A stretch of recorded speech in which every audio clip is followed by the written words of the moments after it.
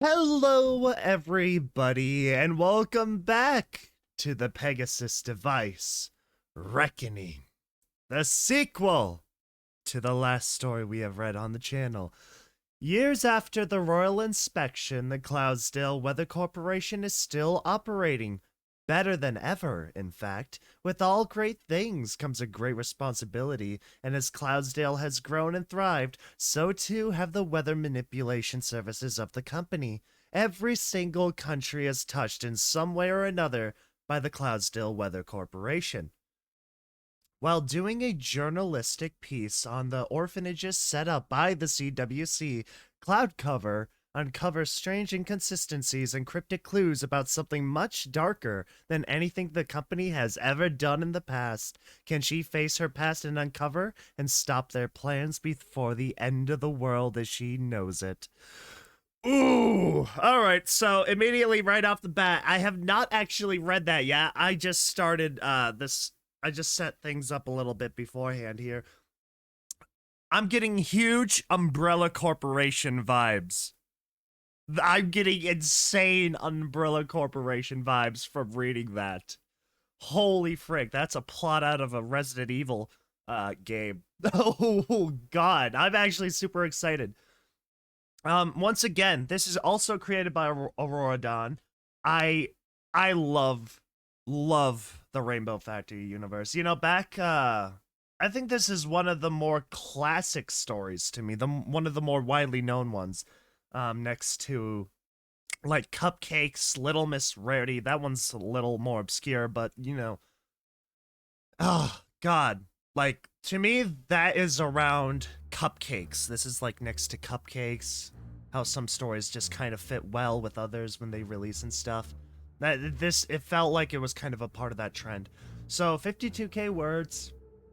I'll see about how I'm gonna do that. But yeah, I'm super excited to read this one. I love Rainbow Factory, and I'm glad to be able to go through this. I love to, a little captcha.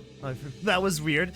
But yeah, we're just gonna kind of jump right on in here. I'm super excited to see kind of what happens here. I loved the ending of the last story here.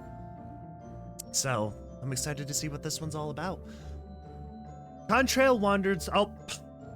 Once again, I want to reiterate commentary reading. I will talk, I will mispronounce, I will analyze, I will do absolutely whatever I can while reading the story here. That's the way these types of videos are. These are not professional, right? These aren't going to be high-S quality. I just want to make that clear beforehand. But yeah, that rumbling out of the way here, rambling, we're gonna read this. Contrail, missed that guy. Contrail wandered slowly down the winding corridor, taking in his surroundings. The ancient walkway creaked and groaned as he stepped. Its complaints left on deaf ears. He wasn't worried about it. He wouldn't have been even before the deep clean of the facility, but he especially didn't worry about it now. All the fasteners and security wires had been replaced. It was hard to worry about anything in the old factory anymore. Most of it had been cleaned, replaced, and reinforced after the royal inspection. Contrail's eyes followed a series of bright-colored plastic pipes as they hugged the wall. Clean, parallel, clearly marked with their contents, always overrated for their transporting materials and pressures. He stopped walking, soaking in the view in front of him. Some things were familiar. The walkway, save for the new safety rails. The cramped walls, save for the bright organized plumbing. The endless void beneath him, save for the change from pitch black to pure white. The whole thing was just so damn clean. It was a nice environment to work in, but part of him hated it. He had liked the old chaos, the webway of pipes and wires, tubing and venting, the darkness. These new lights always gave him a headache. Probably because he lived in the dark for several years. He rubbed a hoof in his eyes before carrying on, his mind absent save for a simple feeling of nostalgia. He kept his eyes closed while he walked, staving off the inevitable pain behind his temples for a while longer. Despite all the changes, he knew his way. He had walked these hallways for decades, and a little bit of safety tape wasn't about to throw him for a loop. A communicator clipped to a tool belt around his shoulders crackled, and he stopped, listening as Gentle's voice spoke to him. Holy frig, Gentle's still kicking! I thought they absolutely broke. But to me, I thought they shattered for sure. Honestly, I don't know why, but now the factories, just by reading that, I feel like the Rainbow Factory employees kind of are coming off like cops now. I don't know. I don't know why. Where are you headed, Contrail? Maintenance isn't due in this corridor for... There was a pause, and Contrail could imagine the Green Mare leaning over from the computer console to a heavy binder, full of charts and numbers. Tartarus, a few months. If you're done, you can check out for the night. Contrail cocked his head sideways and activated his communicator. I am checked out. Dash asked for a personal favor. Something broken that needs fixing. Uh-oh. Is it the Pegasus device? Ooh. After years of being the good, good ponies, they gotta go back to the old ways now that their cover has been, exposed. Now they're putting on the good persona, and now they're gonna go back to the slaughtering. There was no reply. He didn't expect one for about a minute as Gentle dealt with what he just said. That's an awful shame, he thought. An engineer as good as her who can't handle the words broken or fix. Well, maybe with a bit more time.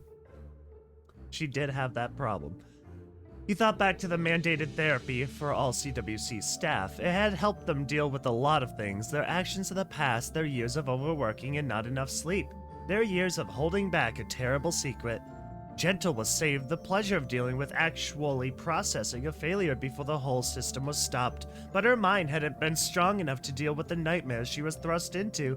3 days in the upper factory and she snapped like a twig. That's what I'm saying. She went out way too goddamn easily. Something missed in the cleanup? I didn't think there were any rooms left that haven't been overhauled. Hold on, they're purging a liquid thunderline on the 2nd floor. I need to check this. She trailed off. At least they were able to save her mind. She can't physically do the work, but she coordinates the whole factory as if she had built it. A smile touched the pastel blue Pegasus lips. He glanced again at the new plumbing on the walls. The safety changes had been mandated by the Royal Inspection, but it was Gentle's head that had planned it all out. His disgust at the shiny plastic dimmed a little. She basically did build it. I'm back. What room was missed? While the room was cleaned up, there was just a bit of a tarped machinery that was ignored. He said it casually, but there was a heaviness in his voice he hoped carried over the radio. Stop asking, he pleaded to himself. For the love of Luna, stop asking. Oh yes, right. The old transfer piping, right? Those lines are dead now. The reply came back unconvincing to Contrail, but good enough for the chat logs that would be printed. I think I remember her discussing a repurposing project about those. Just be careful on the MTR, would you? The cameras never work, no matter how often we replace them. Just listen for my voice, and I'll be fine. Got it? Understood, Contrail. I'll leave you to it. Interesting that he's, more sane than he was. The communication device gave one last crackle, and silence rushed back around Contrail. He breathed deeply, glad Gentle had understood his message. He carried on, letting his hoofsteps echo around him. Here and there as he walked, he spotted more familiar signs, a rusted and unreadable sign left up where pipes no longer ran, cloud walls stained with years of age, and dirt hidden just out of reach. A dark stain that wouldn't come out of the old grating, no matter how much they scrubbed. And of course, there was the hum, the ever-present thrum of the factory, a symphony of resonating pipes and machines, of workers on assembly lines, of chemists in labs, of refrigerators and condensers, of 2,000 years of constant operation, of a million souls trapped in the crypt of clouds and channels. He stopped again and opened his eyes. Before him was a large, nondescript door sealed not with a lock, but with a strip of warning tape. A clear message was displayed on the neon tape. This room not to be maintained. Contrail peeled the tape off and dropped it into the bright abyss below him, and then waited, and took a deep breath. I hate this part, he thought with a cringe. before reaching out to the handle and resting his hoof on it. The howl of 100, 1,000, 1,000,000 dying foals filled the hallway, or appeared to, at least. Contrail stood steadfast as his very being was assaulted by the wailing. It went on for a minute, with clear voices appearing out of the muddy sound of pain and anguish, young voices of colts, of fillies, of failures, Contrail affirmed. He recognized some of those screams, picturing the faces of the ponies as they made them. Eventually, the hellish chorus died out, leaving Contrail with only his budding headache and a single tear running down his muzzle. Whatever, he snapped, shaking his head and walking fully into the main theater room. I didn't throw any of you in this damn device. Don't yell at me, he went on, dropping his voice to a disdainful mutter. I'm just the stallion they hired to keep it running. Ooh, that's a heavy line. It's like the executioner type of one, right? The electric chair, the flipping of the switch. I didn't make the chair. I flipped the. No. Maybe that's right. I'm sure you can figure it out.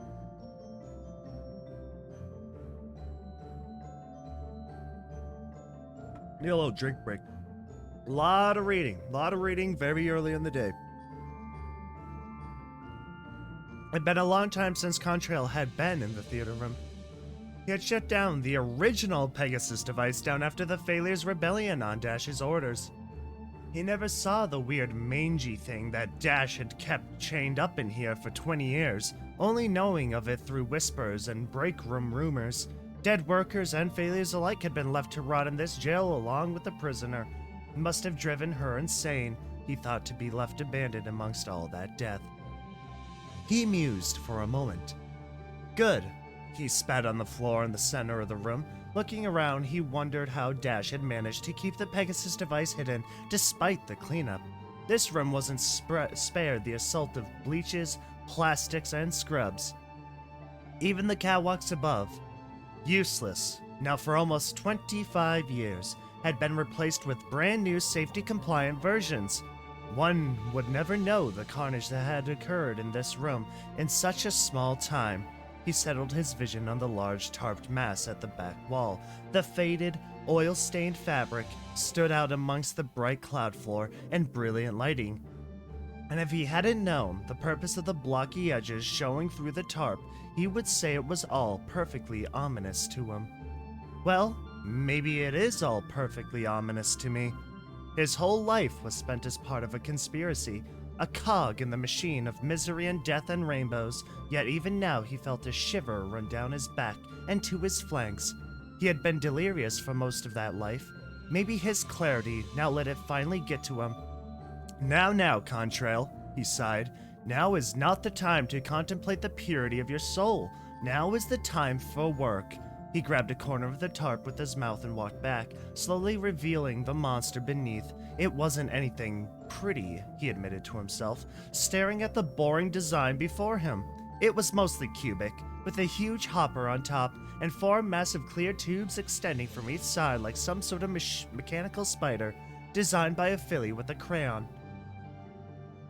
The tubes were speckled with black splotches, aged and dried spectra from a generation ago. The hopper was also speckled with black splotches. This, Contrail knew, was not spectra. Not yet, anyways. It would have been after going through the device. Now it was just a reminder of the old way.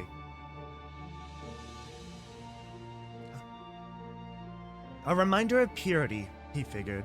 He walked up to the base and kicked open a panel, and thought of how this glorious machine gave Cloudsdale rainbows. It could take a mass of flesh and blood and bone, and squeeze out every ounce of gorgeous rainbows that could have been mustered. At the same time, it would have taken the chaff of the city and removed them from sight and mind forever, for the sake of Cloudsdale, and for the sake of their image, and for the sake of their parents of failures. For the flock. Sentiment hadn't changed in Cloudsdale. Earth ponies and unicorns were horrified and had protested and petitioned and complained, and then forgot the next time some world-ending event was narrowly averted by some saccharine, big word, act of friendship. But Pegasi, they didn't care.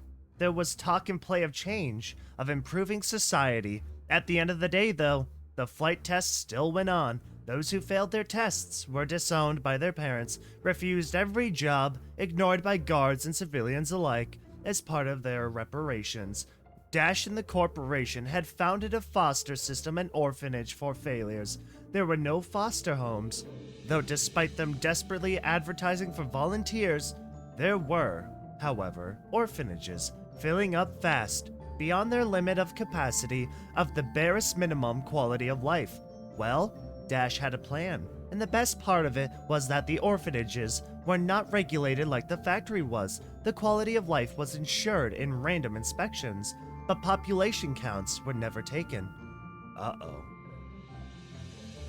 Contrail walked around and behind the device. Skimming it with his eyes, he calculated, noted, planned. Those casters are seized. I'll need to replace those. The blades will need to be sharpened though, just enough that they're effective again. That cable has been completely eaten away. By what? Pigeons, probably. Sky rats, he thought, sighing.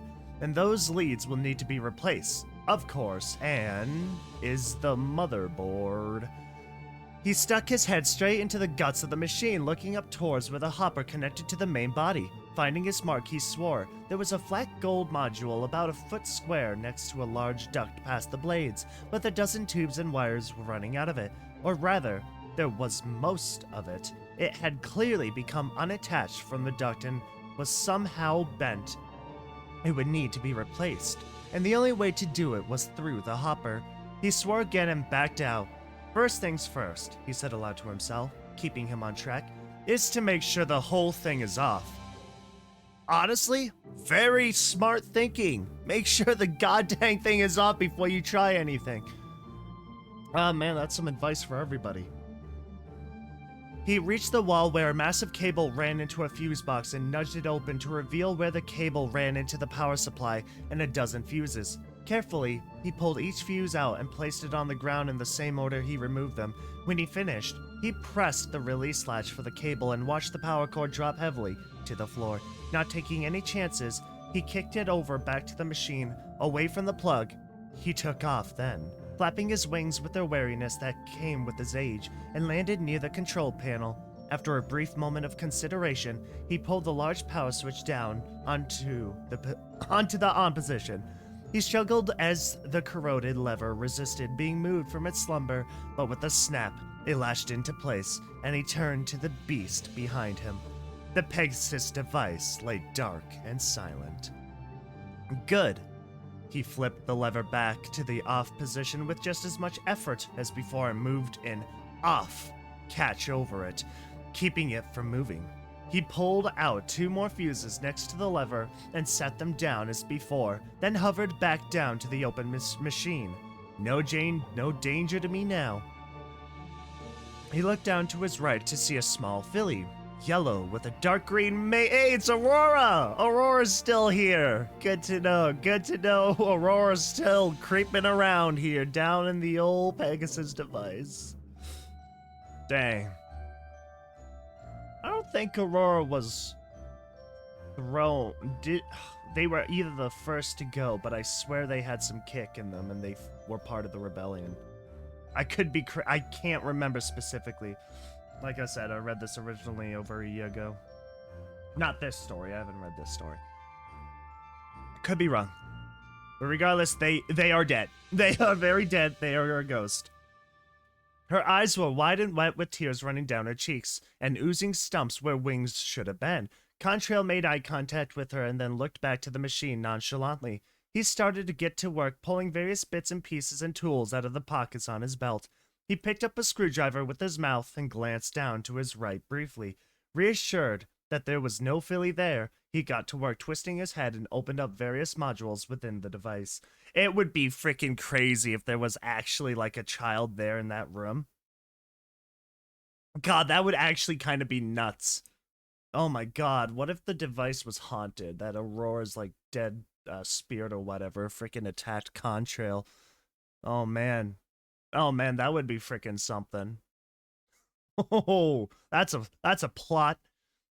The room was quiet as he worked, and it took Contrail about an hour before he froze. Oh my god, I could see this becoming like a paranormal-esque story real quickly. Holy frick, I love it. Oh god. The room was quiet as he worked, and it took Contrail about an hour before he froze. His body twisted deep in the internal wiring, and he listened intently. It was not a sound that he had caught his attention, but a lack of one. The deep hum that ran through the whole factory was absent here. He felt a brief moment of panic. Had the whole thing shut down?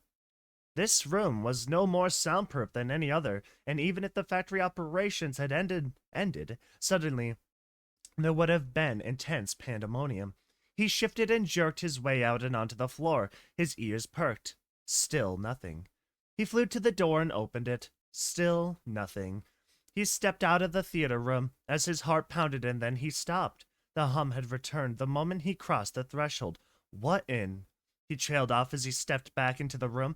The hum was immediately gone. Despite the door still being open, he tried a couple more times, listening to the comfortable resonance appear and vanish with his movements. Before shrugging his shoulders, he wrote it off as another mystery of the old factory and closed the door. Turning around, he gasped and backed up, his haunches pressing against the door. The room was dirty, dark, and destroyed. Scaffolding hung precariously in some places and collapsed in others. All along the floor were half-decomposed piles of bone and colorful fur. Dark spatters of blood and tools, hanging in the middle of the room by two chains, wrapped in twine and upside down, was what Contrail thought might be a mare. He closed his eyes and took a deep breath before opening them again, and he found the same scene before him. He tilted his head, annoyed. "Shoo!" he admonished, and the room was clean and new again. "I'm gonna have to tell Dash to demand a refund from that therapist she got me." He sighed as he walked back to his mess before the Pegasus device. Holy frick, that is some insane stuff. He's being mentally screwed with here.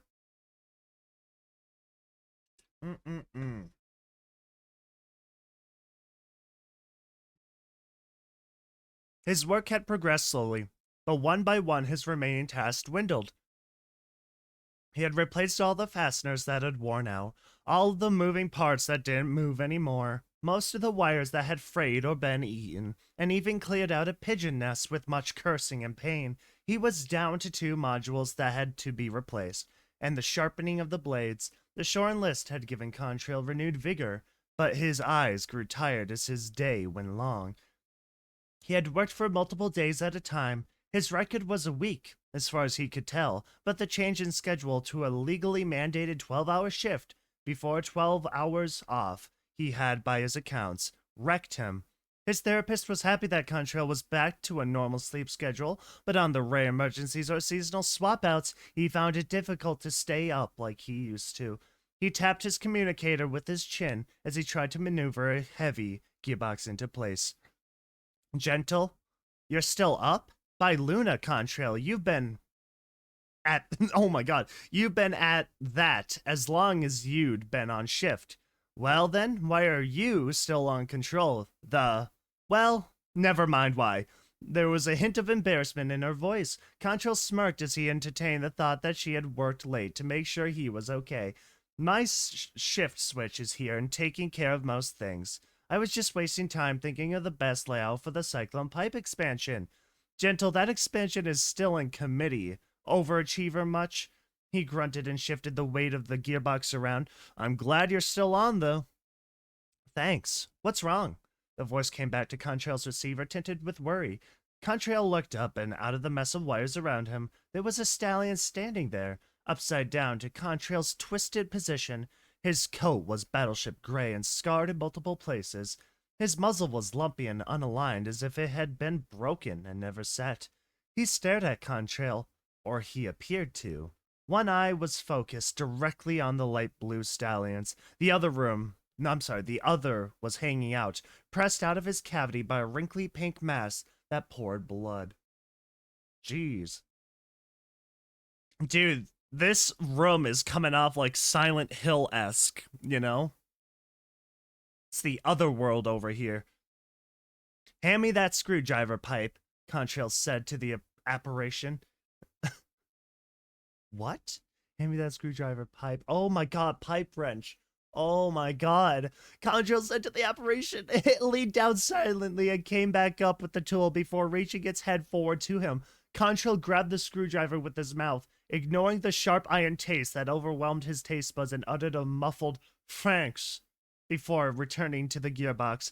Fixing it in place, he looked up again and spat the screwdriver out onto the vacant cloud floor. He lay there in the wiring and practiced his breathing. Contrail? I'm just getting tired, I think, but I'm almost done. It's quiet in here. Gentle's relieved voice came back and echoed in the box Contrail lay in. It's quiet here, too. Let's talk, buddy. I like that idea. About what? The challenges of cyclone piping and air fluid dynamics? Tartarus, no, Gentle. I'm trying to stay awake. He looked at where his old friend had stood moments ago, still seeing nothing. Hey, you ever see things down here? Things? The voice came across confused. There's a lot of things in the old factory, Contrail. And if you mean in the MTR, I've never been in. How'd you redirect the pipes here? We didn't. Those are all just one-for-one replacements. The whole room is basically bypassed by anything built after the incident, and the few divisions of lower factory that are still using those lines are all non-essential. Ah, he gulped. I mean, things. Weird things. Maybe anywhere, or heard things. I've heard talk of things. Some of the workers from there mentioned stuff when we did the debrief group therapy sessions. Things like timber wolves baying, bloody walls, some kind of screaming by a door. Did something happen to you? No, not particularly. I've been hallucinating, I think. Seeing old friends and enemies, hearing, screams by the door. But that's always happened, really. He trailed off. What? Whenever I, or Pipe Wrench, or Gage, or anyone who worked in the old factory touched the door handle here, there was screaming. Like lots of screaming. I could write it off as PTSD if it was just myself, but we all talked about it. It was only who was opening the door. Sounds like it's coming from every pipe, every vent, every crack in the clouds. But you'd only hear it if you were touching or about to head into the MTR. I wrote it off a long time ago, in my fog. Just another part of this divine comedy we lived in, eh? He chuckled into the receiver. Elsewhere, far above him, Gentle's feathers horripilated at the distantly familiar laugh. We used to think it was some security thing Dash put in place to keep us out, but it happened again today. I've read of stuff like mass hallucinations, ponies under great stress that share the same fantasy or fear. It's probably something like that. My dude, my brother just uncovered a Dead Space marker over here. It's all over. Contrail shuffled out of his mess of wires and boxes and stood up on the clean floor. He started bolting the panels back onto the Pegasus device while he spoke. Sure, that makes sense. I think I've heard of it too, he lied, but maybe say it's not. You think this place is haunted? Dude, I'm all for a haunted rainbow factory. It's either that or all the screaming that is happening in the pipes and he's hearing and stuff is all those prisoned children or whatever from this quote-unquote orphanage that they were talking about.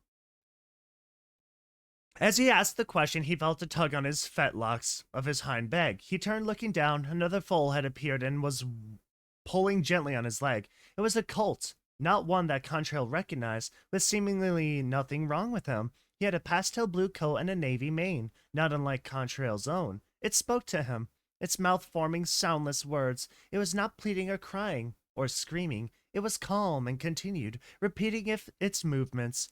Contrail strained, listening, and finally thought he could make it out. Why did I become this? In an instant, he realized who this little cult was. One he had not seen in decades. One he last saw before he even knew he would be good at engineering.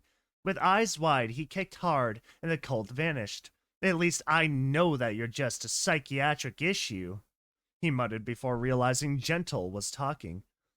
Through vibrations of old transfer systems, it triggers your pineal gland and makes you feel dread and fear. So that's what I think is happening. Just some weird biological stuff combined with years of psychological trauma and lack of sleep. Honestly, How did anyone survive this place before? I think most did what I did, but in different ways. We just kind of shut our rational selves off and locked them in a corner and let some sort of primitive consciousness rule the show. Something that couldn't comprehend the weight of what was going on. You know the saying about this place, right? There's a lot of sayings about this place. Do you mean the one that the citizens say? Not to be rude, but how would you know what's current in the flock's lexicon? Ouch. Thanks. Ponies like you that got promoted over the years brought outside information in. We still get newspapers, you know. He added, hurt. Sorry, but which one? Contrail hummed a little tune, harking back to days he and his friends would play hopscotch on the streets of Cloudsdale, singing old nursery rhymes that were cute sounding, yet held a darker meaning. In the Rainbow Factory, where not a single soul gets through. You know that one. Holy frick, they had a frickin' nursery rhyme. Oh my god, I just love whenever I see a reference here. In the Rainbow Factory, where not a single soul gets through. I love it. The laugh came over the comms. That old tune we used to skip rope to his foals? Yeah, I know it. Not much of a saying, though. What about it? Because it's very real. I think there's some truth to that, Gentle. I think souls don't make it through this factory. I think something about it traps them here or steals them away. I said that we hid those rational parts of our mind. I think our souls were stolen by the energy of this place. Think about it. Every pony who still works here after the inspection has their wits about them now. Mostly, right? Sure, I'll entertain you. Most of my co-workers aren't nut jobs anymore. Her voice was teasing and playful. Playful? Contrail rolled his eyes. I should actually say, think about those who left. Those who didn't volunteer to continue working, who retired or quit when they were able to. Think about them. How many of them do you remember that were right in the head, even after all the help and all the therapy and all the medication? Even partially. There was no immediate response. He moved on, throwing the replacement motherboard module and a couple tools into his belt before equipping it and flying up to the catwalk over the hopper. Gentle's response came as he double-checked the disconnected power lines and locked switch. Alright, so, none that I can think of. So far enough. Something about working for a corrupt oh my god, corporate executive in hellish conditions for years under secrecy, doing an evil deed addles the mind when you're relieved of the pressure of it. I'm not going to be too quick to say that that's some sort of soul being sucked out of you. This place sucked a lot of things from a lot of ponies. So, who's to say a soul isn't part of it? That there isn't some sort of machine left plugged in and buzzing away, turning spirits into snowfall? Since when have you been so philosophical? He stopped and dropped his head, since a failure cracked my friend's head in with a pipe wrench. I just don't let it out that much, but you're dodging the question. He teased as he moved to hover over the hopper.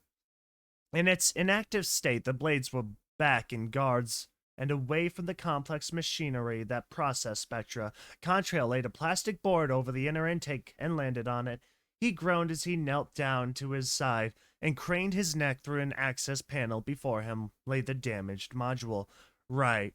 I know if I can get behind a soul being some physical entity which can be removed, or even contained though.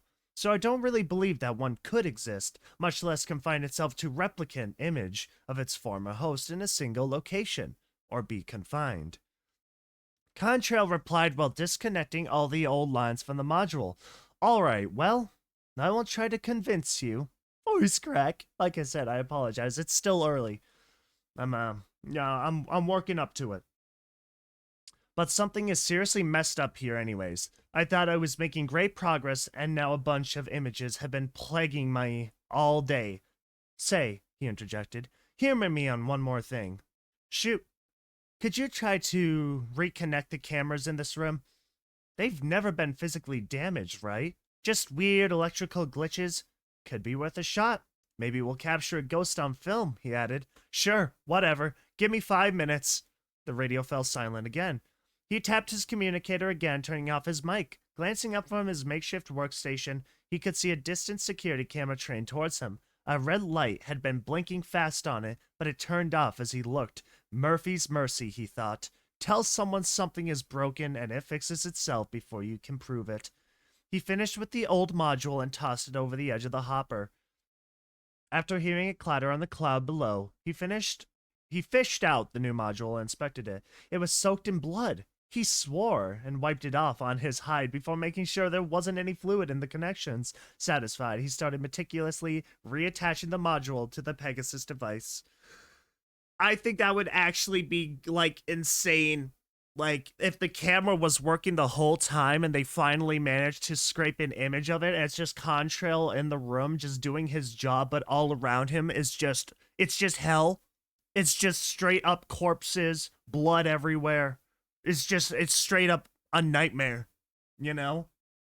And then he's just surrounded by ghosts and crud. Oh my goodness, that would be freaking actually nuts. Like, oh, no way. No, like they look back at the image. It's just not possible that any of that happened. Oh, that would be so cool. He would be glad to get out of here and to get some sleep. In the morning, or whenever it was when he woke up, he would contact management to arrange a new psychiatrist appointment. He was tired. Tired of working ridiculous hours, tired of these dreadful visions and sounds, tired of old aches and new ones that were settling in to stay. Maybe he could get out, he thought. Maybe he could retire. There was a great pension set up for him. Some employee victim union fund he qualified for. Even with the new freedom allowed to him, he hadn't left his dormitory room in the new factory. Perhaps it was the time to actually venture forth into the city of Cloudsdale, that metropolis he had spent his whole life fighting for without ever enjoying. As he worked, the decision set itself harder and harder in his head. He would retire and be the first Pegasus to get through the factory with his soul fractured, though it may be. With his decision made, he tightened the last lug knot on the module and returned the wrench to his belt. Before he could get up, however, a sudden lurch rolled him onto his back. Of course, he thought, that was a mistake to think. He's going to die. He's not leaving alive, is he? Violent rumblings below him shook him to the bone. Lights dimmed as great noise emanated from the Pegasus device. Contrail couldn't remember the last time he had heard it. A deep klaxon that quivered his insides. More noise followed after, evolving quickly as various machinations and systems whirred to life, adding their haunting instrument to the symphony around him. He heard the revving of a dozen motors as they turned newly oiled gears. He heard hollow pulses as the spectra pumps warmed up to speed. Pistons gave the time signature to it all. A cold and metal heartbeat that immediately began to race. Or was that his heartbeat? With a burst of energy he had not felt since he was much, much younger, he leaped to his hooves and bent his legs, ready to take off. He had a good 15 seconds to escape, yet at the same time he planned to get out. He was silently accepting what he knew to be his fate. As he kicked off, he didn't lift. The plastic board beneath him vanished entirely, and Contrail dropped instead. His flanks jamming in the intake, he started flapping his wings furiously, but all he could do was laugh. Around him on the catwalk were 100, 1,000, 1,000,000. He couldn't tell. Colts and fillies. They stared at him. Some bloody, some mangled, some sunken, some bloated, all deformed in their own way. And he laughed. He let himself laugh just like he did when his mind was shattered. Oh, you bastard. Bastards. He choked between guffaws. I don't know. Contrail, the camera actually turned on. I hope that relieves you. Wait, where are... Look away, Gentle, and maybe you can get out. But for the love of Luna, don't tell them. Don't let them know. Maybe you'll be spared. The camera light turned a bright green as the blades extended from their guards, dull and rusted, and they descended into Contrail. He felt his body wrecked with pain as the slabs of metal half cut into him, half pummeled him. Over and over the myriad of blades fell into him, eventually dragging him up out of the intake and fully enveloping him. He felt a leg ripped from its socket, and the device started vibrating, humming that same tune that had brought him so much comfort as his flesh and blood funneled into the labyrinth of machines below. Still, he laughed. He laughed as his body was twisted and cracked like dough in a mixer. He laughed as corroded metal ripped away his stomach and intestines. He laughed as his ragdoll head finally fell between two dull blades and was crushed. With that, finally, there were no more laughs, only a single tiny scream coming from radio, lost somewhere in the last Pegasus device. Ooh, that is how you write a prologue. Woo! I love that. I really freaking love that. I love the thought of the souls, all the children just looking at him as he becomes a victim of the machine that took their lives. Absolute insane. How the one who fixed the machine is the first to go. Gotta give you life to give it life. Ew. Aurora, that is beautiful. That is a wonderful intro to a prologue. Holy frick. Dude, I love that whole thing.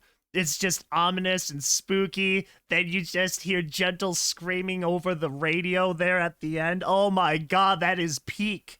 Oh, that is so good. Oh, I love that. God. All right. Chapter 1. Cloudcover sighed amongst the stacks of dusty papers and boxes surrounding her. This was her least favorite part of her job as a journalist, the research. She loved investigating, going undercover, blowing up a scandal from out of nowhere. Years ago, she had been known as Cloudsdale's eye in the sky, but after the Afterburn scandal, she had gained notoriety as one of the best champions of investigative journalism the city had ever seen. It wasn't so much that she chased after that high of famously revealing, conspiracies. She did. But it wasn't the main reason she continued to do her work. Increasingly more difficult and dangerous work at that. No. What Cloudcover loved most about each breaking story was the relief that she had saved someone or something from some awful fate. The knowledge that she had saved Afterburn from a life of rejection after clearing his name. The knowledge that the southeastern suburbs weren't going to be demolished because of a spiteful developer. The knowledge that the northern Altstratus Middle School was no longer feeding its students expired feed. What? Holy cow. All these gave Cloudcover some semblance of relief. Still, she feared others might be traumatized as she had, and so as much as she hated digging through public records and reading old dusty reports and financials, she continued to do so. Her latest case stung deeply, a recent story she had done covering the CWC orphanages and the good they had done for Cloudsdale since the royal inspection hadn't felt right. The orphanages weren't a positive place to be in the first place, of course. It had been almost 2 decades since the inspection. After the Cloudsdale Weather Corporation scandal broke and the Pegasus of Cloudsdale still hated those who failed their flight tests, numerous societal interventions were attempted over the years by Canterlot, but they never stuck. The deep-seated distrust and disgust at a Pegasus who couldn't pass a simple test confirming their ability to do what distinguishes Pegasi from other races, a sentiment etched into the DNA of their society for thousands of years, was not to be scrubbed from the city so easily. And so, as the city grew and expanded with the corporation, so too did the schools and number of foals taking the tests, and so too did the number of failures. Exiling was outlawed now, though, and so the flight test failures, disowned by entire families and society at large, found themselves in the orphanages provided by the very organization that engineered their situation in the first place.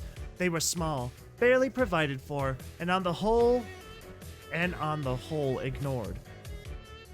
Pegasi in the system would stay there until they were old enough to work, and then usually leave the city of Cloudsdale anyways. Unable to find work, find lodging, find love, they would exile themselves. Not all of them, though. Oh my god, I can't talk now! Cloudcover thought. She was supposed to have been exiled, or rather, processed. She had made it out of the Rainbow Factory alive, confused and scared, and found herself in a world that didn't care for a tragedy. Somehow, through luck, charisma, and one open-minded pony, she had gotten a job for a small news agency and led a relatively normal life. She wanted that for others too. and had gone to the orphanages to try to make a story highlighting the plight of what she considered regular ponies who had been cursed with bad luck. But something was wrong. None of the orphanages she went to could give an exact number on the number of foals who had grown up and left them. No matter who she asked, all she could give was estimates, guesses, and round numbers. They claimed they did their best to track, but many of the orphans would leave in the middle of the night or show up then, and with so many mouths to feed and so few hooves to lend a hand, anything not legally required to be recorded was not recorded.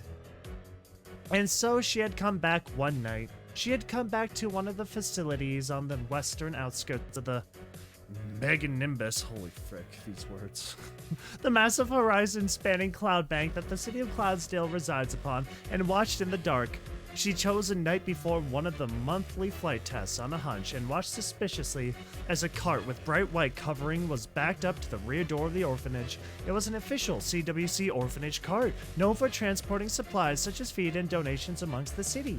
She watched as the cart lifted up in its spot in the cloud, and then after an hour, slowly sunk down again with weight.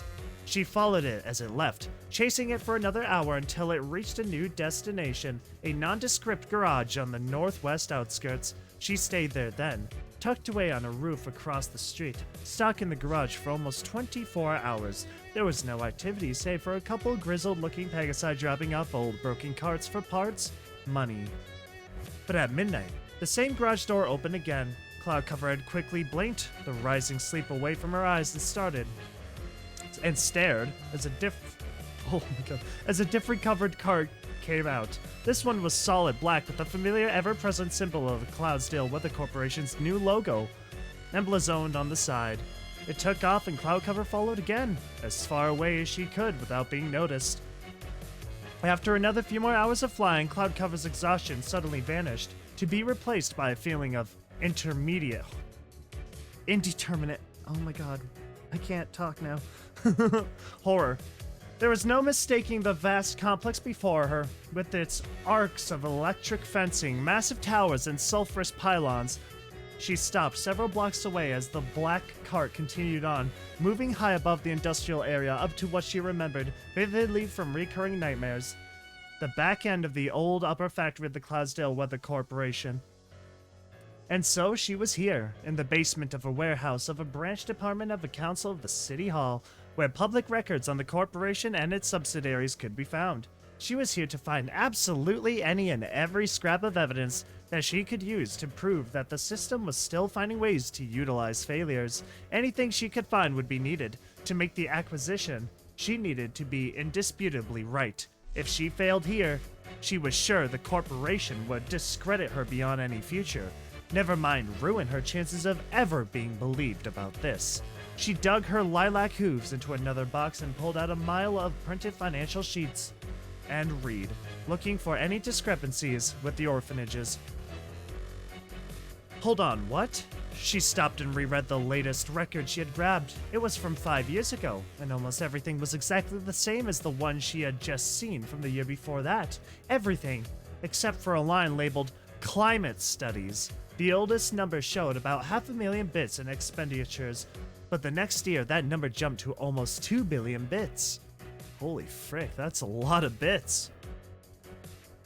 Cloudcover furrowed her brow, trying to think about any news stories she had heard from back then. Nothing immediately came to her mind, and she jotted a note down in her personal pad to double check. What had caused the corporation to suddenly dump over 1,000 times more to a department whose purpose was long-term global weather patterns? It must have been important, she thought.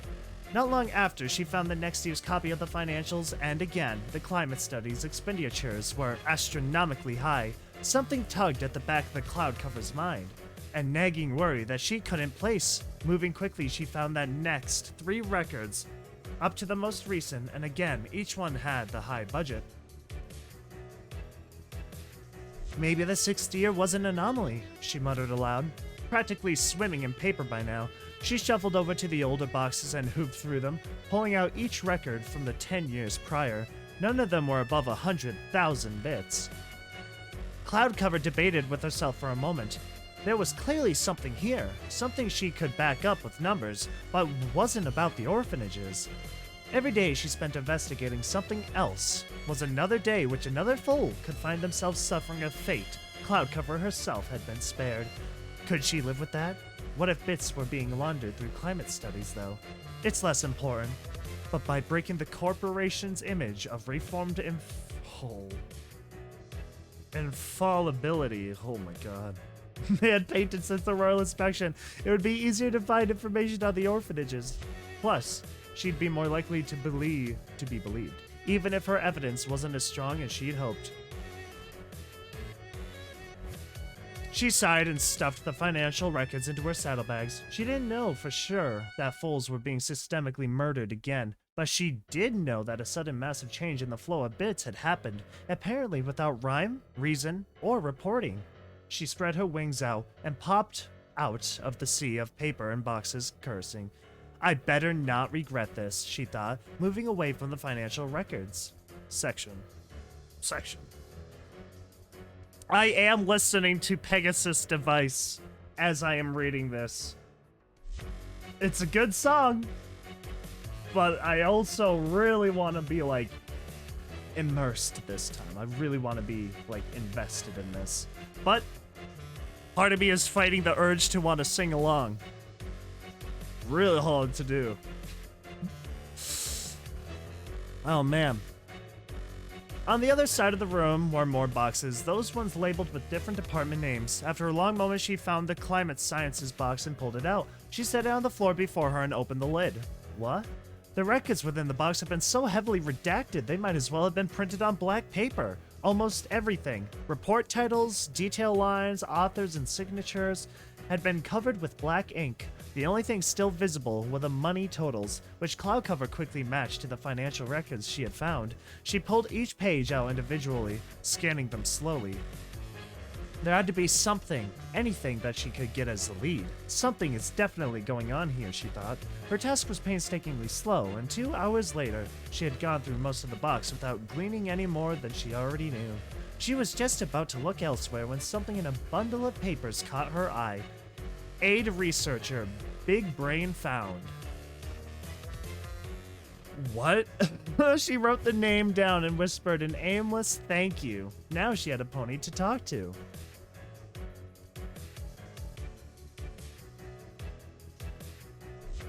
I'm so glad you could have me here with you today, Mr. Brain. Cloudcover leaned back in the dusty armchair that had been hastily moved in front of an old, wobbly wooden desk. Across from her sat a rather eccentric stallion. His dark green mane was fraying and bald in spots, and the bits that were left hung greasily over his eyes. There had been an attempt at a comb-over, she could see, but how long ago it had been, she couldn't tell. She tore her eyes off of his hair as the salmon-red pony spoke. Is this Hyde? No, can't be. The thank you. I didn't think that my work was worth talking about. Thank you.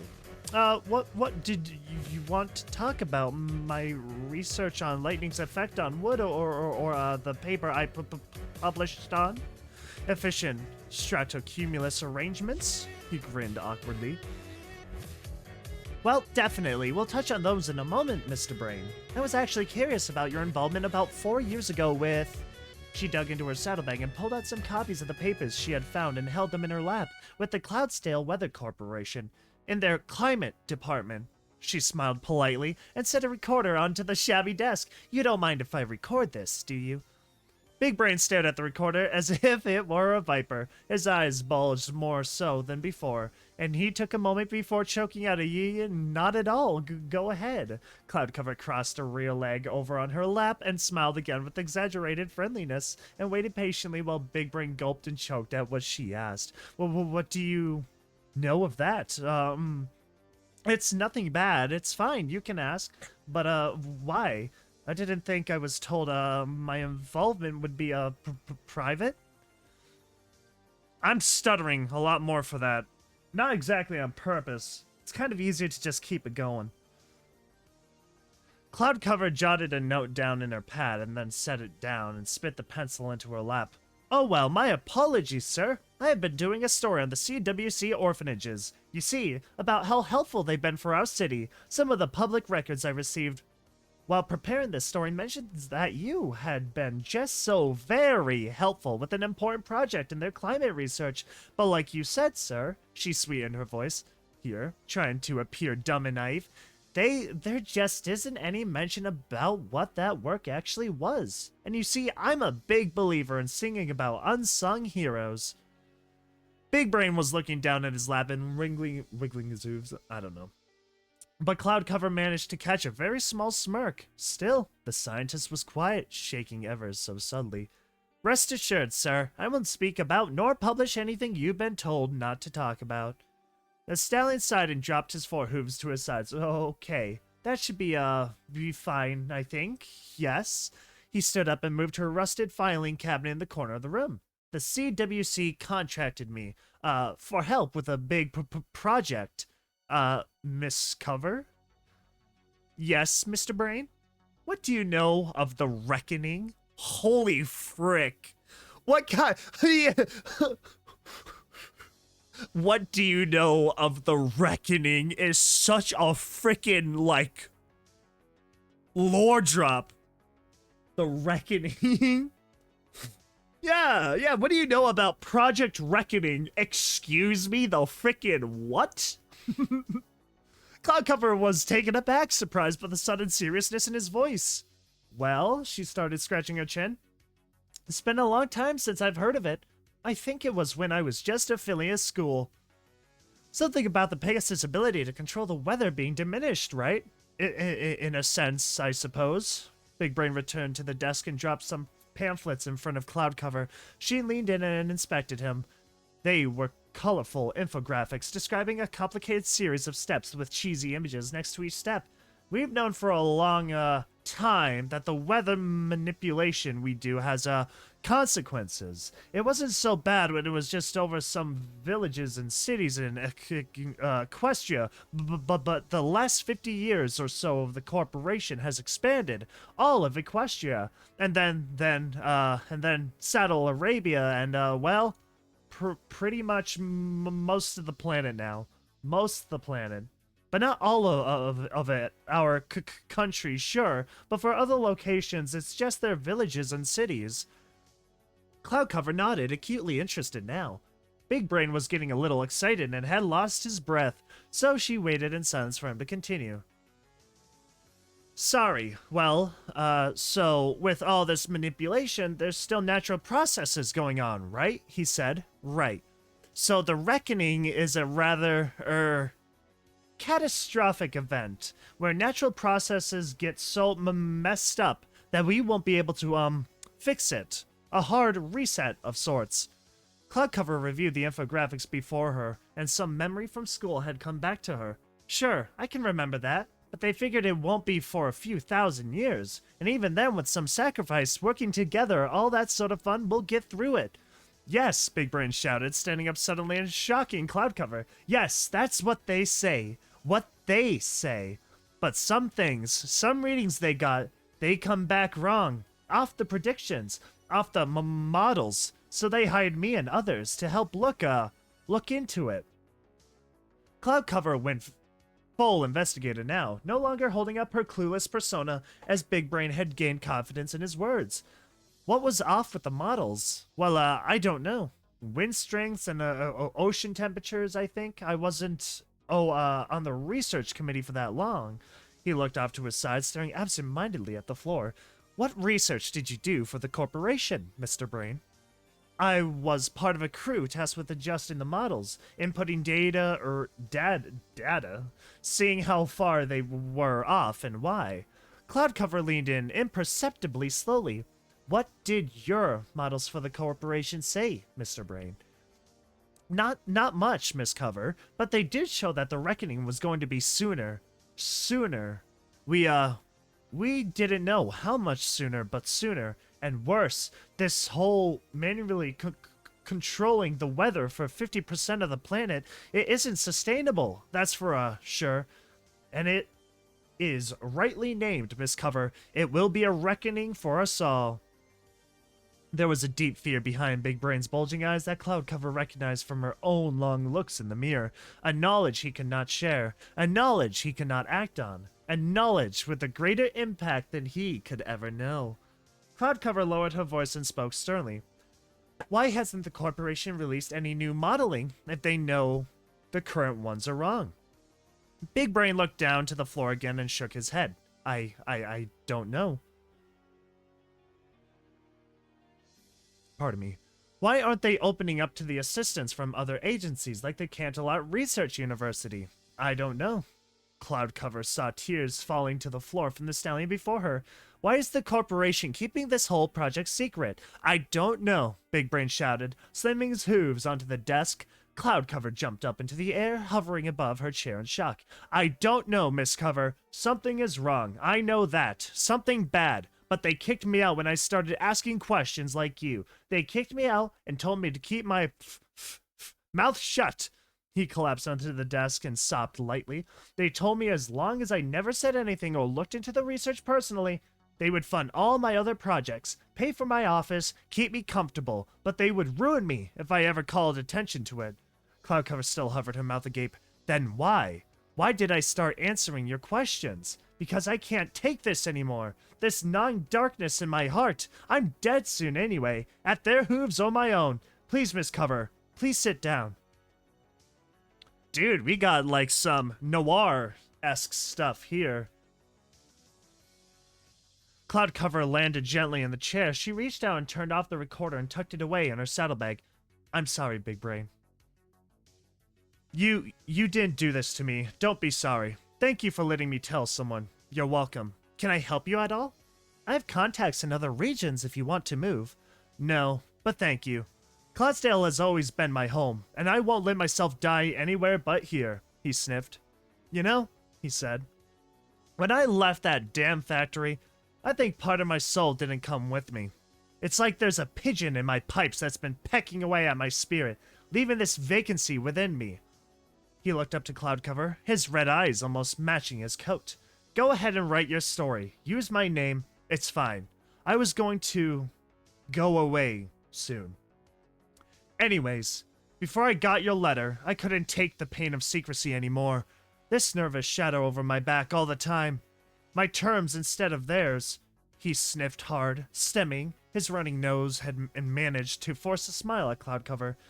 But now if we're lucky, you can surprise them, and we can have some justice from whatever it is they're doing. There's kind of like a Lovecraftian vibe going on here with the factory, and I'm kind of all for it.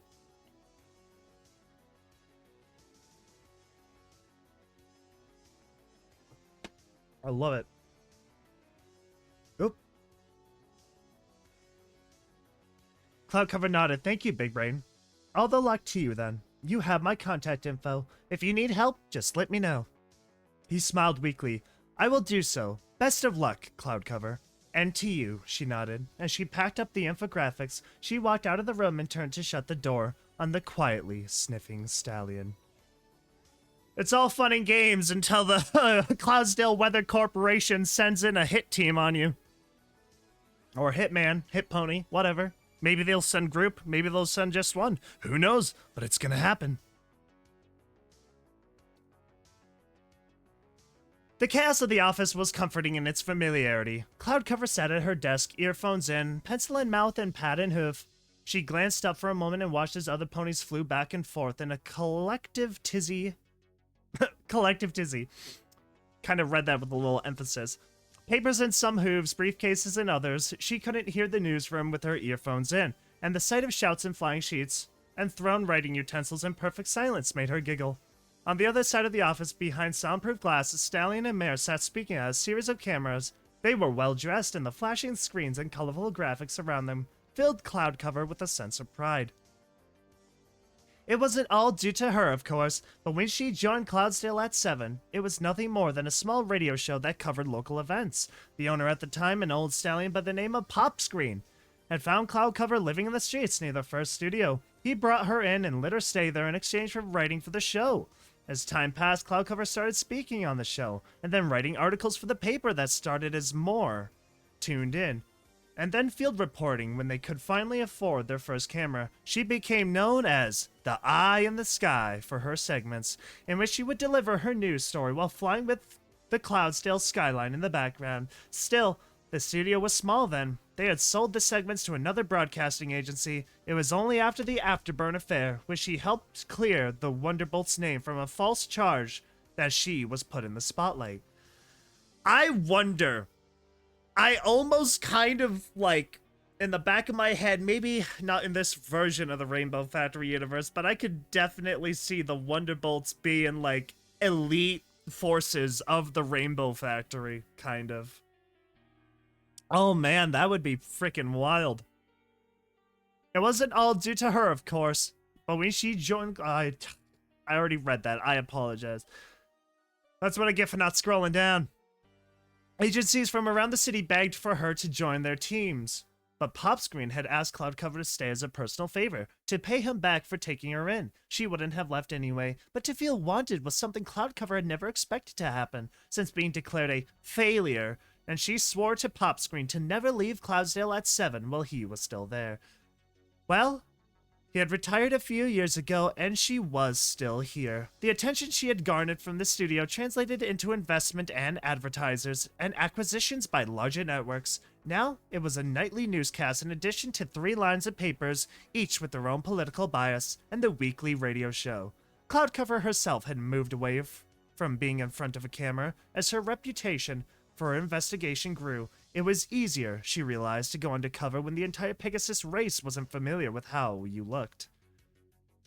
She turned her attention back to the notepad before her and continued scribbling away, transcribing her conversation with Big Brain and forming the article around it. She had come to the point of his outburst and had to pause and rewind to catch every panicked word. She pressed the play button and wrote on, oblivious to the ringing phones and maelstrom of notes being exchanged around her. She had almost finished duplicating the the recording on paper. This is what I get for listening to music. When a sharp jab jostled her out of her zone, she turned to see one of her coworkers holding a proof of this week's paper and slid her earphones off. "What's up?" she said, glancing curiously at the proof. "I was just double-checking this before I went to print, and one of the obituaries caught my eye. Didn't you say you just speak to this dude?" Cloudcover grabbed the paper and looked at where her coworker was pointing. In a small box was a picture of Big Brain, followed by a small blurb. "Former researcher succumbed suddenly Friday to a chronic disease related to his field of study?" Cloudcover looked up at the pony before her. "What the flock? You think you interviewed a fraud, eh?" "No, he was definitely, this is his picture. He was perfectly healthy when I spoke to him, though." The mayor grabbed the proof back and turned her back to Cloudcover's desk. "Well, apparently he dropped dead a day after you interviewed him. Maybe take a sick day or something, Cloud," she joked, "in case it's something catching." With a laugh, she went back into the fray of the newsroom, leaving Cloudcover with her jaw slack. That is such a middle, finger thing to do. She shook herself and packed up the recorder into a large brown envelope. Before writing a quick note and labeling it with Popscreen's name and address, she placed it in an outbox before picking up her phone and quickly dialing a number known by heart by almost all in the city. A voice came through the other line, and Cloudcover breathed deeply and slow. "Cloudsdale Weather Corporation, main switchboard. How may I direct your call?" Uh-oh. Uh-oh. Uh-oh. Bum, bum, bum, bum, bum, bum, bum, bum, bum. Cloudcover shivered in the cold morning air. She had the appointment at noon, but had opted to stay at her own apartment instead of spending the night in the interior. She watched as a crimson pool slowly crept above the horizon, the reds and yellows of sunlight drowning out the soft shadows of night. The sun peeked above the edge of the Meganimbus, and Cloudcover closed her eyes. She flapped hard once and then glided blind, savoring the rush of cool air as it bristled her primaries and secondaries. She let her hind legs dangle behind her weightlessly, as if they were not hers, and she was only her mind and her wings. Her chest began to warm as the rising sun, illuminated her, and she spiraled slightly in her sightless flight to share that warmth with the rest of her body. She had heard talk of heavens and of afterlives of paradise, but she had never cared much for theories of what might be. What she had was flying, and she loved every second of it, no matter when or where it may be. She had lost her family, her friends, her future, the moment she failed her flight test, but ironically, the one thing the test couldn't take away from her was flight itself. There was a change in air pressure and she felt herself dip down. She opened her eyes and checked. Seeing the yellow hills far beneath the city, a shiver not related to the temperature ran down her spine as she remembered just how high up she was actually flying. She may have been soaring only 100 meters above the suburbs below her, but those suburbs were resting some 2 kilometers above the rest of the world. She was flying over one of the many sunspouts of the city, large reinforced holes in the meganimbus that allowed light to the world below the city. In the past, Cloudsdale had moved and drifted over these plains so that no land went without sunlight for more than a day. As it grew, though, it became less and less possible to ensure its footprint was fertile. Not many ponies lived in the shade beneath the megatropolis, but there were still farms and families who earned a living feeding the Pegasi above, and so the sun spouts were installed. And how the city has grown, Cloudcover thought. It was so large now that you couldn't fly from one end to the other in a single day. Save for the commercial interior, every other district of Cloudsdale had essentially formed their own towns. One might never leave their neighborhood in their lives, and be in want of nothing. It boggled Cloudcover's mind. That's actually freaking insane. You're telling me Cloudsdale, got so freaking big, so huge that it covered days worth of travel. If it takes more than a day to get to the other end of town for a Pegasus, how freaking long is it going to take for everyone else underneath it is actually insane. Wow. I'm talking ponies on land to travel the same distance, because if you can fly, you can, cut your travel times in half. Shadow fell across her face and she looked up. Yeah, no, that's right. The sun had risen enough to break past most of the skyline, but the taller towers still blocked its light. In the very middle, there was a collection of towers that reached higher than all the rest. And its silhouette was what Cloudcover found herself in now. She could see its outline stretched along to the very edge of the city behind her. It had loomed in front of her the whole trip, and she felt as if it had been taunting her. She swallowed hard and beat her wings again, making her way directly to the Rainbow Factory. It would be crazy if she had a meeting with Rainbow Dash after all this time. Yes, I know I tried to kill you. So, clicks pen, let's talk. That would actually be insane. The sun was high in the sky when she finally reached her destination. Glumly, she found herself thinking that even at noon, this building shadow would cover all of Cloudsdale. She landed on the street before the main entrance and looked up, straining her neck as she followed the superstructure to its peak. 2 massive brass decorative gates were opened wide before her, leading her into a varied complex of industrial buildings and office towers. She strode forward, trying to maintain composure while her heart pounded in her chest. Cloudcover had never stepped a hoof in this area since she escaped, and now she found herself willfully walking into it. I think that's just destiny, you know? Something about the weather factory. Actually, honestly, with the gates in front of it, it really does kind of come off as a prison, like a prison work camp. It really does. Dang. Weather factory is freaking scary. Also, this last part here. She escaped, but she's going back to it, which makes me wonder, no matter how hard you try, I feel like it is in destiny that all who leave the factory are meant to return to it. Not a single soul gets through, remember? At least it's the front door this time, she thought, and allowed herself a chuckle. She made her way to the main building directly ahead, examining the quizzical architecture before her. It appeared as if some pony had painted an office building onto a refinery. She walked up to the main door, marveling at the massive glass panes framed in stainless steel. They slid open fast, and the silence of its operation contrasted Cloudcover's expectations. She shuddered, but then walked in and looked around. It was a large, open, and frankly empty waiting room, with nothing save for a dozen elevators at the back wall, a huge white desk with a single mare behind it, and one potted plant in a corridor. She heard, somewhere, something that sounded like a trickling waterfall, but could not find it in the bright white walls around her. She approached the pony behind the desk and waited patiently for her to get off the phone. "Oh, hello, dear. What can I help you with? Are you the new employee?" No, Cloudcover said, taken aback. "I have an interview appointment with the executive director at noon. The receptionist I spoke to said it would be noted here." She lifted her press badge that hung around her neck, and the employee inspected it quickly. "Ah, yes, Miss Cover. Everything seems to be in order. Take the last elevator on the right, 13th floor, and follow the hallway to your left. She'll be the last door on the right." That would actually be freaking insane if it is actually going to be Rainbow Dash. Holy frick, that would be such a cool introduction to them. Oh my god. Oh man. "Thank you," Cloudcover said, and walked on to where the receptionist had pointed.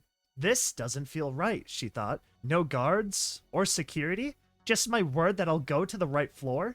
She reached the elevator and pressed the button, and it opened almost immediately. She entered and selected the 13th floor button. While noticing that the 8th floor light was out, the doors closed silently, and soon there was only the gentle hum of the lift and the light pull on her legs as she went up. The elevator dinged. It's dinged. She stepped out into another perfectly nondescript clean white hallway. A blast of cold air caught her attention as she moved on down the hallway to the left, and she looked up to see a large vent. Aside from that, and the few doors she could see, set in the cloud walls, every few dozen feet the floor was devoid of any details. She carried on, reading the labels on each door. Climate Studies, she noted, and then Director Blue Note, Head of Air Productions. Across from them is Director Silver Linings, Head of Water Productions. Ah, here we are. The gray door barely stood out in the white clouds, but the writing on the glass clearly stated Gentle Butterwing, Executive Director, Head of Rainbow Production. Cloudcover's legs briefly turned to jelly, and she breathed deeply for a minute before knocking on the door. "Frick, I'll take it. Let's see what's going on with Gentle once again, since the incident." "It's open," came a flat reply from the other side. Cloudcover opened the door and stepped in, closing it behind her. A nightmare Cloudcover had long since forgotten came rushing back, and her mind quaked as she met eyes with the mare sitting at the desk in the center of the room. It was only for a minute that she had been in contact with the pink-haired mare in her past, but it was enough to forge a lasting impression. A deranged, laughing pony tumbling aimlessly in a cyclone full of steel and glass, screaming only broken "Fix" 1,000 times over, distracted enough by her incoherent ramblings that Cloudcover was just able to get away. And yet, behind the desk, that same mint-green mare sat calm and collected, eyes slightly narrowed, hooves steepled before her mouth. Her coat had faded along with her mane. The color was still there, but it was muted, old, and everything about this pony's presentation was opposite what Cloudcover had seen, but she was absolutely positive she was the same. Gentle's voice came out strong but cold, lifeless but powerful. "Wait a minute," she said, her squinted eyes narrowing oh so slightly more. "I know you." Cloudcover suppressed the urge to scream and run. She felt nearly 2 decades of panic attacks and anxieties rise from her stomach, and swallowed as imperceptibly as she could manage. "Oh?" she asked, pleased with how unconcerned her reply sounded. "Yes. You're Cloudsdale's eye in the sky, right? Or you used to be, correct?" She motioned a hoof to the comfortable-looking chair across from her desk. "Wait a minute. I know you. You're making a mistake. There is no mistake. You're a wanted man." Oh, man.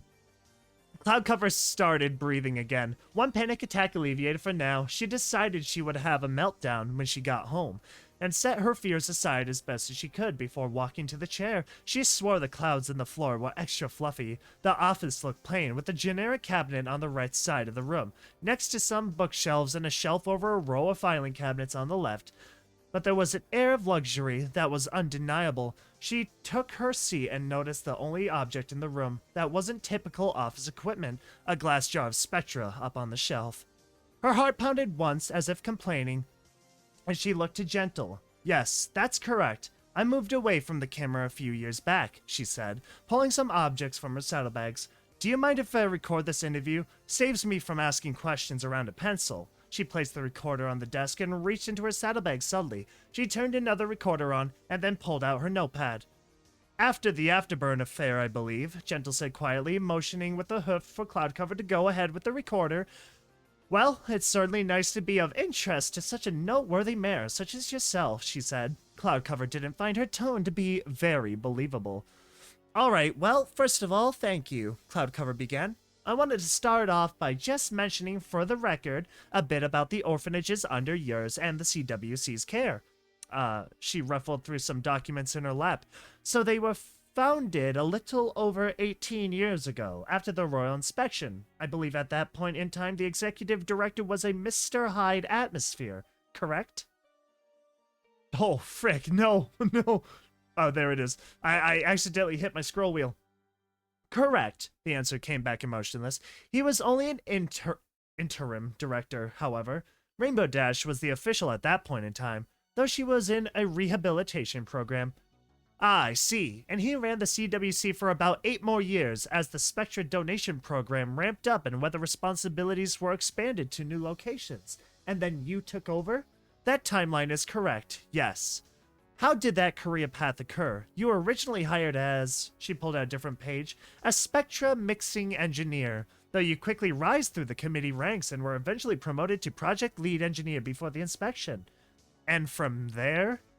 From there, I was promoted to the upper factory engineer, which was at the time a very much do-everything kind of job that lasted about 2 years officially, though practically it was only a couple weeks before the inspection and I was given different responsibilities. Gentle's voice was consistently unimpressed, though she didn't appear to be upset or angry.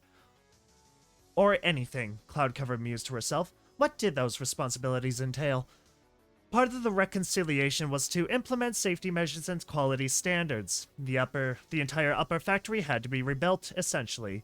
I was originally aiding the planning for pipeline systems, but after a few weeks they had me head the project. Most of this building, she raised her voice, a hint of pride sneaking through her concrete presentation, was designed by myself in some form or another.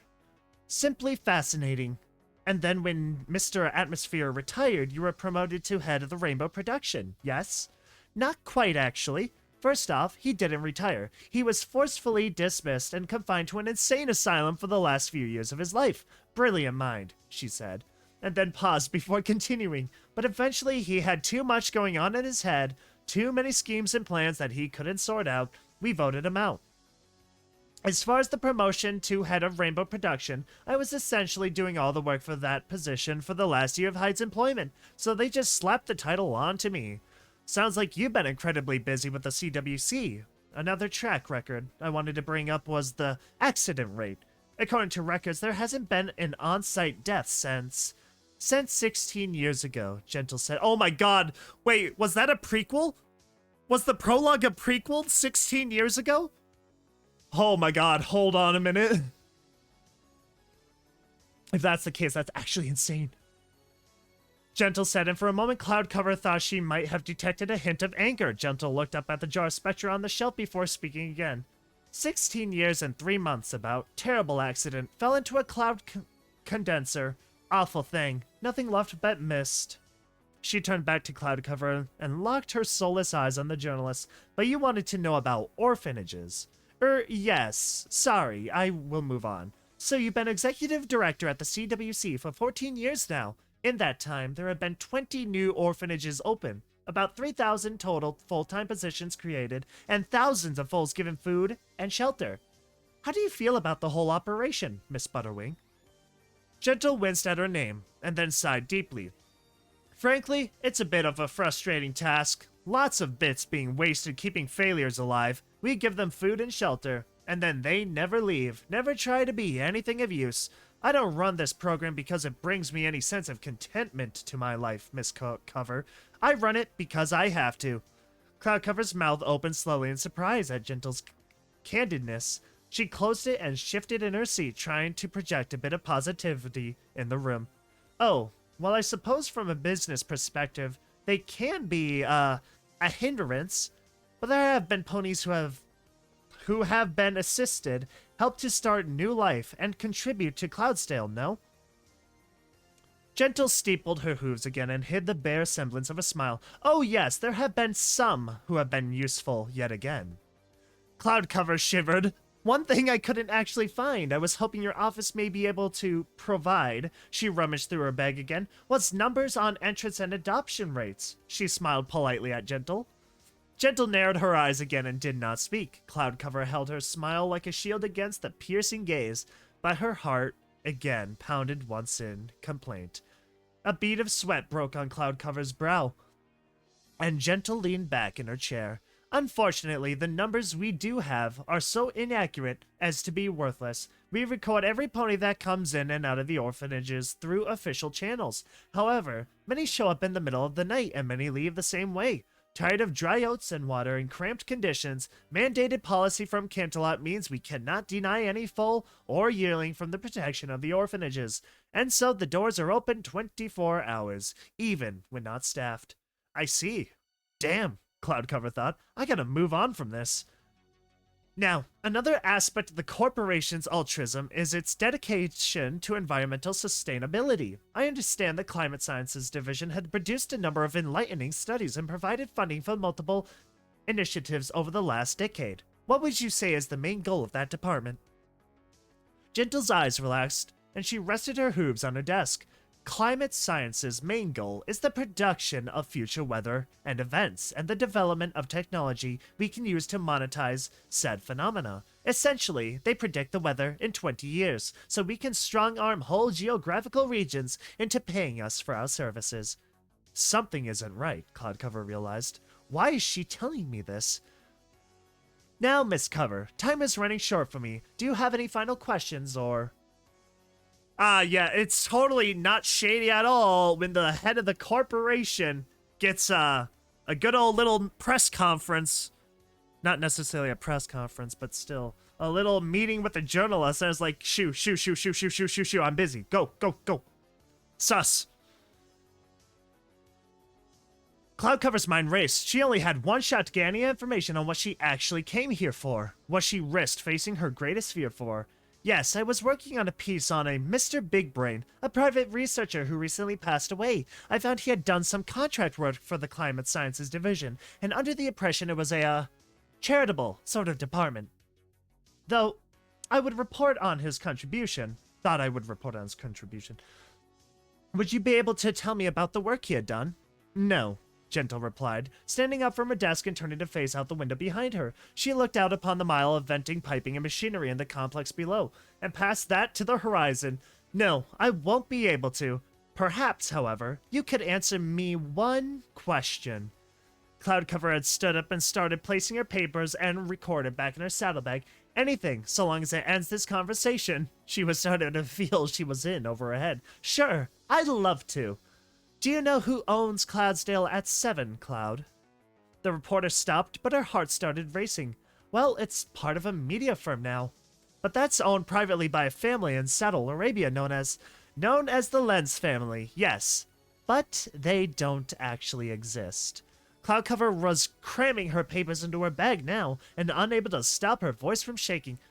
Oh, really? Interesting. I should be. The Lens family is a shell company used by the corporation, mainly for tax avoidance purposes, but we use it for some other holdings. She turned around and faced Cloudcover, who was now sweating and walking backwards towards the door. You have a lot of fucking nerve, you know? Even asking to speak to me. Failures like you don't even come through the front door. Cloudcover's rump pressed against the door, and she reached for the handle with a rear hoof. Not taking her eyes off of the mare before her, she spoke now with her panic completely unhidden. You're right. I'm so sorry. Forget everything. I will leave. It's fine. Gentle chuckled softly, and Cloudcover's mane started to stand on end. That letter you sent to your friend, by the way? Tragic, that. It never made it. Got lost in the post. Cloudcover was fiercely trying the door handle to no avail. The door was locked tight. Did you tell anyone you were coming here? No. But then who would care when you don't show up for work anyways? But none of those is the questions I had for you, no. The door opened behind Cloudcover, and she fell backwards an inch before a searing pain ripped through her entire body from her cutie mark. Her legs lost all feeling save from the constant burning scream, and she collapsed, sinking slightly through the cloud floor before two stallions in heavy black vests picked her up. She couldn't move anything except her head, and even then, it was slight. "Gentle, please," she cried. "What I really want to know is how you got away." "No, I know how I lit you out. That's not what I mean. How did you escape the factory's curse?" she shouted at Cloudcover. "How did you get out in one piece and one mind and live a fulfilling life? What did you do?" In her pain-addled brain, Cloudcover couldn't tell what the Mad Mayor was asking. She hadn't done anything. A quiet voice in the back of her mind laughed. "Does it look like I got away from your fucking factory?" Aloud, all she could mutter was, "What?" Gentle turned away and walked back to the shelf, staring at the jar of spectra. "Take her to the medical office. I want every single scrap of information you can get from her. Vitals, biological markers, hormone levels, whatever. If you can extract it, get it." "Yes, ma'am," the two guards exclaimed, and they picked the limp Cloudcover up and started flying down the hallway. Gentle looked down from the shelf and out the window, staring at the fields of machines and industrial structures that then gave way to the skyscrapers and commercial buildings. Beyond that, there were houses and shops and parks. Gentle knew that eventually one would come to the end of Cloudsdale, but from where she stood on top of the entire city, it was hard to believe there was anything else in the universe. She moved back to her desk and reached for the phone. Just as it started ringing, she answered it without breaking stride. Foresight. "You are going to call me, Miss Butterwing?" "Yes," she said. There was no growl here, like there would normally be. Foresight, the head of logistics, was a strange pony, but one that Gentle trusted more than any other alive. He was the only one allowed to call her by her last name. "What can I do for you, Miss Butterwing?" She smirked. He already knew, of course, but ever the professional, he would not do so until ordered. "It's time," she said. "Initiate the contingency." What a freaking killer chapter 1. I actually really freaking love that. Sure, it wasn't Rainbow Dash, but Butterwing here? Major scumbag energy. Absolute phenomenal. The fact that when she left the room, security was there, as a matter of fact, stunned her to death. Not death, she's not dead, but she got stunned nonetheless. Oh, man. That is freaking wild. Holy frick, dude. Oh, this is a good one. Ooh. So far, however, I will admit I am enjoying this one a lot more than the last one. But I did enjoy the last one, right? It was very good. But just so far, I am like hooked. I am super hooked on this one. Holy frick, that is such a good goddamn like chapter 1. Oh man. That's just crazy to think about. Chapter 2. Gosh. See, I want to keep playing Rainbow Factory related music, right? But I'm not sure that's something a lot of people are going to find enjoying. I would love to listen to exclusively Rainbow Factory when I am reading Rainbow Factory related stories. Does that sound crazy? I would love to listen to it. But, I'll turn it off this time for this chapter here.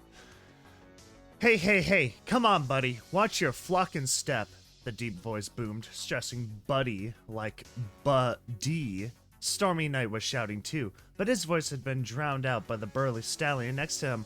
"Oh, sorry," a smaller stallion pleaded, flitting out of the way. "I just had to lock the converters in place, so I was..." "Nobody cares, Featherbrain. Out of the way. This is heavy." Stormy Knight and his co-worker glared at each other, at the other worker, until he moved out of the way, and then continued to lug the huge contraption in their hooves towards the wall. They set it down as gently as one can set a 500-pound mass of machinery. Holy frick. And then he got to work pulling straps out of the cloud wall and ratcheting them down to the floor, securing the device. "That ain't going nowhere," he said proudly. His deep-voiced coworker had gone off somewhere else, and Stormy flew over to the checklist on a nearby desk. he muttered as he'd read each one in line. Following each task with a soft check, he got to the last item, and then nodded and set the clipboard down. Computers stowed and desks locked. Nice. Amir's voice crackled through his communicator. Command to Squadron 5, sit rep. He tapped his radio with his chin and responded curtly. Squadron 5 to command, final task in progress, ETA 15 minutes. Colonel says make it 10. Holy frick, what? Understood. He chuckled after turning his radio off. He would do it in 5, but had to play these games with his crew. Too loose with your replies and you'd find yourself on smog clearing duty. Too rigid and no pony would want to play with you. Stormy Knight busied himself, powering off and unplugging loose computer peripherals before stowing them away in pre-formed cloud compartments. Once everything was safely in its home, he closed the cupboards and desk drawers, secured each one with a strip of gray sticky tape, and shook it hard for a minute to make sure nothing was loose. Satisfied, he tapped his radio again. Squadron 5 to command, all tasks completed, requesting further directions. Understood, Squadron 5, stand by. There was a pause and Stormy Knight waited expectantly, looking around the warehouse. He was in one of the CWC auxiliary factories, specifically the headquarters for Trotland activities. The warehouse... Oh my god, the warehouse he was in opened to the sky outside, and was normally filled to the brim with various utilities used by the corporation for weather manipulation. He looked at the cloud condensers, large boiler-like things with rows of reclusively looping pipes, now bolted down in series on the floor. A vat of liquid thunder towered over them, with more safety straps and cushions around it than Stormy had ever seen. In the center of the room was a series of 3 tarped mastaba-shaped devices. The frick is a mastaba? I don't know. With a cylindrical bulge off to the side of each, these were the chaos conversion generators, and their presence here reminded him of what was to come. What an insane name. He stopped for a moment and thought about how quickly life had changed for him. Just over an hour or so ago, he was laying in bed, his next shift still a good 4 hours off from starting, before every internal alarm in the auxiliary went off at once. The cacophony had ended shortly after every Pegasus in the building was roused, but he could swear was still repeating itself in the back of his mind. Contingency B is now in effect. Clear, clear, clear. Contingency B is now in effect. Clear, clear, clear. It had gone over and over with shrieking whistles and strobing lights to highlight the importance. He had heard it before, plenty of times, in practices and drills, but he never really believed it would occur during his lifetime. The reckoning was serious. He knew, but they had 100 years to deal with it, didn't they? Apparently not, he thought, floating slowly around his workplace while he waited for instructions. He ducked through an opening in the floor above him, double-checking the other squadron's work for any clear mistakes. He felt strange. He would be leaving the communities he had gotten used to, the few friends on the ground that he had made during his shore leave, the special cuisine he had come to love. He ran a hoof gently across the wall while he wandered, grateful at least that he didn't need to leave his home. No, that would be coming with them. Or rather, they with it. His radio squawked and then stopped. Squadron 5 leader, we have a report from Squadron 2 that one of the relocation engines did not pass pre-inspection. Are you able to assist? Stormy Knight looked back at his flank, and the wrench and ruler displayed proudly on his side.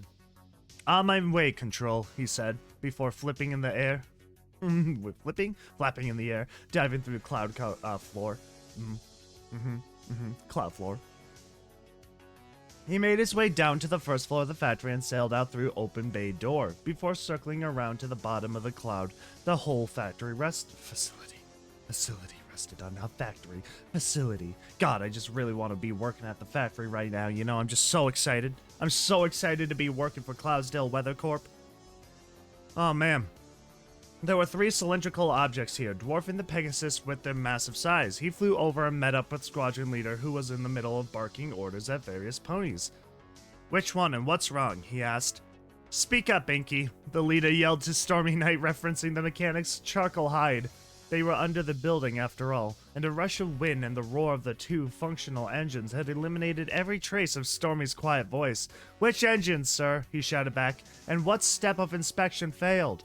The man pointed at the engine affixed at 4 o'clock position above them. "No ignition, obviously. We think it's the spark plugs, but it's only a guess." Stormy nodded and grabbed a tool bag from one of the other squadron's ponies before heading to the engine in question. The massive barrel was affixed to a circular base coming out of the bottom of the factory, which could pivot and spin the engine for steering. The cool gray metals shone in their work lights, and he slid a hoof along the steel with the same longing he had with the factory walls above. These had been his babies, his main responsibility after basic weather duties, maintaining the relocation engines for this very moment. He opened up a large panel and double-checked all of the settings. Satisfied, he slid the choke down and pressing it. Oh my god. He slid the choke down and, pressing his ear to the cylinder, held in a large red button and listened. Tick, tick, tick, tick, tick, came the reply, and he nodded. There was a fuel delivery failure. He set the choke back up and closed the panel, and then clambered up the engine to where met the mount it was affixed to. Squeezing in, he popped a lock on another panel and shoved it back. Before him was a mess of wires and tubes, carefully guided around and away from a huge drive shaft. He dug through cables and found a large clear hose. It was stained slightly yellow, and he moved along towards the exhaust of the engine while carefully examining the hose inch by inch. When the extent of his reach ran out, he set everything back carefully and replaced the panel, and then slid open the next one. He pulled the hose out again and noted it was free of discoloration. He went backwards now, tracing it towards the fuel tank, when he finally pulled a section out that had a jagged tear. Baby. Blocking pigeons, he sighed. He reached into the bag and pulled out a set of shears. Moving quickly, he cut out the chewed portion of vinyl and pressed the two new ends together, doing his best to hold the ends together with one hoof. He pulled out a roll of bright yellow tape and then wrapped the ends together. He tore the strip off the roll, smiled once at his work, and then closed the engine up and slid down into the air. "Try her again, sir," he shouted at the waiting Pegasi around him. One of them, a stallion with a cartoon explosion on his flank, moved forward and performed the same actions at the ignition as Stormy Knight had. There was relative silence for a moment, but then a deep whoom pushed all the floating ponies back an inch, and a flow of yellow and then blue plasma blasted out of the exhaust. It dimmed down and light whoops could be heard from the Pegasi. The voice of the squadron leader, who had shouted at him, came over his radio. "Command, this is Squadron 2. We have all 3 engines idling now. Requesting further instructions." "Understood, Squadron 2," Command responded. "Stand by." Stormy Knight hovered in the dimming light of the setting sun. He looked to the east and saw just past the horizon from his high perspective, thunderheads beginning to form. He frowned and a pang of guilt twisted his stomach. He shook his head and turned to the west, admiring the sunset. "Squadrons 1 through 6, all preparations have been completed. Prepare for departure sequence at 2000 hours. Squadrons 1 and 2, first shift is on leads. Squadrons 3 and 4, first shift on side patrol, and Squadrons 5 and 6, first shift on rudder. Shift change at 0200 hours. All 6 squadron leaders squawked their acknowledgments in order, and Stormy Knight headed up to the east side of the factory's foundation, sighing. 6 hours of pushing this brick, he thought, and then we get to pull it. Great. He smiled, though. Despite his complaints, he had been away from Cloudsdale for 10 years now, and longed to see his home again. Letters to his parents had never been enough, and though there was a lot of work before him, seeing them again would be worth it all. He settled in between the deep-voiced stallion and then smaller one that had got in their way earlier. Resting his 4 hooves on the edge of the cloud with the others, there was a tense silence in the air now. The roar of the engines, designed to make moving the massive factory possible in the first place, blocked from their senses by the building between them. They waited, hovering in place, for the order to come through. As Stormy Knight waited, he glanced down, far down below him to the tiled fields and small houses now glowing in the night. He could see just barely some of the villagers had come out and were watching the swarm Pegasi as they had buzzed around their hive. "Squadrons of the 13th Primary, move out!" It was a stallion's voice coming through the radio now, a wolfish baritone that always gave Stormy Knight a smile when he heard it. It was the commander of their regiment, Colonel Sundown, and his voice somehow matched exactly what Stormy Knight knew he looked like. There was something about the colonel and his old school cool style that Stormy had always appreciated. On his order, he kicked off, pressing the cloud with his squadron mates, and slowly it began to move to the west. Stormy Knight looked to the large stallion next to him and tapped him with a hind leg to catch his attention. "You think we should, at least let them know?" he said, tilting his head in the direction of the village below. The stallion looked down and then back at Stormy, shaking his head. "It's better for all us if they're confused." The deep reply came. "Might mess us up if they're angry." Stormy Knight nodded softly, not sure if he believed it, but continued beating his wings and pressing their load away. There wasn't much they could do to help the Earth and Unicorn ponies below anyways, he figured.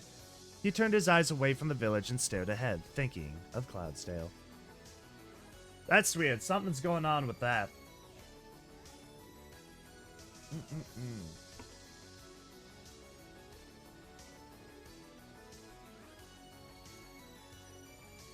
Farmer Shetland stood in the middle of his field, rubbing his tam o' shanter on his chest as the last rays of sun disappeared behind the hills to the west.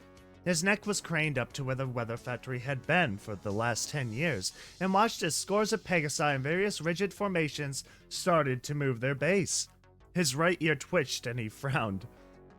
The auxiliary factory had only been around their area of Trotland for about a decade. He remembered clearly the struggles of farming in rural isolation, prone to the whims of nature for most days, save for the rare special occasion where a contingency of weather ponies from Edinburgh, would come out to ensure celebrations were held in ideal conditions. And then, the Cloudsdale Company had come over from far away Equestria, promising hoof-crafted weather 24/7, all on a rigid schedule, for a modest trade of bits and food for their employees. It was a big occasion for him and his farm.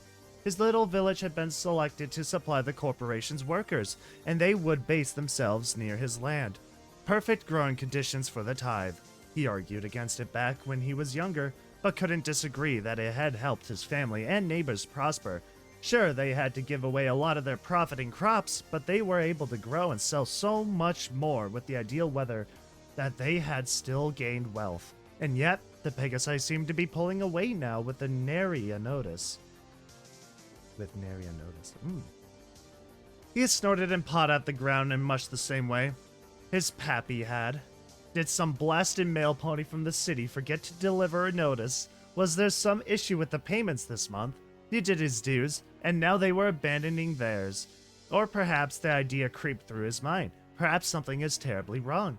It had been 10 years since nature was given mostly free reign over this land. If the weather manipulators were to just up and quit...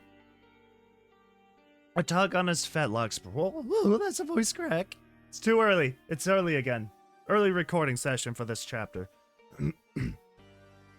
A tug on his fetlocks broke his train of thought, and he looked down to see who it was. It was his youngest child, a yearling named Celtic. Celtic had never been alive to see this world without the factory hanging silently in the air, 1,000 meters above them, ever present. Pappy, the colt said, his voice still a weak squeak. Where are they taking the factory? How are we gonna keep the early snow from taking out crops next month? Shetland stared into the child's eyes, hoping to eloquence above that his own eyes didn't show the concerns he was feeling. He blinked and forced a smile. The wrinkled eyes comforted the colt, and Celtic looked away from his father and up to the factory. Well, my boy, Kint says, I know where's it's going to. But don't you worry none, boy. We plowed these fields in rain afore, and I'll do it again. Shetland looked up at the distant Pegasi, now black specks no longer than the stars behind them. And we'll gotta keep all the bits we earn too. Off to bed with you now. We can figure things out in the morning. Celtic nodded happily and pranced back to their farmhouse relieved. But Shetland didn't share his son's relief. A gust of wind, far too cold for the early autumn evening, rustled his fetlocks. He stared unblinkingly at the weather factory until it finally dimmed from sight, standing alone in his field save for the scraping sound of dead leaves on dry dirt. Behind him, to the east, thunder rumbled. What an insane idea to just, let's take the city and push it somewhere else type of moment.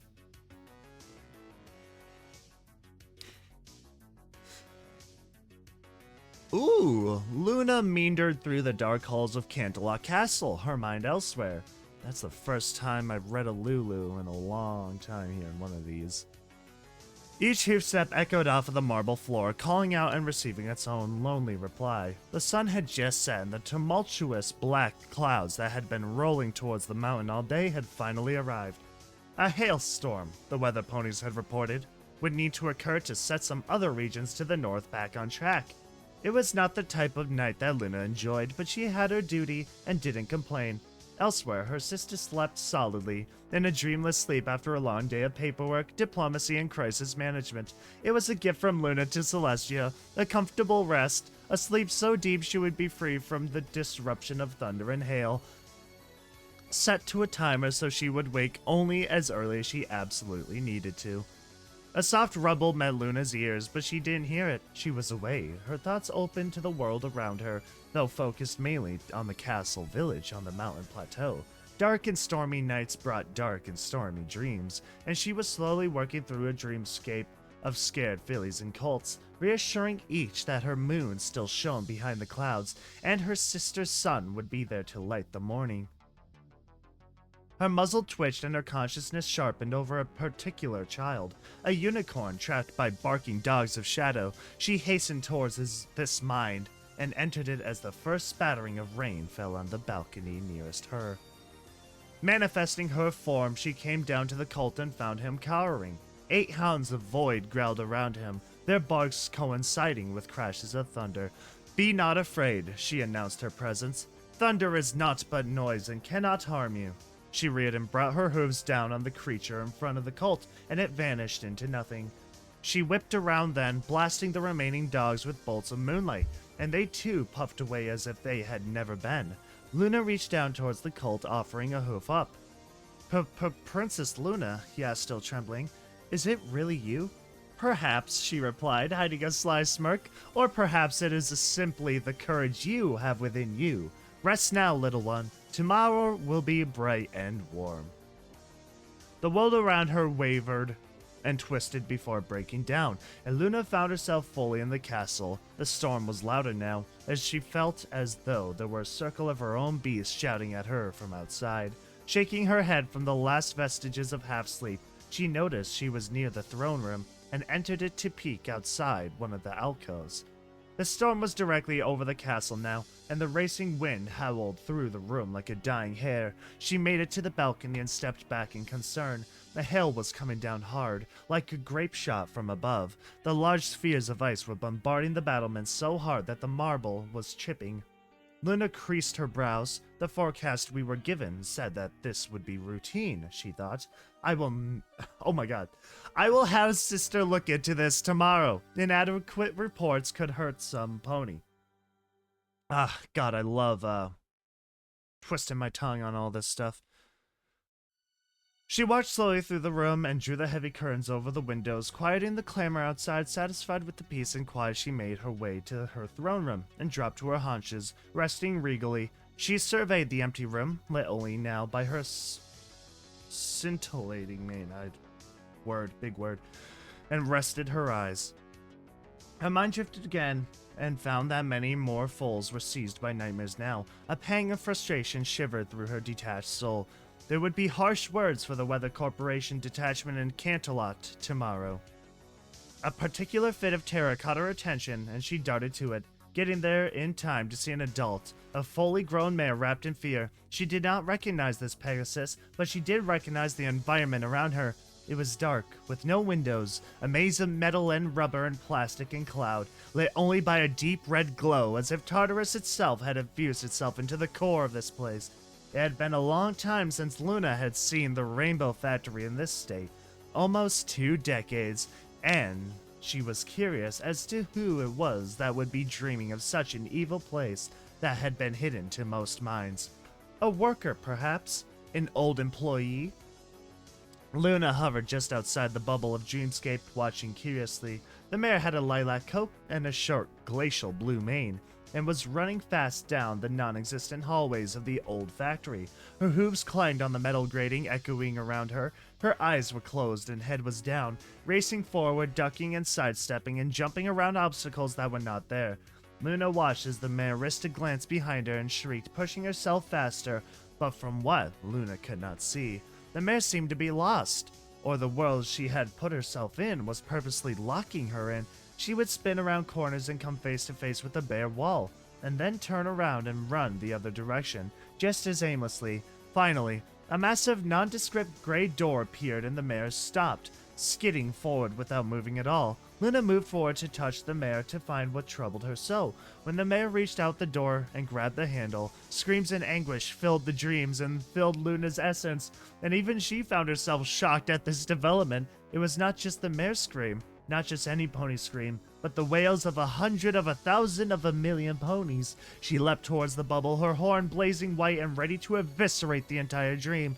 It was not a healthy nightmare, and not one she could simply reassure one against, or fit some aimless Aesop into. Right as she reached it, however, it wavered, twisted, and broke down. The mare had awoken. Uh-oh. Luna wasted no time in her brief respite of the dream world. Sinking back into it, for a moment she could hear the rain and hail fall through thick curtains, but the sound faded away as she faded in. She waited for a moment, looking around for any signs of the strange Pegasus, hoping that if perhaps she had gone back to sleep, she could be consoled or gifted a pleasant scenario to the rest that remainder of the night too. They didn't appear, and so she cast her mind back out to carry her work. She focused on one of the more violent dreams and flitted into it. I cannot talk. The foal here, an earth pony filly, was trapped in a vortex of clouds so dark they might have been smoke, thrown and aimlessly with water and lightning. The filly's high-pitched shrieking was loud enough to pierce through the thunder and roaring wind surrounding her, and again the goddess of night felt unnatural concern. Luna's manifestation dove into the globate maelstrom and grabbed the filly, holding her tight to her chest. The foal looked up at Luna in awe, and the clouds released from their sphere and dispersed. God. Just as violently as they had been spinning. In a setting of a rolling field at night, one of Luna's favorites for calming nerves, she set the filly down. "Are you okay?" she asked. "I think so. Are you Princess Luna? Did you save me?" "Yes, child, and I have indeed helped you. Not every dream needed to be a lesson. Do not share your gratitude with me, however." She looked to the moon above, the two of them, and smiled. "But on calmer nights, take but a moment to appreciate the world around you." "Thank you, Prince Urk!" The filly shot to one side as if pulled by a great force and then vanished, and the dream world around Luna imploded in an instant, sucking down on itself like a pop can being crushed. Luna's mind was dumped back into an aether, confused and shaken. What had woken that foal so suddenly? As the thought completed itself, a wave of nauseous worry and fear washed over her like a migraine. Dude, the Pegasus Device. We're turning that sucker back on, and we got plenty of candidates. I bet they just got kidnapped. The town beneath the castle was radiating terror. Luna's apathetic consciousness vibrated in the pain of it all. A sudden jerk brought herself out of the dream, and she found herself on the cold floor beside her throne. The small moment of confusion between sleep and awake felt like forever to her as she struggled to make sense of what was happening. It waned and she pulled herself to her hooves, looking around confused, and then another shake. It was small, but it came along with a noise that filled Luna with more fear than of the Tantabus escaping. It was not so much a noise, though. She couldn't hear it. It was too low a pitch, too loud a volume. She felt it through her hooves and her legs and her spine and her mane. It was an awful sense of solid bedrock cracking in two. The castle lurched and Luna barely caught herself with the sinking feeling. She noticed she was no longer standing on a flat angle, and she realized that the foundation of her home had started to separate from the mountain. Lightning then struck one of the alcoves, destroying the balcony outside, and with it came that shrieking banshee of wind and rain. The massive curtains were sucked from the throne room, and outside, Luna could see most of the decoratives of the castle had been obliterated by apple-sized hailstones. The castle shook again, but did not stop, and Luna took off racing down the twisted, vibrating hall as raw mountain let go of hewn stone. There were no longer echoes as her hooves pounded on slanted marble. Pillars in the halls and roofing over exterior additions had already given way to the storm, and Luna ran and jumped and dived and slid around the obstacles before her like some sort of sick video game brought to life. She might have enjoyed it, if her life had the life of her sisters had not been in jeopardy. By the time she made it to her sister's room and blasted open the door, she was hovering in place over a 45-degree angle of a floor. The duties of daylight were difficult and exhausting, and Celestia's gifted sleep would have been enough for her to rest through Tartarus itself. My mistake. So it did not surprise Luna when the still-laying Alicorn, her fear dulled by the lens of drowsiness, looked up confused at her terrified sister. "What's going on?" she said before the castle rocked like a ship at sea. Pressing Celestia onto her bed, there was another awful, hideous thwack of splitting stone, and the battered roof slammed down on the room as if driven by magnets. Luna stumbled in the air, but not from the moving castle. She reached a weak hoof forward, feeling as though everything had stopped around her. She could feel in her soul a sudden loss of light and warmth, and oh my god, and she screamed, "Celestia!" Grief had not completely set in when the building issued one final complaint and gave up to gravity. Luna could not tell if the noise around her was hailstones or the shredding of rock. She shook her head. She could only mourn if she got out alive. She looked around now, seeing the rotated hallway sliding slowly down around her. A collapsed section of wall just a few meters away shone with the wet reflection of 100 lightning strikes a minute, and she cast a quick spell covering herself in a magical shield. She took off and shot out through the hole, the missiles of ice bouncing harmlessly off her shield. She rocked in the air, jostled by indecisive winds and blasts of thunder. She moved to clear away from the castle and briefly lost consciousness as the air seemed to disappear beneath her. The fog in her eyes cleared, and she found herself being spun helplessly in some sort of mega wind spout. Her shield held, though, saving her from the massive ice that would have crushed an unprotected pony. God dang it. In the moments her body wasn't whipped back and forth, she could see that the mountain her home used to occupy, and though she was determined and strong, she could not stop tears from falling as she saw a dozen tornadoes climbing up its face, lifting whole houses from the village and obliterating them against the rock. No matter how Luna tried, she could not gain purchase with her wings, and her stomach felt like it had been lassoed and yanked ever downwards. She slammed against something hard and her shield exploded into a billion shards of magic, but she found herself solid and still. She rolled over onto her back, groaning. She savored the moment of peace, but then a creeping thought entered her beleaguered mind. Big word. Why am I not being hailed on? Oh, are you dead? She opened her eyes and saw above her most of the castle had just escaped. The jagged remains of towers and walls and 1,000,000 pounds of stone and glass seemed to hover above her, rotating slowly in the air as if weightless. It appeared to remain in place, though as it gained in size, in her perspective, she knew it was not truly motionless. She sobbed once and closed her eyes, calling forth a dream. What the frick just happened? Dude, Cloudsdale is going to get frickin' chewed out.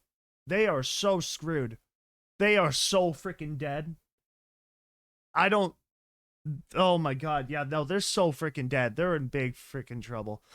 Also, I really like that, hey, wait a minute, that's the rainbow fact. That's that dream of that horrible place. You know, the one where all those souls went through. I like that they reference the prologue when each time you put your hand on that door to open it or whatever, it's just horrible screaming. That's actually very dang cool, and I absolutely love that. Chapter 3. Alright, so we're back with Cloud Cover. God, Chapter 1 was still awesome. I love it. Yeah, it was Chapter 1, not the prologue. Cloud Cover roused groggily, her sight and hearing an oily blotch. A distant memory of haunted hallways and calamitous caterwauling. Holy frick, what the frick. Big words from my little brain. Drained from her mind, and she weakly shook her head to clear it completely. She ached from every joint and every organ. Her vision slowly came to focus, and she found herself strapped down onto a bit of a makeshift table. It was a stretcher, propped up onto a counter, and her legs were splayed out and strapped to it with the leather scraps of what she figured was her saddlebag. She tested her right foreleg and found that, though there was some give, it was holding onto her pretty tightly.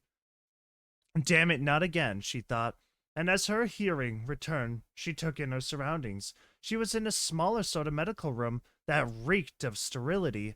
There were some counters at the front of the room with various laboratory, oh my god, equipment and vials of chemicals. And then some simple office desks against the right wall. To her left was a series of lockers and chemical shower, and past that was a stallion in a black armored vest emblazoned with the corporation's logo. He sat steadfast in front of the only door cloud cover could see. The future. The freaking future when the corporations have their own armed security teams. God, that's not gonna be fun. Her head pounded, though she would have been shocked if it didn't. They hadn't knocked her out until after they had performed a various number of tests on her. She felt as if somehow they had managed to extract her dignity along with every other form of biological fluid in her body. Her legs stung, and the soft parts under the joints where blood had been drawn. Her mouth had an awful taste from the variety of swabs put in and around it. There was a lingering trace of violation below her waist, and the returning memory of it infused her with anger. Yeah. I'd probably be mad too. She looked at the guard at the door and softly tested her straps again. He was staring straight ahead at the right wall, seemingly alert but not responding to her stirring. "Hey, buddy," she said, her voice catching on her dry tongue before dipping into her favorite honeyed speech she used when she wanted information. "What are you doing here?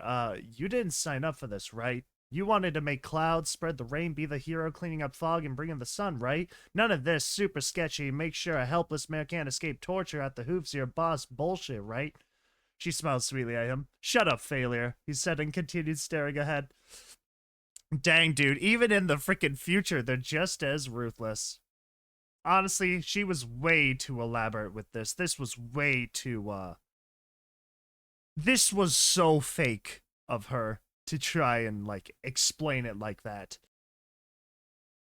Alright, I skipped a little bit of the, text above. It was rather, you know, questionable.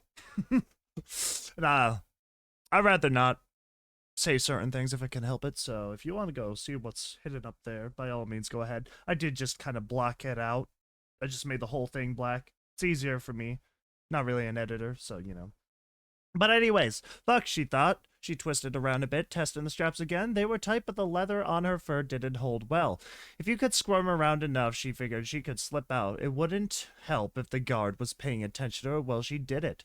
Though, and it would be obvious, unless... "Alright, one more try. Can you blame me?" she asked him with a tired chuckle, and he turned and stared at her. Legitimately, this time she continued. "I've got an itch on my back, middle of my wings, driving me crazy. I think it's from where they did a spinal tap, please," she pleaded. "Listen, failure," the stallion said. "They pay me to stand here and not to interact with you, save for making sure you shut up and wait for the surgery team to clock in. I've been through all the training, stand still, look ahead, no sexual favors, no favors of any kind, especially not the old lean in and scratch the itch because you're still a decent sort of stallion and get knocked out cold by a headbutt trick." And he said, potting the floor once, "I ain't about to give up a lifelong career for some sense of morals or ethics or whatever. Corporations got good benefits. Until the factory takes your soul." Cloudcover nodded eagerly as he spoke, muttering "mm-hmm" and "uh-huh," while she twisted and writhed in place. Slowly, she could feel her hooves inch out of the straps. "That's fair, but like really, it's really itchy," she said. "Give her up, failure." The stallion returned to looking at the desks ahead.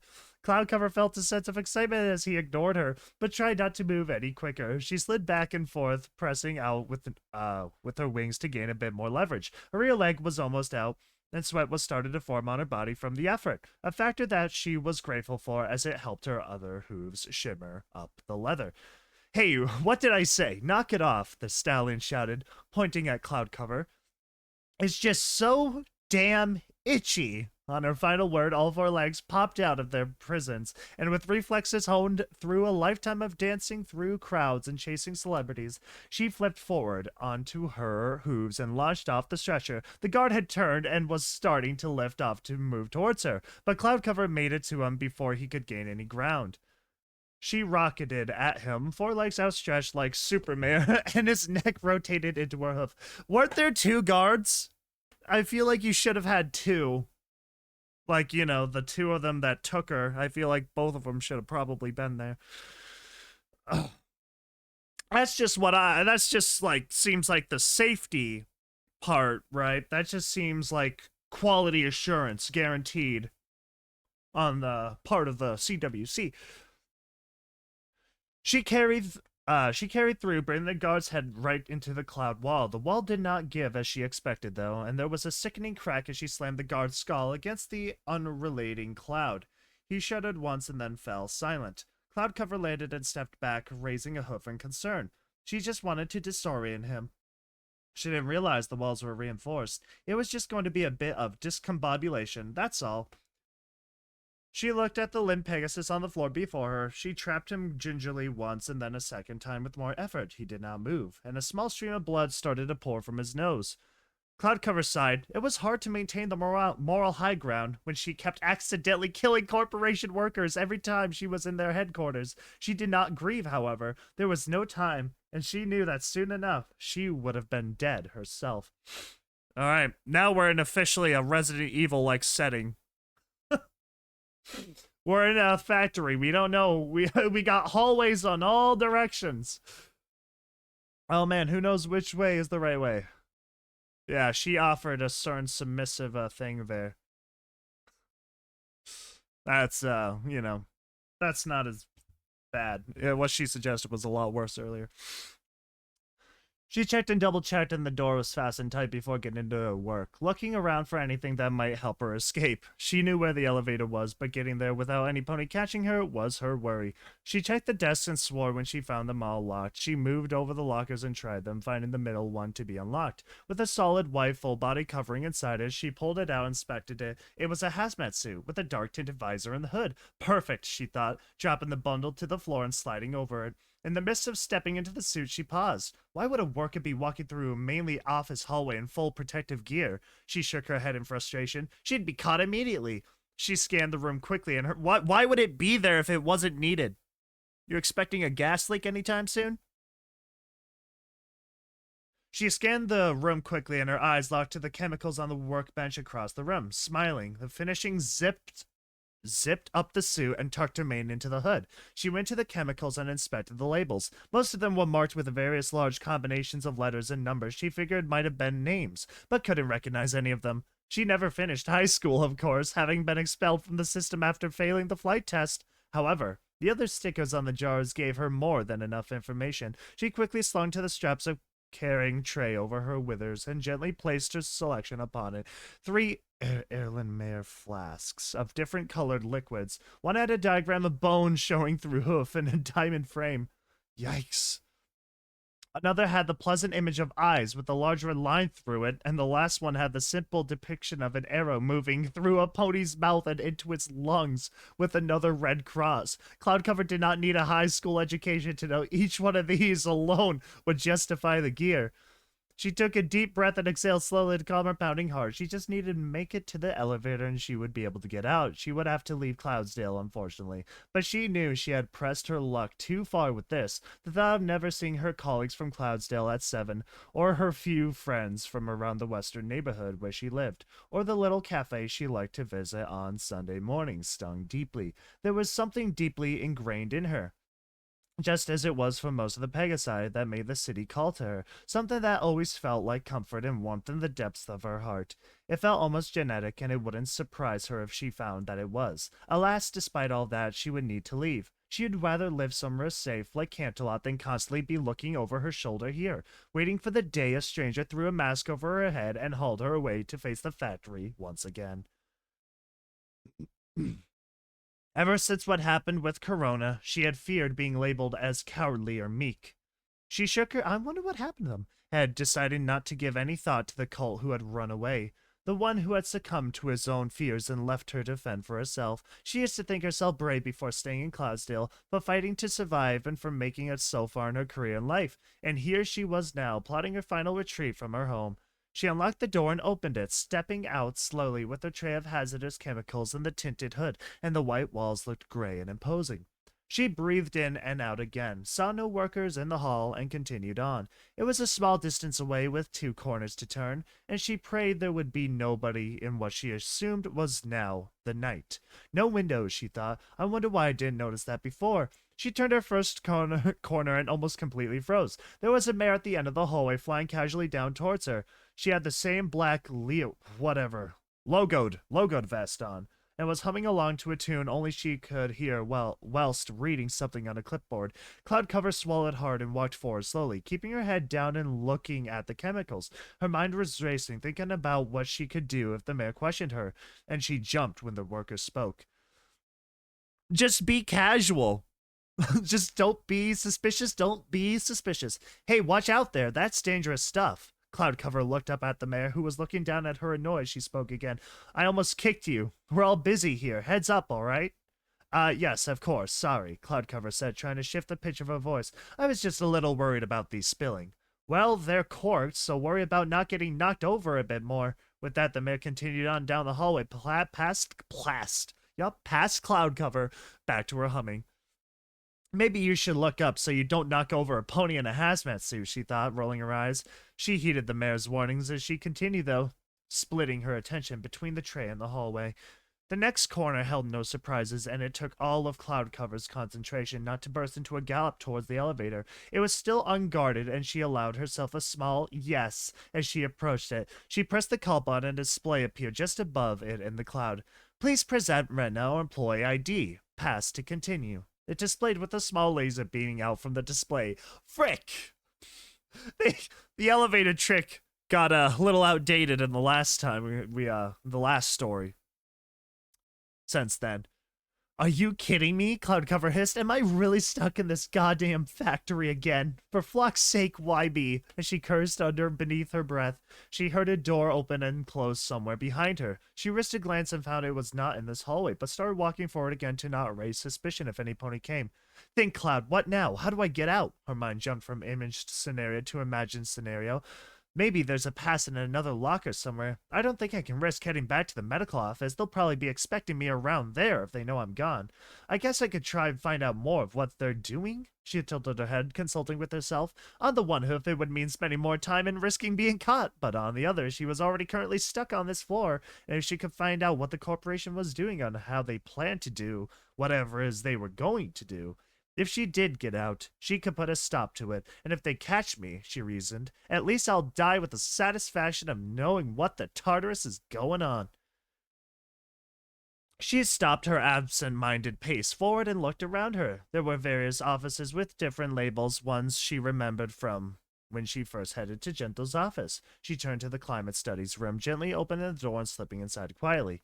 Hey, came a voice from back of the room, and again, Cloudcover gave every inch of her strength to hold herself back from jumping. She looked over and saw a stallion in a lab coat at the back of the room who had glanced up from a pile of papers when she entered. Hey, she said, walking forward into the room as casually as she could force herself. She took in her surroundings and noted various objects in the room. A workbench similar to the one in the medical office, 3 long counters which divided the center of the room, and the desk the stallion sat at. It was a mess of papers and folders with a filing cabinet next to it that was stuffed so full with documents that none of the drawers looked like they could be closed. She moved forward to the workbench and turned her back to the scientists in the room, racking her brain for some way to deal with them.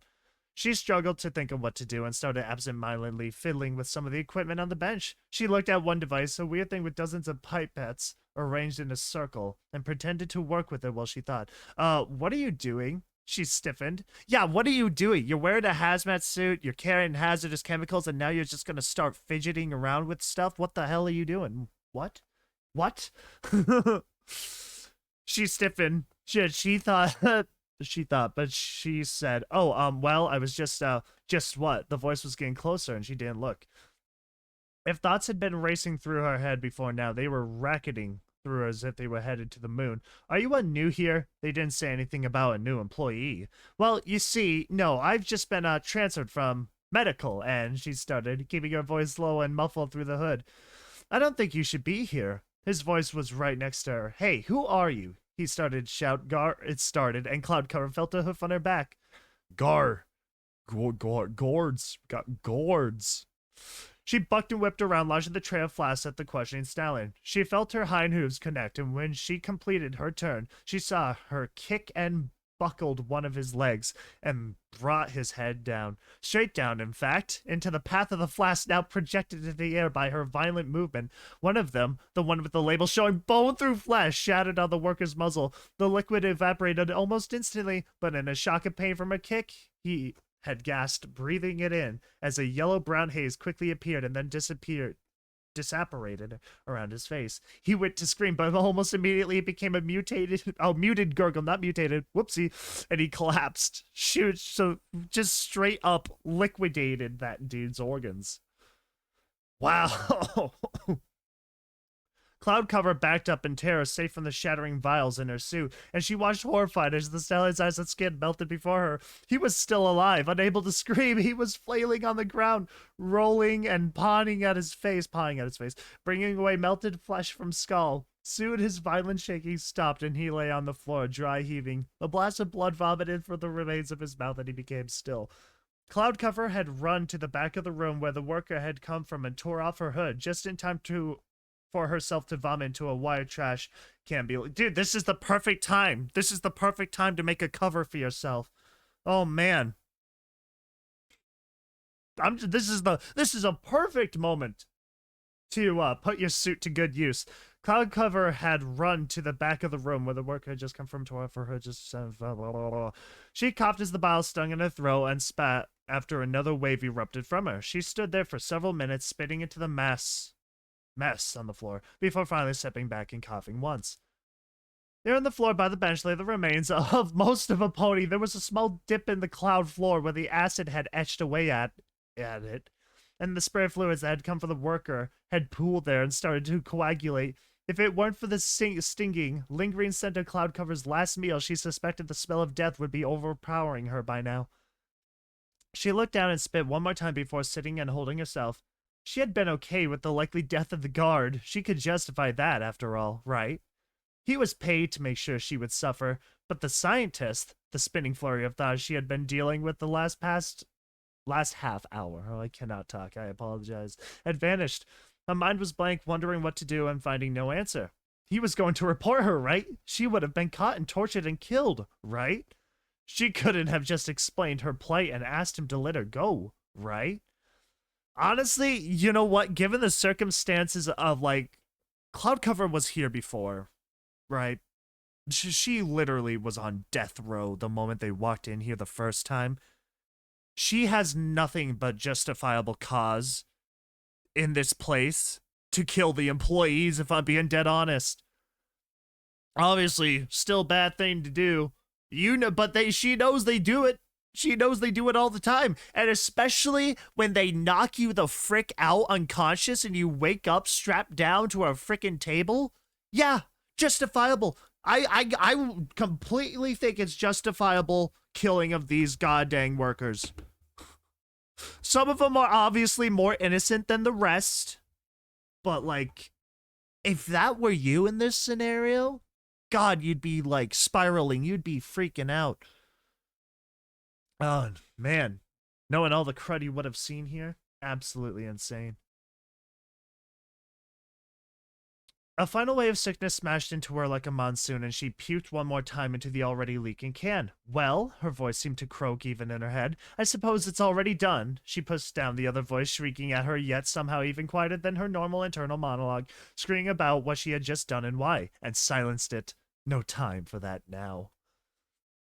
She sighed and, clenching her teeth, moved up past the corpse and locked the door. She turned the lights off and waited for her eyes to adjust to the faint glow provided by the numerous laboratory machines in the room. When she was justified she could see well enough, she began to investigate the room. She started by opening the various cupboards and drawers and the three middle counters, finding mainly supplies she would have expected.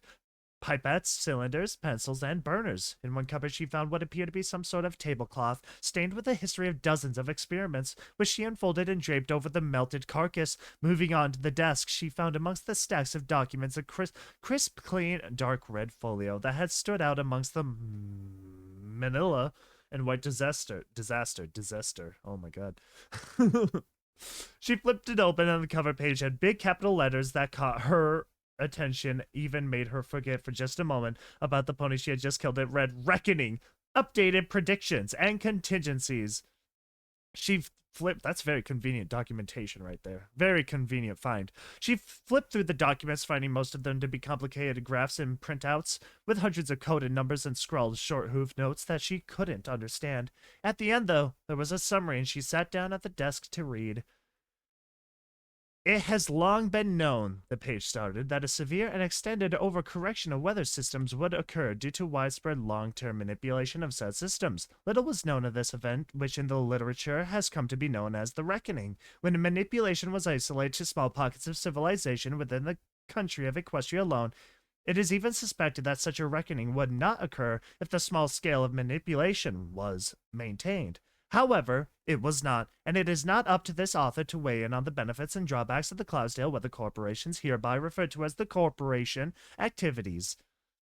The last major study on the reckoning was held about 50 years before the commissioning of this paper, and at that time, it was found that with current projections of company activity and weather statistics, the event would occur sometime in about 2,000 to 3,000 years, be of typical experience severity of weather, and last for a decade or two.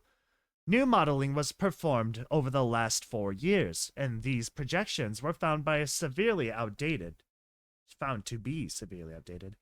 as has been presented in sections 1 through 15. The paper continued on referencing the various sciencey pages. Cloudcover had flipped past, and she moved down the page, hoping to find another section she could understand. 2 pages later, it seemed to reach a conclusion, and she focused on it again. Of figure 16.24b, in all, there is much that can be garnered, and much to sum up, but in the interest of brevity, the author will now explain the consequences of such data as understood. Now, this is big brain, isn't it? This is big brain's documents, I'm guessing. The reckoning is here already in a sense. In about 100 years' time, the corporation, and in fact, any assemblage of labor and equipment from any organization, will be unable to maintain current weather patterns. At that time, atmosphere conditions will form that cannot be controlled, that cannot be predicted, and cannot be survived by any means save for the 2 contingencies outlined in Appendix B of this document.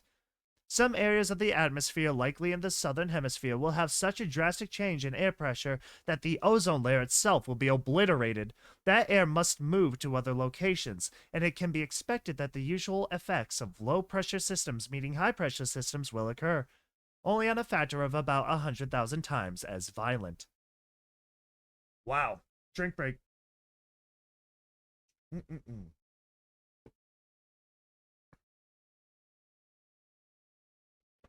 There is more than this simple inevitability. If, within the required time limit, either the contingencies are pursued, the reckoning can be made survivable.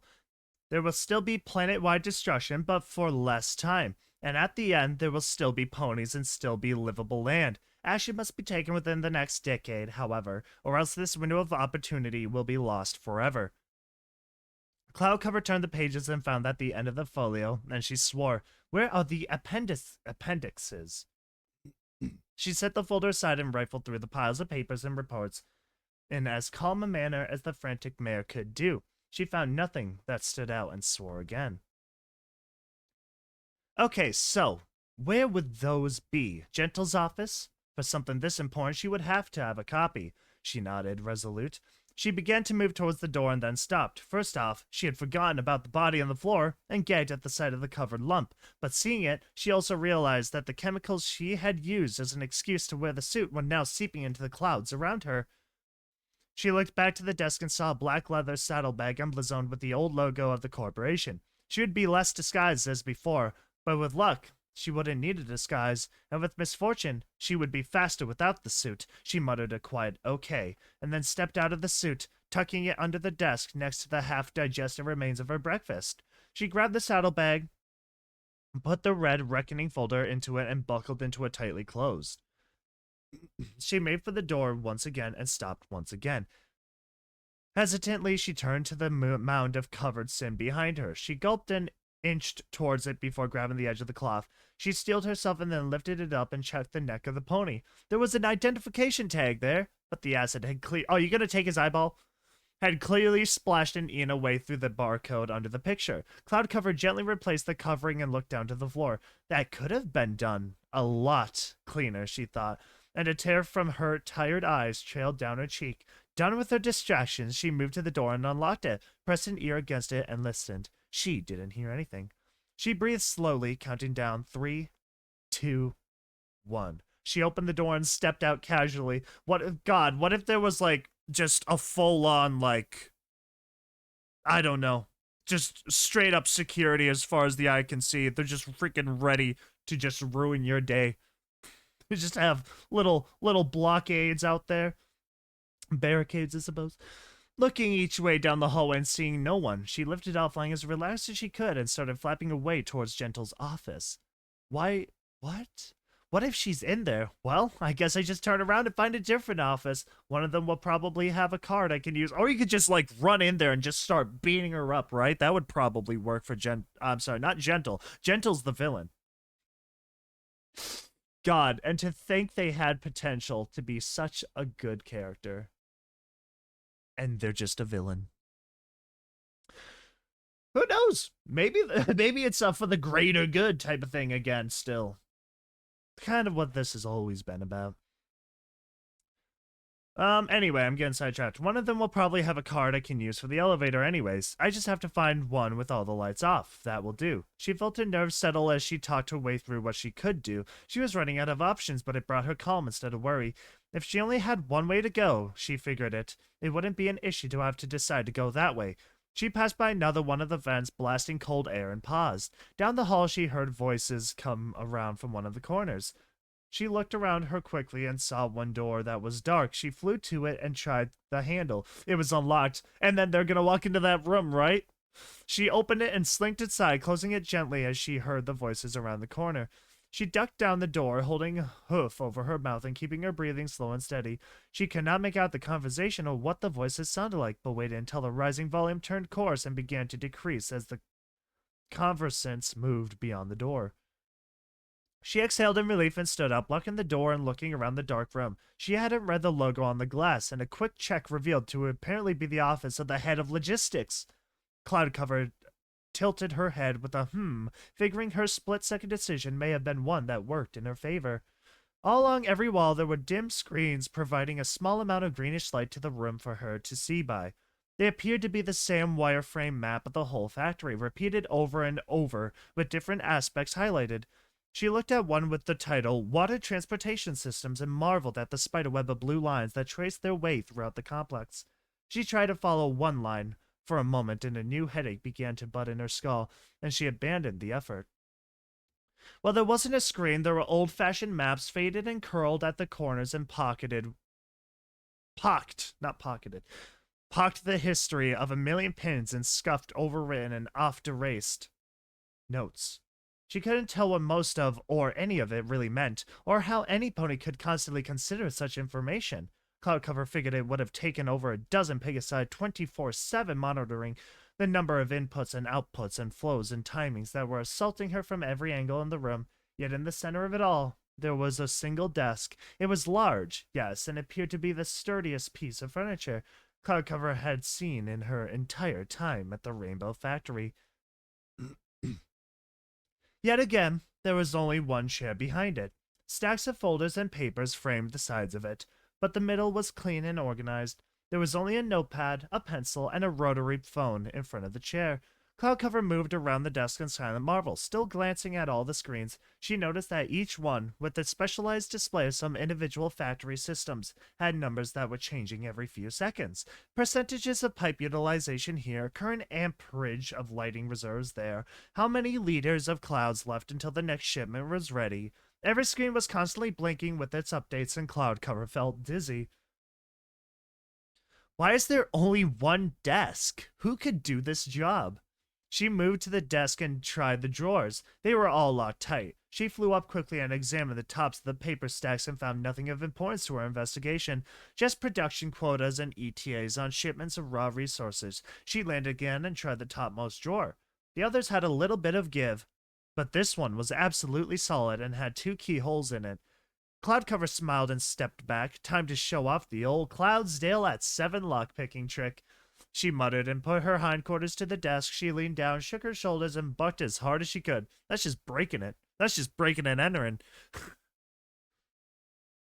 Old wood splintered and snapped, and she froze, scolding herself for doing something so stupidly loud. She waited and listened, and after a minute, figured no pony had heard, or if they had, they didn't care. She returned to the desk and saw the top of it peaked up with a neat crack down the middle, and the drawer's 2 lock plates no longer had anything to catch. Satisfied, she sat down in the chair and pulled the drawers open. There were a number of items in the drawer, though no ID tag like she had been hoping to find. Scoop out the one guy's eyeball. You can go back to the guard, right? You just killed him. Go rip his eye out. She wasn't disappointed, however, because underneath the pencils and pins was a dark red folder, exactly the same shade as the first one she had hoped, and she giddily pulled it from the desk. She placed it down on the broken desk and opened it slowly, whether through reverence or fear, as if a viper may leap out of it and bite her. She didn't know. She read the title of the folder, Appendix B, and felt giddy. She read the heading of the first page, Contingency B, almost started dancing in her seat. She continued reading the page and stopped her giddy movements with each sentence. Her sudden rush of good feelings drained from her. With each page, something dark and awful took their place. She couldn't tell if it was despair, terror, or disgust, but nevertheless it was something vile that seeped into her heart during every paragraph. She finished the report, closed the folder, and shook. I love the whole fact.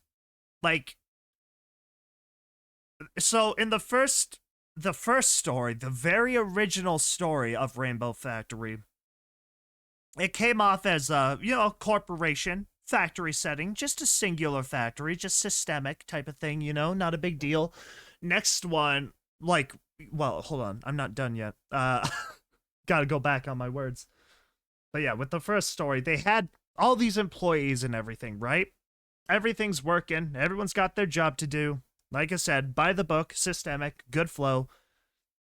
And then in the last story rewrote, the factory felt, more dead. Not a lot of security, just emptiness. Then again, we are talking the uppermost part of the factory. So, I'm guessing not even a lot of people have access up there in the first place, so that would make a lot of sense. But even then, you get the idea. But in this story, it's like, holy frick. This factory is alive. They have a whole operation going on here. Honestly, I can see the Cloudsdale Weather Corp as being like completely mercenaries almost. Yeah, dude. Freaking wild stuff that is. Chapter 4, The Ponies of Shade's End, a small farming village within inside of Cloudsdale's mega nimbus.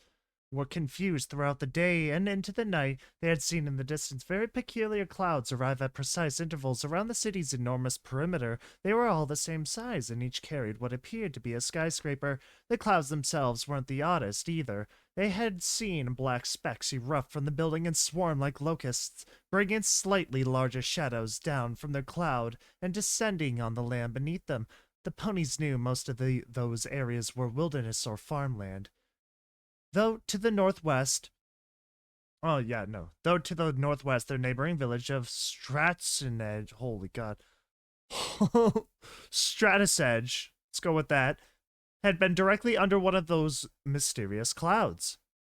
It was a Pegasus thingy, they quickly realized, though this didn't provide them with many answers. There was much hushed gossip and discussion amongst the simple folks of Shade's End about what those pesky winged ponies were up to now. It was always something new with the aloof citizens of Cloudsdale, and though there were a small blanket of worry that seeped through the earth ponies and unicorns below the mega nimbus, most of them figured whatever was happening would clear itself up in a day or two. They had hoped, that would be the case. Though when a new cloud bearing its own building appeared on the east horizon and sped towards them, the evening sun blinding their eyes while they stared, Their worry turned to anxiety, which turned to fear. By an hour before sunset, it had arrived directly over the top of the town and stopped. Oak Tree, an old earth pony with a coat like his namesake and a mane gray like dying lumber, had been watching this strange cloud form. No, not form, from his farm, god dang.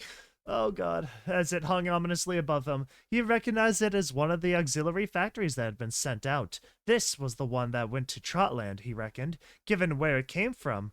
But why was it back? And why were Pegasi moving it, flying so militantly?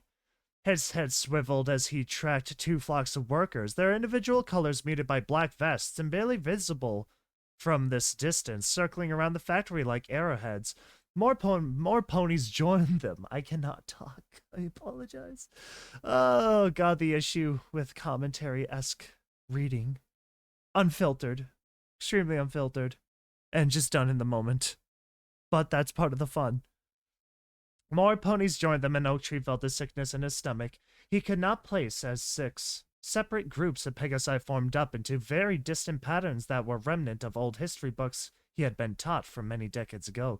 Books on the race wars before the founding of Equestria, and specifically on the old Spartan culture the city of Cloudsdale had been founded on. Move inside, he called, following his gut. Every pony inside. He started to trot towards his small home, calling out frantically. Some of the ponies around him started to move, but he feared his words were not convincing others stronger than their own curiosity was. For the sake of Celestia, go inside, he shouted. Above him, the squadrons broke, and the Pegasi came down upon the village from 6 different directions in what felt like an instant. If it was as if discord had returned, there were shouts and screams, shattering glass and splintering wood, and in general, complete chaos. He almost made it to his house when a soldier landed hard in front of him. He was charcoal gray with a marelet mohawk mane, and though his face was stern, Oak Tree could tell from his years that his eyes were sorrowful. To your town square now, the stallion shouted, pointing a hoof towards the market area's shade's end. Do not enter your homes, do not grab any belongings, comply and you will be safe. He continued to shout. Oak Tree hesitated and raised a hoof as he stepped back once. The stallion stepped forward and blazed his wings out, pawing the ground. Behind him, another 2 Pegasi landed just as violently as before and kicked the door of Oak Tree's house in before flying. What the? Who does that? I'm not gonna think you're trying to help me. I think you're freaking like going to hurt me if you do that type of crud. What? The old earth pony stammered, and Stormy Knight reared. You will move to the town square, or you will be considered an obstruction and removed. Move out, dirt hooves. Oh my. Oak Tree's brain welcomed the clear direction, and before he could even think about what was happening, he had turned and was galloping as fast as his ancient legs could carry him towards the market. He entered the town proper, finding only more bedlam around him. He joined a river of his neighbors, earth ponies and unicorns being funneled by shouted orders from above. More ponies joined in as the stream as... More ponies joined the stream as Pegasi launched into houses, some through windows and doors and others plunging straight through the roofs of barricaded domiciles. They were calls and yelps coming from every direction, and Oak Tree could not differentiate between friend or foe. Obviously, that's not normal vandalization, destruction of your own property isn't exactly a thing I would expect. He rounded a turn in the street and saw the market before him, or what used to be the market. Already stalls and displays had been torn down and destroyed, piled up in the middle of the square and burning. There was a colossal whumph, and Oak Tree jumped aside as a massive metal barricade was dropped in front of the stores next to him. He heard a commotion stand out as he entered the market and turned around to see from one of the last houses 2 mares fighting. One was a unicorn with a whisk cutie mark trying desperately to hold onto a jar of flour, while the other, a Pegasus, kicked her physically in her joints. Oh no. The unicorn fell and the Pegasus leaped into the air and dove back down, landing both rear hooves on the fallen pony's face.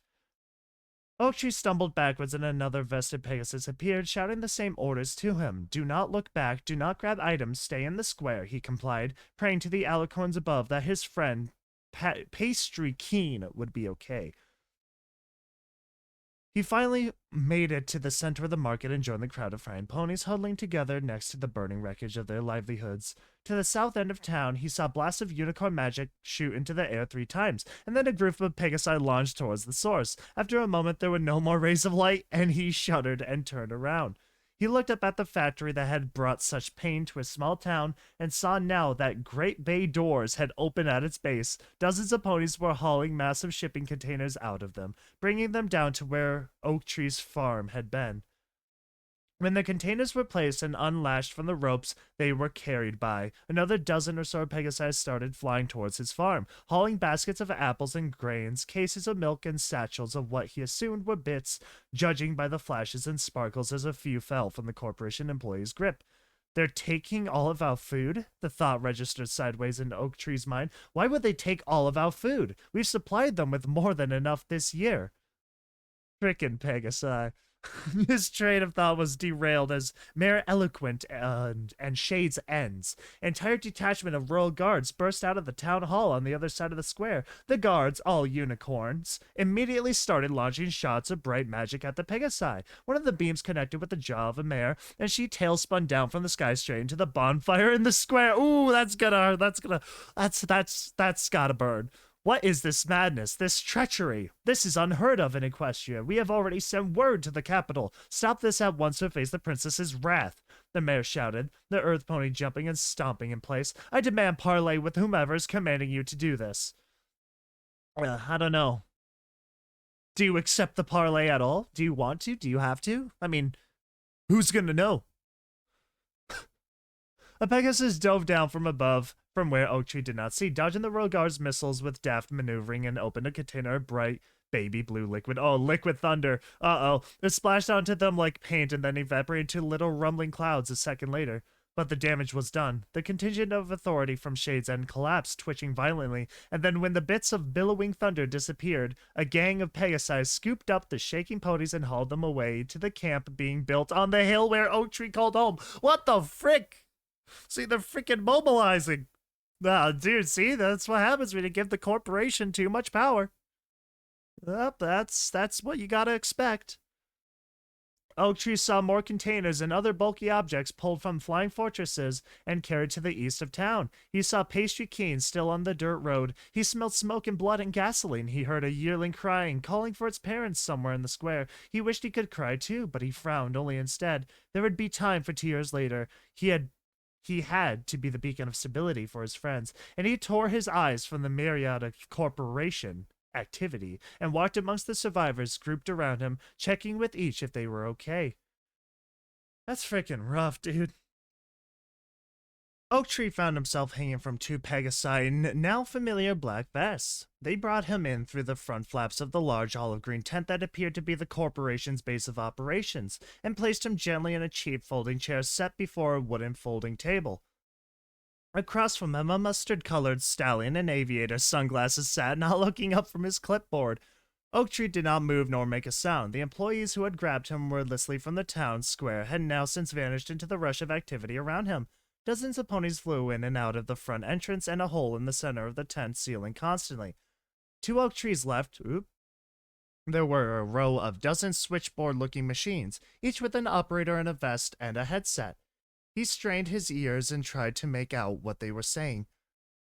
Copy that, Squadron 3. Re-register objective captured.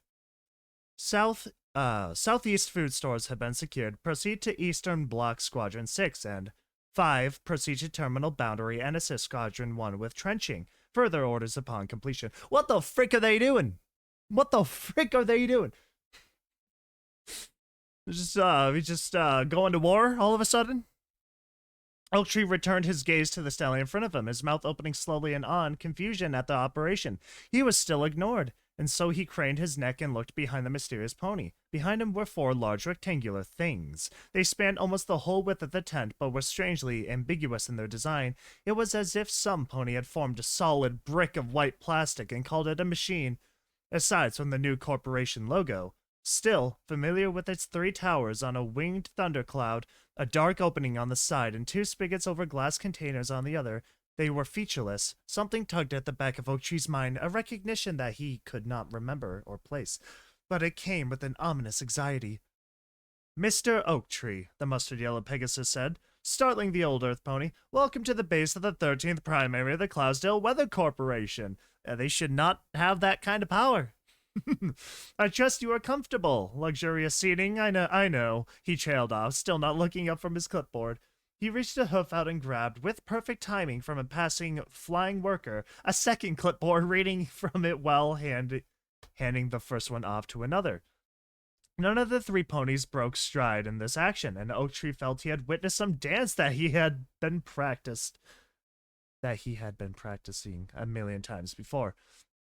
No, sir, he said, not sure what he had just been asked. Literally me with this whole reading I'm doing.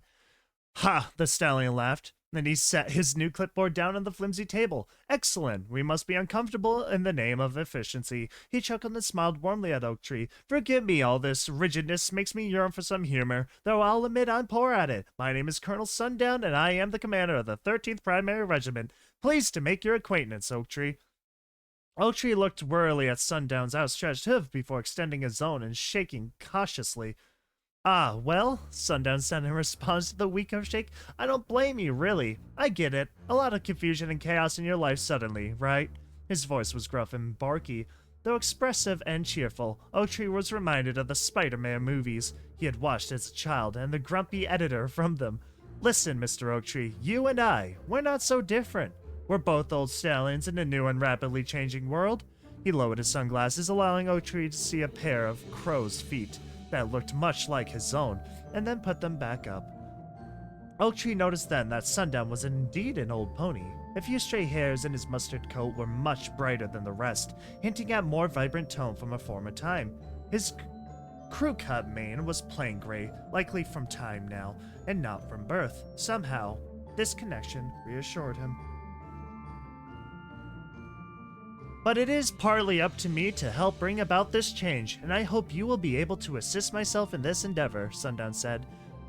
Now, Mr. Oak Tree, I'm not an unreasonable stallion. I've had you dragged into my house, placed you in the middle of strange circumstances, and now I mention I need your help.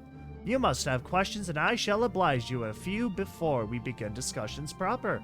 He turned a hoof towards Oak Tree, offering him the chance to speak. Well, thank you, I suppose, Mr. Colonel Sundown. Are we at war?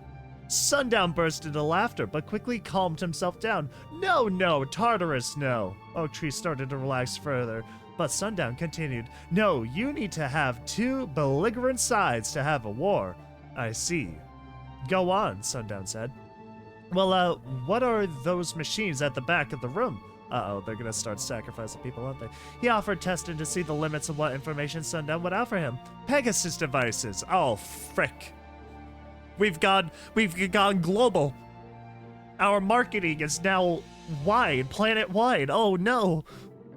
We're no longer just working in one factory. We're working in all the factories. And we've gone mobile. It's like a food truck. But Pegasus devices. Said matter-of-factly, his posture stiffed, turning more professional than the previously chill aura he had exuded. Oak Tree felt his stomach turn upside down and practiced ballet. Ballet? I don't freaking know. And practice ballet. I don't know. Sorry. He remembered that phrase. He remembered the grainy photographs he had seen in the newspapers. He remembered the outrage and fear after the royal inspection and the announcement that had caused it, but they were decommissioned and destroyed with all patents and plans incinerated 18 years ago, yes. But they missed one. And well, our engineers are quite good at reverse engineering. Quite good, yes. In fact, these new ones, Class 3, 4th editions, they don't just create spectra. It's really quite fascinating what you can, well, extract from various ponies. Oak Tree felt dizzy. He felt like he was breathing at 45-degree angle. A serious question came to him, and he did his best to straighten up and look Colonel Sundown in his eyes. Where is our mayor and the royal guards? Some of your workers took them. I saw them brought over here. Well, Sundown said, leaning back in his chair. The rickety frame creaked. We brought them here to make the same offer we're about to make you, honestly. However, they were more determined to let their pride get in the way of their community's safety. He looked casually over his shoulder at the Pegasus devices. Ooh, yikes.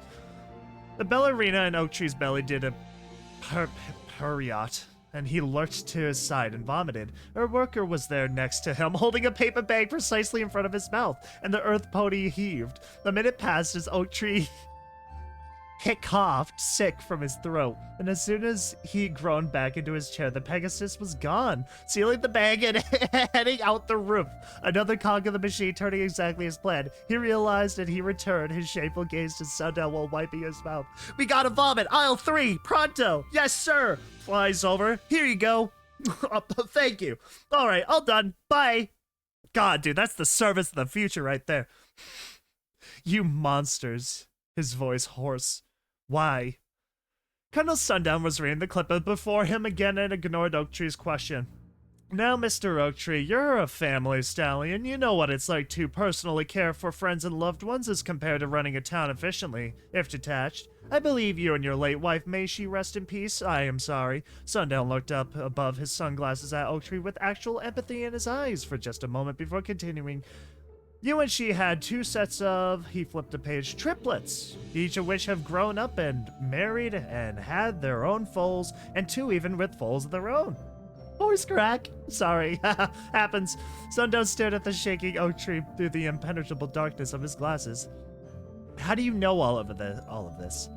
Point is, Mr. Oaktree, you are a great-grandfather. There are ponies in this town who look up to you and respect you as an elder, as a seat of wisdom. Now, logistics wants me to just find whoever I can get to order these fair folk around from within. But as I said, you and I are cut from a different cloth. I'd rather some pony who, while respected and listened to, is wise enough to advocate for their kind, their home. I am willing to work with you on that. Oaktree frowned. Just what are you asking me to do, Colonel? Sundown stood up from his chair and flew over to a window in the tent that faced east. There's a storm coming, Oaktree, he drawled. Storm, putting emphasis on the word. One the flock can't stop, one we can't predict, really. He took his sunglasses off and clipped them to his vest before continuing. One we cannot survive alone. The Reckoning. Head Office calls it, a consequence of all the changes and controlling we have done of our weather systems over the last 2,000 years. Some oceans will boil, and others will freeze. In some parts of the globe, there won't be any air to breathe. In others, the pressure would crush a dragon to the size of a popcorn in seconds. Mountains will fall to unrelenting ice and snow, ground down in the course of months alone. We can't stop it, no, Sundown continued, returning to his seat, but we can create a refuge, a bastion of safety that we might maintain, the equine races, until the storm finally passes. Half a millennia from now, we want your village in that bastion, Oaktree. But there is a catch, as I'm sure you're aware. Uh-oh. Your village will farm and work like never before to provide all of us in the bastion. Cloudsdale cannot survive on wind and water alone. However, logistics would like me to make it abundantly clear to you. We can survive without you. Could the flock farm these lands? Of course. What we lack in Earth Pony magic, we have replaced with technology. But we don't want to, you see. Classic, I don't want to, but you can. Move. Oaktree closed his eyes, comprehending Sundown's point. Live as slaves or die free then. If you'd like to get poetic about it, sure, you can even tell them that if you like. I want you to be our liaison with Shades End. No keeping secrets, no forcing you to lie about it. If you get your town to play along, I can help. Pull strings, make life easier, compromise. You get how it goes. A Pegasus stopped by Sundown, saluted with wing before handing off a note from the radio team, and then took off elsewhere. Again, all within the span of a second, Sundown read the note and then rubbed his eyes and replaced his sunglasses. Listen, we're running short on time, Oaktree. I'll repeat the terms. Make sure you're on the same page here, okay? Great. You will be the messenger between the flock and Shades End. You will tell your people that, in exchange for a semblance of normal life, they will work to provide food and resources for all of the safe zone. All I said. No pony will starve under the flock's watch. If you so refuse, I will have to have 2 of my soldiers drag you, an old and respected pony, kicking and screaming into a Pegasus device, where you will be converted into fertilizer and battery acid, and then we will find the weakest-willed authority figure left in town and make the same offer to them. Then they'll either agree, and Shades End's interests will be far less protected, or they will disagree, and we will throw every citizen outside of the safe zone, where they will drown in fog and mummify in sun. Mummifying sun is actually crazy. Oaktree lowered his head. Time had taught him much. He knew, for instance, that the right thing to do would be to stand up for his town. He knew the right thing to do would be to refuse and die, and force the Pegasi to take care of their own without the subjugation of his friends and family. He also knew he loved his foals and his grandfoals and his great-grandfoals, and how he could never commit them to death for his own morals. Fine, I will speak to them, Colonel. Please, just don't hurt any more of my friends. The commander flew up from his chair slowly and made his way over the table, resting a forehoof on Oaktree's shoulders. It ain't easy, I understand. You made a good decision today, Oaktree. For the flock and for the town. Your town. Stormy Knight wiped the sweat from his brow and inadvertently replaced it with dirt. He sighed and used a wing to wipe the dirt off his brow, replacing it with sweat again. Whatever, he muttered, rolling his eyes. His radio was going crazy next to him, with all 6 squadrons' orders being relayed and replied to by every pony at the same time. So long as he didn't hear the word 5 again, he didn't need to pay attention to it. He was mostly caked in mud and perspiration from assisting Squadron 1 with digging the trench for the air cyclers, a massive operation in its own right. Even he was surprised when his squadron had met up with the 12th Primaries trench team and completed the circle around the Mega Nimbus. He counted himself lucky. He had heard the Primaries 2 through 4 had solid rock. They had to blast through to make the template. A little dirt and grass and a sore back for the next week was good trade-off in his mind. Now, he was on his back in said trench, with wrench in mouth and dust in eye. Above him, 2 sections of black metal tube hung precariously above his face, and he motioned with a hoof for the right side to come in closer.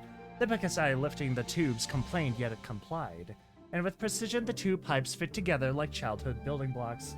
They literally just stroll up in here as like, upgrades, people, upgrades!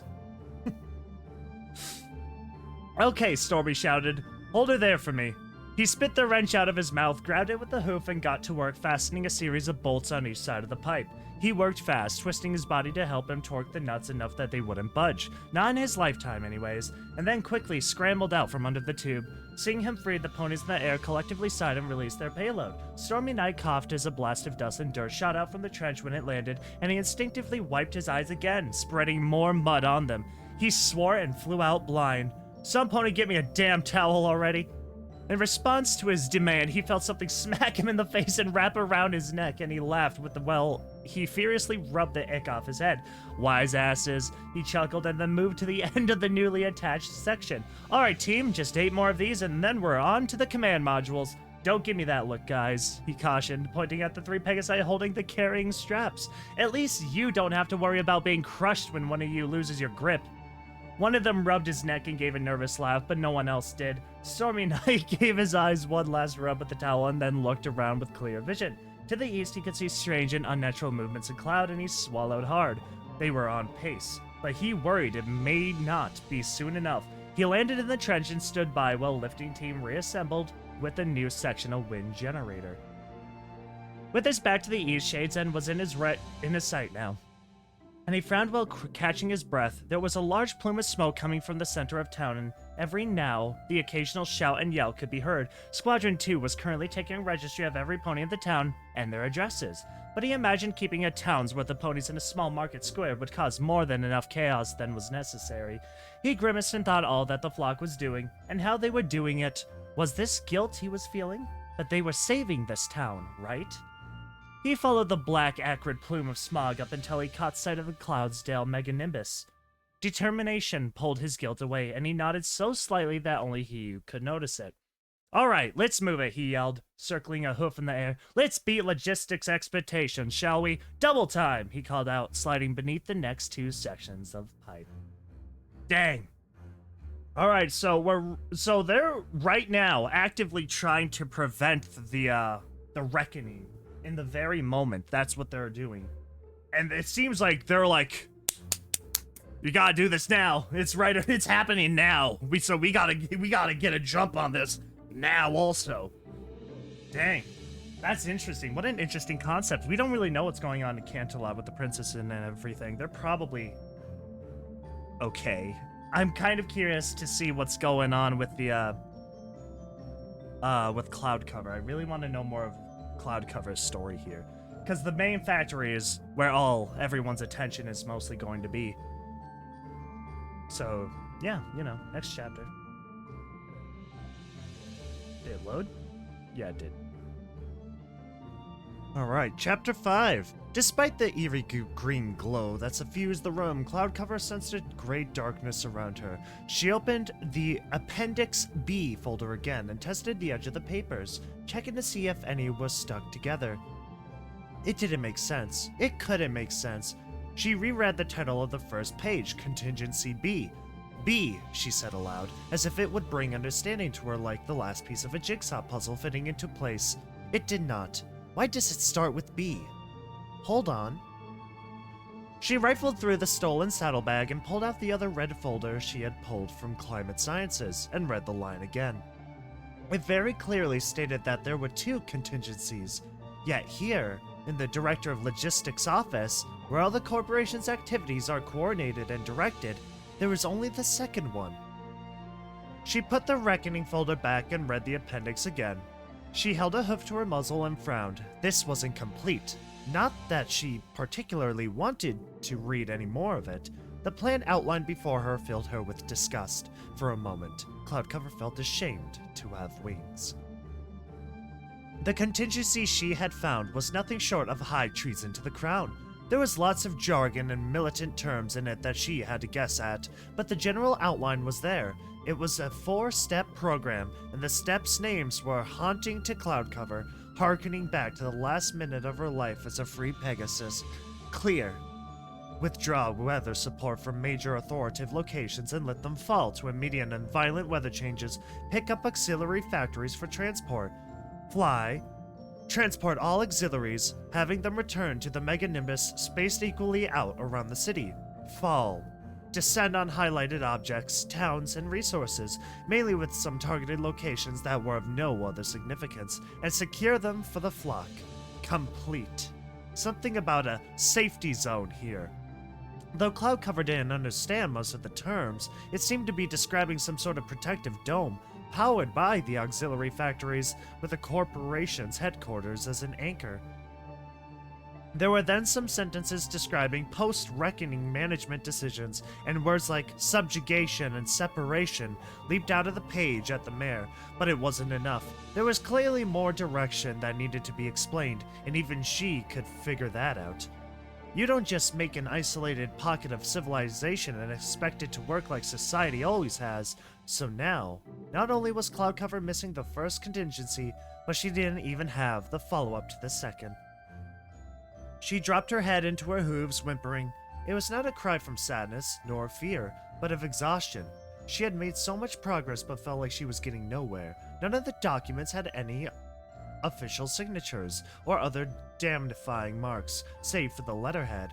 If Cloudcover was going to be trying to tell this story through a storm of disreputation from the corporation, she needed it to be concrete. She heard laughter come from outside the door and reflexively skirked down under the desk. She also needed to be alive, and she chastised herself for not really prioritizing that. She dropped her head back and let it rest again, the solid leg of the desk, and brushed her greasy mane from her eyes. She had been away from home for a long time. She had slept for an indeterminate amount of time, though she didn't really count the drugging as restful sleep. And now, she had been moving swiftly and sneakily through her personal halls of hell, driven forward by an 80-20 split of curiosity and anxiety. She wasn't sure which one was the majority, though from how she felt now, she had a good guess. How did I get into this? The thought cut at her. She had arranged the interview, after all. She had figured that she was safe and that the corporation had forgotten about her. A broken filly who could not find anyone to believe her, save for a friend, a colt who had suffered just as much, and then, after a year, a filly without even a friend. Oh, Corona, she said, the words sliding out of her mouth, drenched in pity. She had the luxury of time's passage now, and hardly ever remembered the day she came home from begging and found him cold on his mattress. He had asked her just a week before if she thought, excommunicate was a courageous or cowardly. Yeah, we shouldn't say that. even from a reading perspective in the case, if I can help it. She didn't remember what she had said to him then, but after that she had considered him a coward. Losing her only friend had hurt so much that she thought she would have keeled over and died then too, and she had blamed him. Blamed him until she didn't miss him. Blamed him until she didn't think about him. Blamed him until she had forgotten him.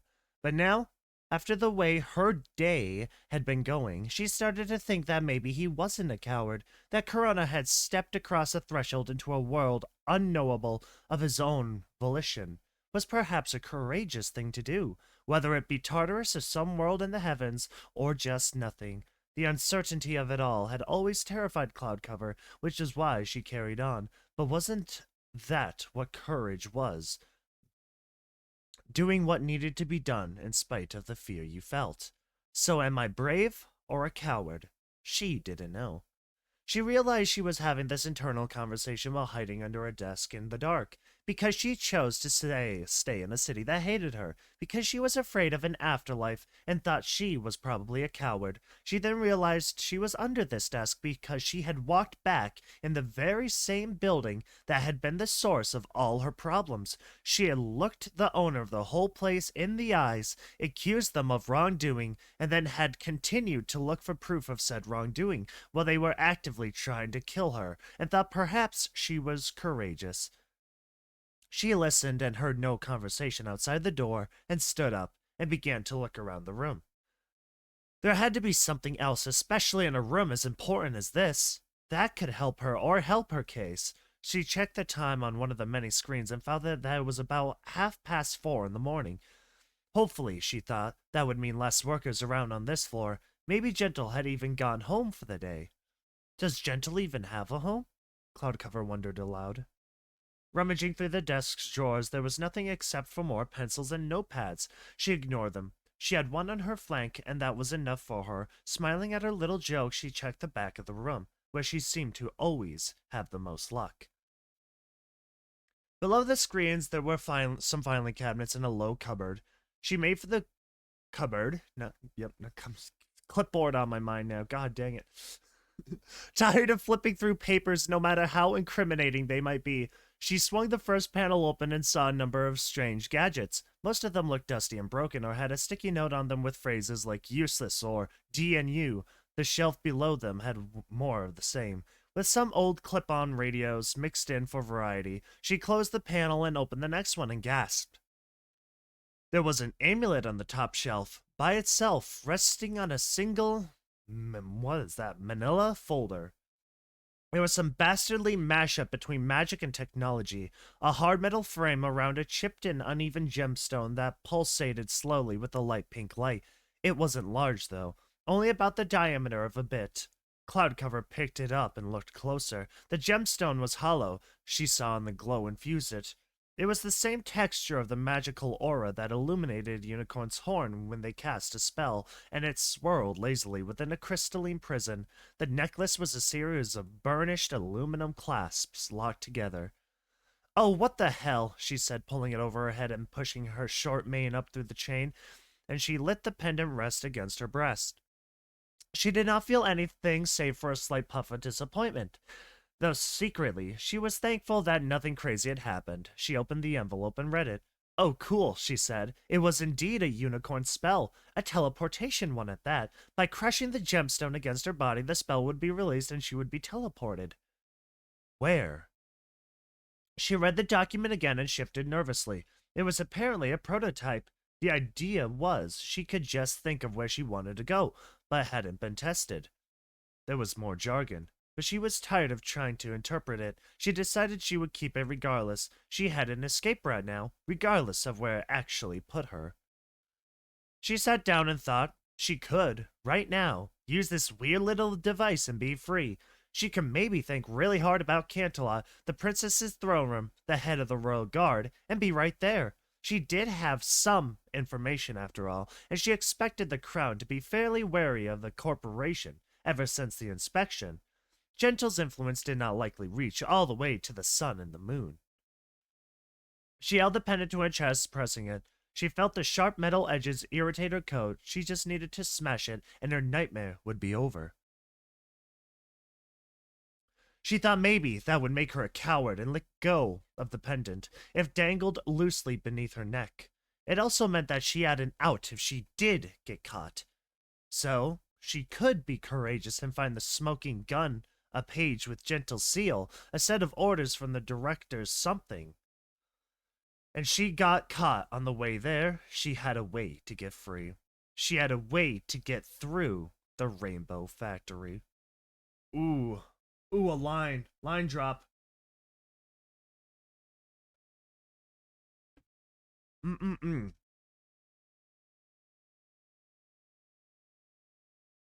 Cloudcover walked through the hallway quickly, but with purpose. She did not need a disguise now, and from her years as a reporter, she knew that often looking like you belonged was the best way to be accepted without question. With the pendant bouncing lightly against her, she trotted down the white hall. She figured it was worth a shot, trying that theory out here. Gentle had been working in her office during normal hours when Cloudcover first got here. For her to be up now would be ridiculous, especially since so far Cloud had not heard any alarms or racing ponies frantically searching for her. An employee rounded the corner walking silently, and Cloudcover realized she would now have to test her theory. They looked at her, and they smiled politely. Cloudcover smiled politely back and briefly wondered what her heart was doing, pounding away in her throat. They approached closer, and the other worker, a mare, Cloudcover saw with dark blue fur, squinted at her. Cloudcover looked ahead down the hall, still smiling. Strangely, her heart appeared to be beating in her head now. I like your necklace. A voice crack. Necklace, the worker said. She sounded tired. Oh, thank you. It's just something I found at the market sale. Cloudcover lied. She sounded tired, too. The other worker resumed her quiet walk, and Cloudcover continued, smiling to no one, until she rounded a corner and realized she was not paying attention to where she was going, and wasn't sure where in the office she was. She stopped and looked at one of the doors. It was not one she recognized, and she turned around and hopped up into the air, flying to give her legs a break. It wasn't a huge issue. She could just go backwards until she found the hallway she remembered. Right before getting to the intersection where she had turned, she heard voices. There was a voice that appeared to be reasoning with the other, and there was a voice that was quiet, cold, and lifeless. You know, it's only going to be a matter of time until, like, Cloudcover's going to hear a high-pitched scream from the dead bodies in the background. Well, I'm sorry, from somebody finding the dead bodies, not the dead bodies making their own noises. That, that would be, that'd be a freaking accident at the Rainbow Factory. Oh boy, we've got zombie ponies here. That would be bad. Gentle's voice, Cloudcover realized. She looked left and right, finding one door with a dark window. She zipped over to it and tried the handle locked. She looked up and saw another one of those cold, blasting vents. The voices were getting louder. Her face twisted as she considered the option. It was incredulous. It only worked in her stupid action movies. It would never hide her. The voices were right near the corner now. It was her only option. She shot up to the vent and tugged at it. Finding the covering to be fit snugly but with no fasteners, she pulled it off and looked. The size of the exchange was just large enough to possibly fit her before it narrowed into smaller, more reasonable ducts. She flipped upside down and backed upwards, holding on to the vent cover for dear life. She wouldn't be able to affix it from the inside, so she held it up to the exchange as hard as she could. One of her hind legs had slipped inside a duct, and immediately it began to hurt from the freezing air below against it. The rest of her was twisted, and one foreleg was bent such that she was pretty sure it might break if she thought about moving the wrong way. But she was hidden, she thought. Hopefully. She turned herself into a meat pretzel. The voices rounded the corner and walked down towards where she had been not moments before, and she listened. It was definitely Gentle's voice, but she didn't recognize the other. Primaries 1 through 13 have arrived at their locations and have begun operations. Their regiment commanders have all stated no issues with departure, and arrival is going smoothly. We expect the rest to be in position in about an hour. The voice was subdued, but had emotion. Cloudcover saw them as they came into view beneath the grating. It was coming from a brilliantly white stallion, with a long cobalt mane that was messed up and greasy. He had a pair of broken glasses, but didn't seem to mind. I hope this report is satisfactory to you, Miss Butterwing. Yes, Foresight, it's excellent. I wouldn't expect nothing less from you, she said. And Cloudcover suppressed a gasp of surprise. Plot! Plot! Plot! Freaking, she's realizing, lore! Lore! It sounded like Gentle was actually proud. All precisely on schedule. Tell your team that I said their work has been competent. Oh, great. It's not sufficient. It's acceptable, Lyle. You can go home. Gentle, gentle, we have an issue. A different voice of Mare's came from further up the hall. I appreciate the report, Foresight. I believe at this point your team no longer requires your guidance. You are correct, Miss Buttering. Great. Go rest. There will be much more I need you to do later. Yes, of course. Thank you, Miss Butterwing. Foresight's voice was grateful, not as if he were relieved, but as if he had been given a great gift. I shall await your call when we can begin the next phase. The last sentence sounded sad, almost sorrowful. Cloudcover watched as the white pony turned around and walked off, and his spot was replaced by a Pegasus mare she had heard a moment before. Yes, Doctor, what is it? Gentle's voice lost all trace of the emotion it had a moment ago. You're dancing like you're about to wet yourself. It's important, then. Yes, Gentle, I had returned to the medical suite to prepare for the surgical team. At this point, oh god. At this, Cloudcover's heart stopped as she closed her eyes. Please, for the love of Luna, don't hear me, she thought. The doctor continued, though she had calmed down and forced a more professional speech. When I opened the door, I found the failure had escaped from its bindings and Chaser was dead. I see. Was there any lipstick? Oh no. Oh no. Frickin' god. Why is that something you would... Why is that something you would look for specifically as soon as you went in there? Oh, hey, Cloudcover thought insulted. That's your first reaction? That's what I'm saying. No, ma'am. Fractured skull and brain damage. Fractured skull and brain damage. Brain hemorrhage. Holy frick. Maybe I have brain damage. God dang. The bindings weren't undone either. It must have slipped out and surprised him. Sounds like he should have taken... Oh my god. I suppose, honestly, I can't blame him for it getting out. I wonder why is that. Every 20 years, a failure manages to escape captivity and wreak havoc in the building. Gentle sighed. Sorry, ma'am. It's nothing. Go to the security and find out where it went. Get a team, not an individual, a team. Tell them I said team and capture it again. I will go wait in the medical suite myself. If they haven't brought it there in 30 minutes, I want you to come back to fill in for it. Understood? Holy frick, that is... Wow. Why would you voluntarily come back? That's a threat. Yes, ma'am. On it. Bye. That is screwed up. Who's going to perform all the freaking acts if without your doctor? I mean, that seems kind of counterproductive. They probably have more, but I'm just saying. Yeah. Oh my god. The doctor leaped into the air and soared off quickly. Cloudcover didn't blame her. This place has some weird curses to it, Gentle mused, walking slowly down the hall. This place is freaking weird. Why is that, like... Everyone's thinking about, like, they got certain subjects on the mind. That's all they're thinking about here. Cloudcover waited inside the exchange for far longer than she needed to, but she wanted to be absolutely sure that Gentle had gone. By the time she finally shimmied down, her forelegs was cramping painfully, and she had lost all feeling in the rear leg, and had been jammed down the freezing duct. However, she was indeed alone, and she knew her potential frostbite was worth every extra second spent hiding. 30 minutes, right? You just gotta survive 30 minutes. She put the cover back on and took off down the hallway, flying hard and fast. If there was going to be a time that Gentle's office was empty, it was going to be now, and she didn't want to waste a moment getting there.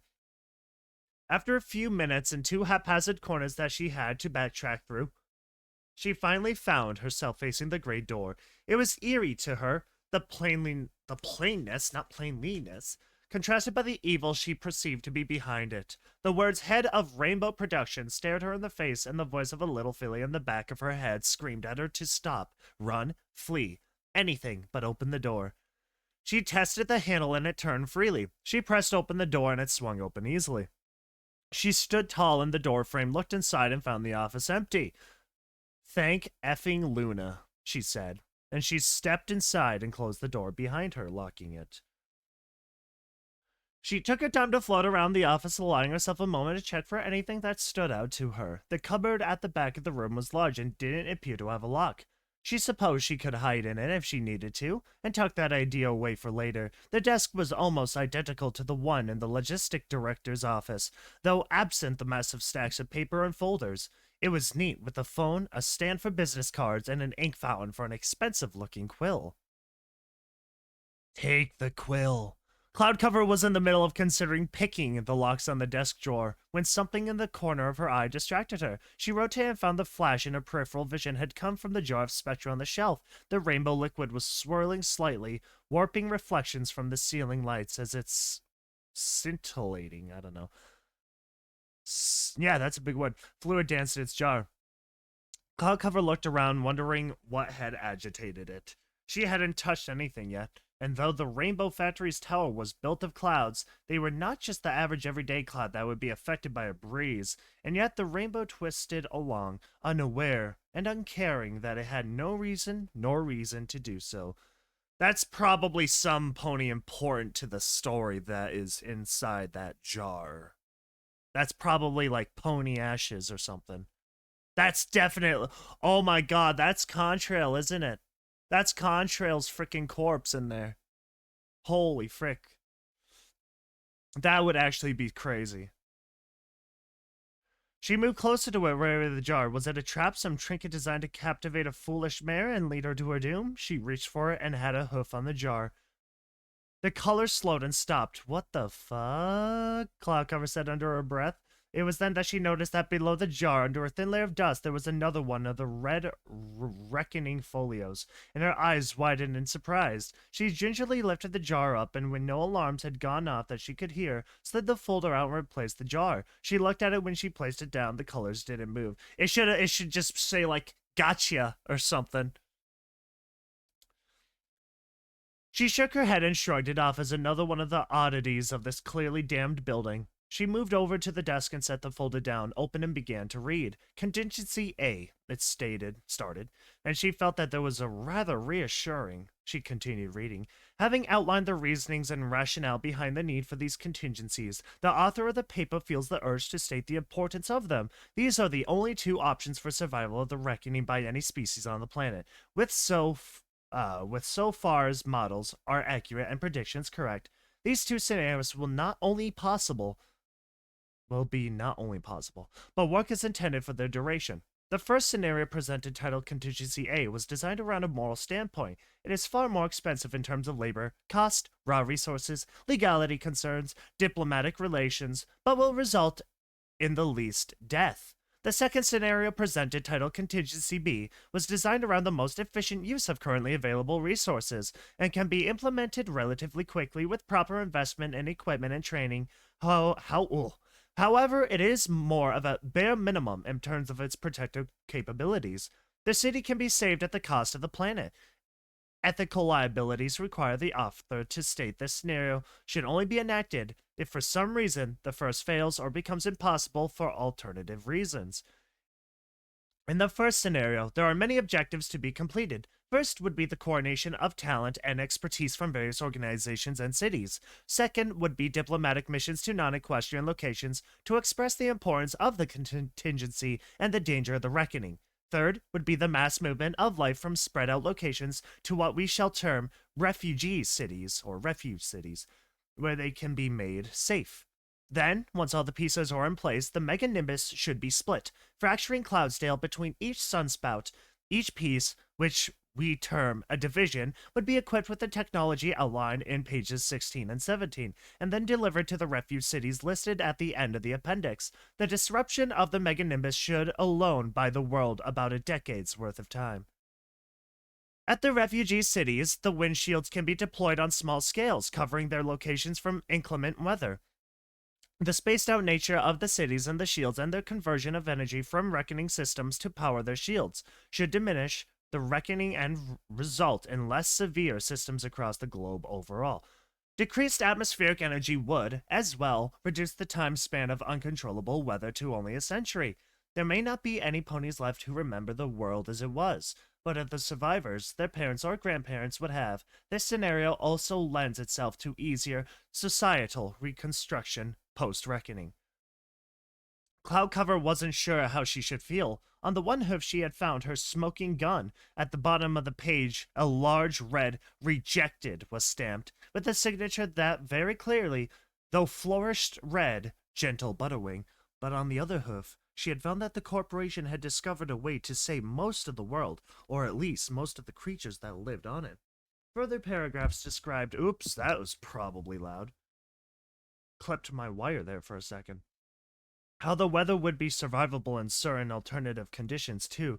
There would be no mountains laid low by ice, no oceans obliterated by sun, no canyons filled with rain. Why has she rejected it? Cloudcover couldn't figure it out. The corporation could have redeemed itself from any history it had of wrongdoings with this. It would be a hero, having figured out the hulking giant of the reckoning and fell it by organizing and orchestrating the contingency. Let's be honest, though, the corporation is responsible for this in the first place, though. Was it to keep Cloudsdale together? Was that it? She could see it, but it didn't quite feel right. Even Gentle would know that her business couldn't sell weather to a dead world, and at the end of the day, the business was more important to her than the city. It had to be. Cloudcover had come across far too many instances of her career of CWC activities done to be detriment of someone or something on the Meganimbus.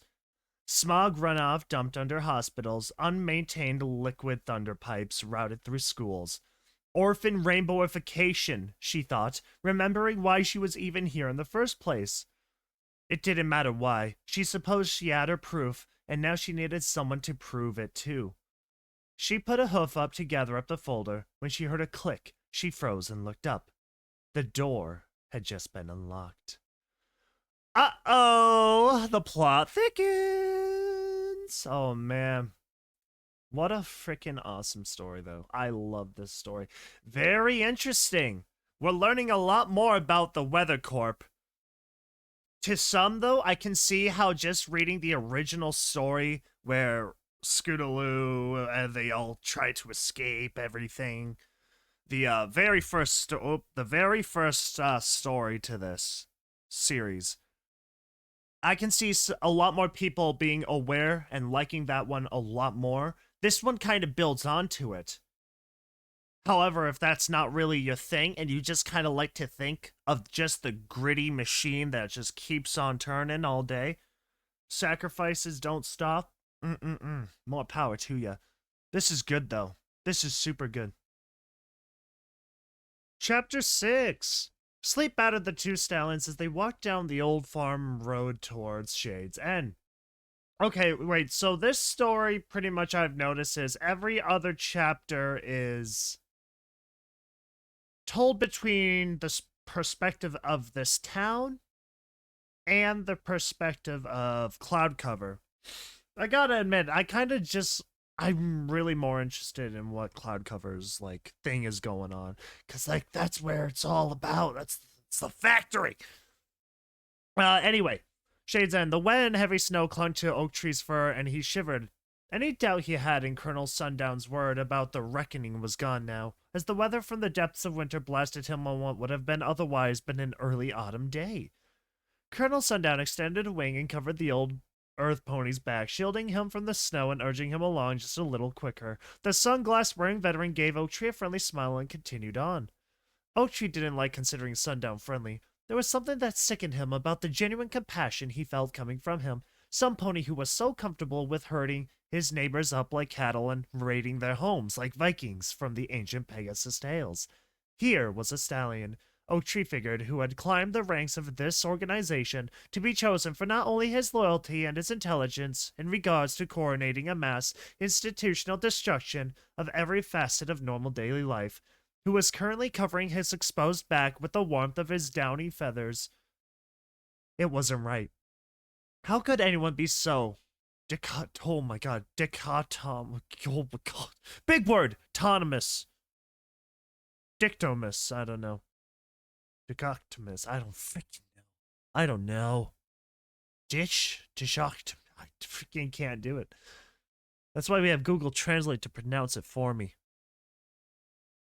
To care for an individual and an organization, but not for the well-being of the public as a whole. His head hurt thinking about it. Now you remember what I told you. This is a very important first step for our cooperation, Oak Tree. Sundown shouted over the snow, constant gust of wind. We absolutely need every single unicorn who can cast those spells. This whole operation fails if we can't get them. You understand? Oak Tree shouted a hoarse, yes, sir, back to Sundown before something to the southwest caught his eye. He paused, and Sundown lit him. As far off in the distance, a great flash shone from the nearest auxiliary factory, a sheet of air from the ground below it, and Holy cow. Below it, and all the way to the troposphere seemed to shimmer. A distant hum met Oaktree's ears, and he realized it must have been deafening on sight. As he watched the top of the factory let off another blinding flash and a beam of rainbow exploded from it, it rocketed towards the mega nimbus, disappearing somewhere over the gargantuan cloud. Sundown's radio crackled, and a feminine voice made it to Oaktree's ears over the wind. Logistics 2 primaries. Primary 14 online. Primaries 13 and 12 progress report required. Sundown tapped the radio and replied, his words mostly lost in a new blast of freezing air, and then pressed forward with his wing on Oaktree's back, and they continued forward. What was that? Oaktree shouted into the sunglasses next to his face. Is that what you're doing here? Sundown looked at him and nodded.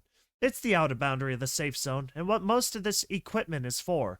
He shook his head and knocked some of the snow that was accumulating on his nose off. A series of wind generators that have been repurposed into forming an air shield. It's some interesting stuff. It allows for gas exchange inside and outside the bubble, but blocks the inclement weather. It will allow us to control the weather like we normally do inside the zone. He paused as another blast of wind made hearing impossible. When it subsided, he continued shouting. There's some proprietary equipment in the auxiliaries that adds magical reinforcement to the shield, keeps it from bending or breaking from even the strongest hurricanes. Oaktree looked up, the ice stinging his eyes, and back towards the new shield. The storm from the east had not quite met it yet, but already he could see the column of air disrupting the edge of the dark clouds that inched towards it. He had a moment of solace watching this before his next worry came to him. What do you need the unicorns for? For that? He pointed an accusatory hoof at the rainbow laser that was pulsating randomly above the floating tower. He didn't need to explain his reasoning. The Pegasus devices in the base were reason enough for him to worry. Sundown laughed, an uproarious bark that was loud even with the gale. Haha, no, Oaktree, they're not going to be turned into rainbows. That's actually not even spectra. It's artificial magic from our machines in the auxiliary. Pegasus technology is state-of-the-art, my friend. With mechanical energy, we can replace even the most specialized of spells. Dear God, that's terrifying to think about. Something about his explanation did not reassure Oaktree, though it seemed genuine enough. Probably hearing the word friend come out of that mustard-colored muzzle was what unsettled him, he figured. They reached the gates of the town, now splintered and broken, and passed by. Some of the quickly abandoned houses' doors were slamming in the wind, and others were filling up with snow where attacking workers had punched holes in their roofs. Oaktree felt pain in his heart for the sorry image of the town he had grown up and grown old in. There had been hard times in the past, but never anything like this. Colonel, we will be able to return to our homes in this weather. He didn't complete his question, instead opting to simply look around at the icicles already forming on some gutters. In due time, Oaktree. Very soon now. Once we have the unicorns separated and the wall up, you will be able to return to your own houses. We knew that... I cannot talk anymore, it's over. We knew there'd be a storm shortly after we started setting up the zone, but it was impossible to predict how shortly after. We thought we'd be finished before the first flakes had fallen. Logistics 2 primaries, said the voice on the radio. Primary 12 on schedule. ETA 30 minutes to activation. Primary 13, ETA 1 hour. No further updates until Primary 12 is online. Advise any changes. The radio crackled, its speaker easier to hear now with the buildings acting as windbreaks. 19 different voices replied copy in turn, with Sundown jumping in slightly half-past way. The two stallions carried on, rounding the bend towards the town market. 2 Pegasi stood in between the huge barriers that had been dropped, one facing in towards the square and the other out. The one facing them saluted Colonel Sundown with a sharp wing movement. At ease, Sundown said, all friendliness gone from his rough voice now. Status report. All currently around the fire, sir. No further casualties since Phase 3. No unrest or unruliness. Excellent work, Hawk. Casualties? Oaktree asked, feeling awkward stepping in. The guard flicked his head to look at him. There was a friend of mine in that bakery. She was arguing with one of you over a jar of flour. There was a fight and she... He trailed, looking back to where she had laid in the road. Was her name Pastry Keen? Oh no, Pastry Keen! Oh, what a name! The guard asked. Colonel Sundown watched this exchange silently. Yes, that's her. Was she a casualty? He choked on the word as it came out. She was indeed a casualty. Hold on, now. The Pegasus said, putting a stiff hoof out and steadying the shaking earth pony. As an injury, she has a concussion and has been taken to our medical tent near the base of the operation. She will be fine in a day or two, sir. Thank Luna. Oaktree's shoulders dropped, releasing the tension he must have been holding onto since the invasion first started. Sundown saluted the guard and pushed Oaktree forward again with a bit more urgency than before. Close friend of yours? He asked. Oaktree looked at Colonel Sundown directly at the center of his sunglasses, right where he hoped his pupils were trying to stare even further in than that. All of these ponies are close friends of mine, Colonel. He replied. They reached the huddled mass of tired and poor ponies, and Sundown gave a nod to Oaktree. They were the same height, but Oaktree could have sworn that the colonel was looking down on him then. That same convergence of hearty and heartless hit him, and he swayed slightly in place before stepping forward and clearing his throat. Most of the gathered crowd glanced up at their old friend with curious looks as they examined his newfound company. Hello all. I know it's been rough these last few days or so. What are you doing with that there Pegasus, Oak? The voice came from another of the farmers in town. They asked me to, kind of be the representative for our town for them. The mayor. He stopped. Oh my god. His throat drying up. He looked to Colonel Sundown, his face grief-stricken. Sundown tilted his head in a go-on sort of manner, with no other expression. Well, they killed the mayor. Tears came up from his eyes, and he again reaffirmed his need to be strong for his friends, for his family. He swallowed hard as the amassed ponies started shouting out and fretting complaints. Colonel Sundown stood still, unmoving, and though they were upset, none of the others moved either. They killed him? The farmer from before asked, his voice distinct to Oaktree from the crowd. Oaktree nodded, grimacing, and the crowd's shouts died down as they waited for him to continue. Yes, so they asked me to represent Shade's End. I won't do so if any of you object, of course. He paused, and a murmur spread amongst the town's ponies. After a moment, the babble seemed to coalesce into a mixture of yas and goes aheads. Thank you. So, I should start with what's going on.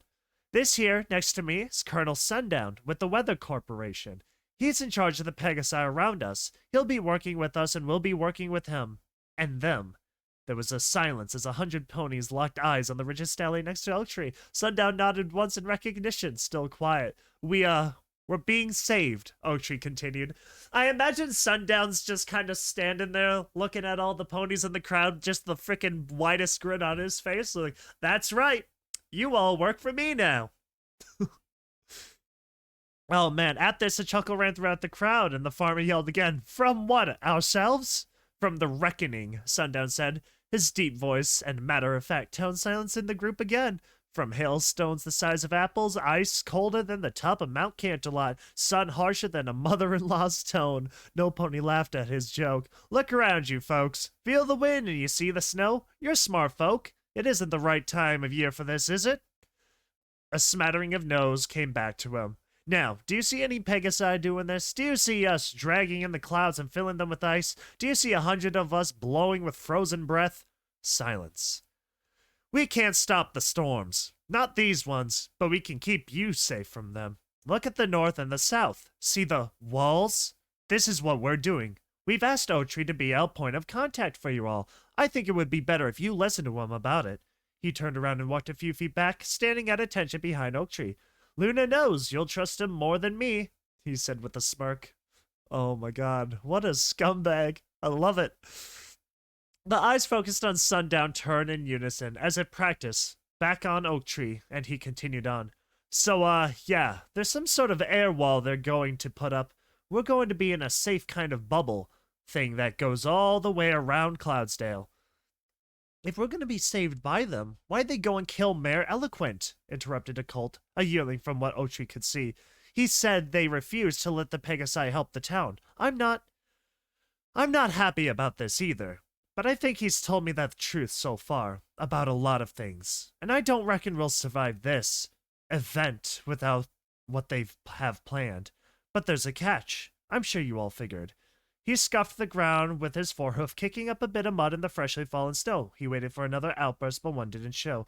I won't sugarcoat it. You all deserve so much more than this, but... After a moment, somebody else spoke up. Well, what is it? In exchange for keeping us in this safe zone, they're calling it, we'll be working to support every pony in with us. We'll still get to eat and we'll get to keep our homes, but supplies will be rationed out, and a lot of it will go to the city. Colonel Sundown says that so long as we work well with them, he can pull favors to help make life a little better for us every once in a while. And if we don't, it was the farmer friend again.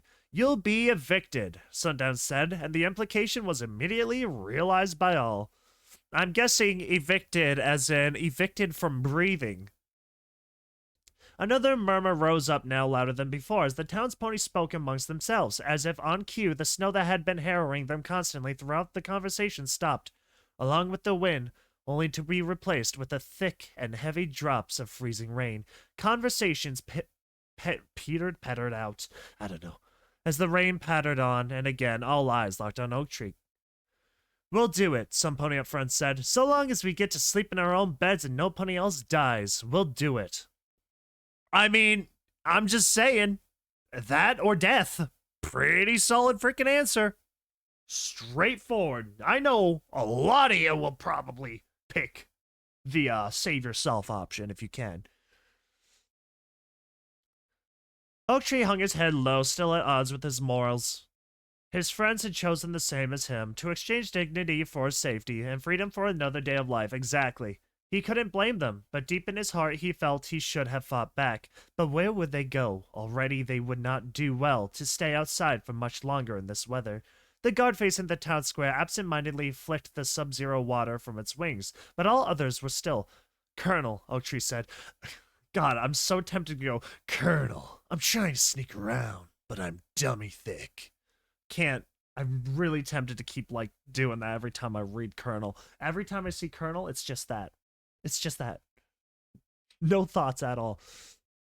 Colonel, Oak Tree said, raising his head again high, please let them inside. They'll get sick out here. Soon, Oak Tree. The unicorns. Right, he realized. The stress of the conversation had made him forget. He addressed his neighbors again. Oh, yes, the colonel says they need any and every unicorn who knows a flight or cloud walk spell to come with them back to the base, or you could just help them up there. A small group of unicorns walked forward from the crowd, but stopped when one yelled from near the back. Why? They shouted. The others that had moved forward sat down and questioned him as well. Why? Came a chorus of unicorns and earth ponies. Why? The one in the back said again. What do you want to do to us? You already killed our mare because they were in your way. Why are we being singled out? He was yelling at Sundown, not Oak Tree. Oak Tree started. He looked to Sundown. Why? Sundown stepped forward again and spoke, confusing his voice with the same friendliness he had been using with Oak Tree earlier. Cloudsdale is obviously a city in the sky made of clouds. Clouds that Pegasus can stand on, but earth ponies and unicorns can't. Unicorns? Unicorns who know how to cast, fly, and cloud walk will be absolutely crucial to any and all equal movement between the satellite towns like Shades End and Cloudsdale. If any of you, he swept his foreleg, indicating the whole town, are to make it there, it'll be from the help of those unicorns. We need you, all of you who can, to come with us for preparations for that. Once you come forward, the rest of you can return to your homes. Any abodes that have been damaged by our earlier operations can rest assured that a squadron will be out to patch them post-haste, with full repairs beginning tomorrow. The pony from the back came forward, a yearling unicorn just about to graduate from the small school in Shades End. So we'll be helping you? Precisely so, Sundown said, giving a curt nod to the young unicorn. All right, then. He walked up to Sundown then, and the other unicorns that had begun to leave the crowd continued to gather around the Pegasus. Oh, Pegasus. Pegasus? Sundown took a quick count of the 6 ponies who came forward and made one final call for any and all unicorns that knew either of the spells. There was a brief moment of silence before one final older unicorn pushed away to the front and stood next to her neighbors. Very good then, follow me now. Oak Tree, you and the rest of your town may return to your homes. I will call on you when I need further assistance. He turned and started walking away, giving a quick shouted order to the 2 guards to let the rest of them go. The ice-cold rain was battering them now, and he picked his pace up and urged the rest of the unicorns to jog behind him.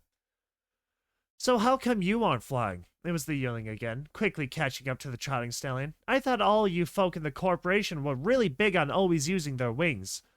Sundown winked, though the child didn't see it behind the shades. What's your name, kid? Colton. Good observation, Colton. It's a whole trust building exercise, you see. Sure, I have wings, and I could fly quickly to the base and leave the rest of you to crawl in the rain, but we're going to need to be friends. All of us. So I will be walking on my hooves so long as I'm addressing any of you and yours in Shade's End. Colton was quiet, thinking Sundown's words over. He felt it made sense after all. There was a lot of trust breaking that just occurred over the last evening. He looked around at the sky, marveling at the darkness of it. All the rainbow shimmer of air walls contrasted against the billowing pillows of thundering storms behind them. Sunrise should be soon, he thought. It's been a long night, but there should be some light for us eventually. Celestia would never let any of us ponies down. Celestia? Celestia? Where's Celestia? His voice came out sharp and accusatory. If the whole operation was to save a last bastion of pony kind, the sister should be involved. Even a fool could figure that out. Sundown didn't skip a beat. They're assisting in their own way. We're down here on the ground getting everything set up. They're somewhere up there, he said, giving a general throw of his head towards Cloudsdale and the open sky above it. He ruffled the unicorn's mane and chuckled. You're a real smart kid, you know? You're exactly the kind of pony we need. Colton felt a little proud at that. He felt a bit ashamed of his tone. He cast it from his mind, though, as they had just arrived at the main base. The tent's former access points were now all covered with tarps and awnings wrapped over the windows and exits. Sundown detached a clasp and pulled the tarp to the side. In there, please, all of you. Once inside, hang your right and gather in the corner there. There should be a heater running there. That should warm your hooves up perfectly. Thank you. Very good. Go ahead. He continued his platitudes as the unicorns filed inside. Single file, the yearling waited for all the adults to go first and then followed them in. There was indeed a heater. This is a trap. There was indeed a heater in the corner, and the dim electric blue light from it, though, strange to him, radiating a comforting warmth that called to him. He wandered over to it and nestled down on his haunches, grateful for some relief from the aching cold. Once all 7 of them were huddled around the heater, Sundown walked in and refastened the tent door, and then made a clicking noise with his tongue. The heater exploded, or something exploded out of it. Colton didn't get a chance to see anything except for a bright flash. He wasn't sure if he had seen the neon baby blue liquid that splashed him, or if it was just a side effect of the searing pain that rippled through his nervous system. He collapsed on his side, unable to control any of his seizing limbs, and simply convulsed spasmodically on the cold ground. He could not lift his head, but from where it fell, he could see the other unicorns around him had also been affected by whatever broke. He saw a dim magenta glow start to form, or rather the reflection of one, off the drab tent wall before a Pegasus worker flew over him. The light was replaced by a scream which was muffled almost as quickly as the magic was snuffed out. What's... Colton managed to croak through clenched teeth before a different Pegasus walked up to him, and without a shred of hesitation, stomped on his horn with force enough to break bone. That's intense. His horn broke off at the base of his skull and shattered instantly, and were his nervous system not overloaded with more pain than he had ever felt through his entire life combined already, he suspected he would have screamed. As if it was. His jaw was wired shut by the liquid thunder coursing through his body, and he made no noise. He lay there for a minute, though for him, it could have been a year before he heard a dragging noise move from behind him to in front. He opened his eyes again, vision blurred in agony, but clear enough for him to make out one of the adults being loaded onto a small conveyor belt that extended from a strangely plain white rectangular machine. Oh, God. He closed his eyes, his lids shut tighter than his mouth, as he saw the shape of his neighbor move unnaturally while the device pulled them in. He did not open them again until the new round of screaming, which had quickly turned to wet gargling, subsided. Ah, industrialized meat grinder. Oh, my God. God dang. You know it's a freaking trap. First they show up out of nowhere, then they corral you all, then they only want those of you who could potentially sabotage them by walking on the clouds, and then they all lead those away from the main group, bring them to the shady area. Obviously it's shady. The fact that they didn't stay in the room with you at all, freaking red flag. Absolute huge red flag. If they all tell you to go into a room, kind of like, usher, go on, in there, like the one guy did, it's a trap. It's a trap. Something's gonna happen. Gas? Liquid thunder? Freaking glad I realized that. I ain't falling for that crud. Bro, I wouldn't have even freaking volunteered. God, that is like the most like trap. That is just a trap. Well, why? He seethed. He glared at Sundown, hoping his detestation could manifest itself and drop the Pegasus dead where he lay. His horn sparkled once, and a new round of pain coursed through his body. You said useful. I didn't lie, Sundown said, looking down without dropping his head. He silently pointed at another unicorn behind Colton and then pointed to the device.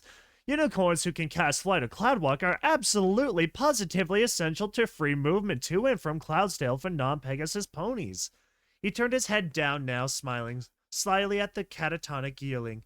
And we just can't have that happening at all. Now, can we?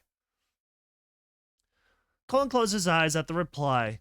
A tear. See, that's what I mean. Freaking most red flag ever. That was delivered to be completely suspicious. A tear formed and ran down his cheek to the frozen dirt below him. He started to shake, not from the liquid thunder, not from pain from his obliterated horn, but from sobs. He continued to sob as Rough Hoof grabbed his leg and pulled him up into the air. He continued to sob as his limp body was dropped onto cold steel. He sobbed, still, as rollers ferried him within that huge white box. He sobbed, still as laser-guided blades hammered through his joints so fast he couldn't even feel the pain from them. He even sobbed as his mane was sucked into a hammer mill, dragging him further inside.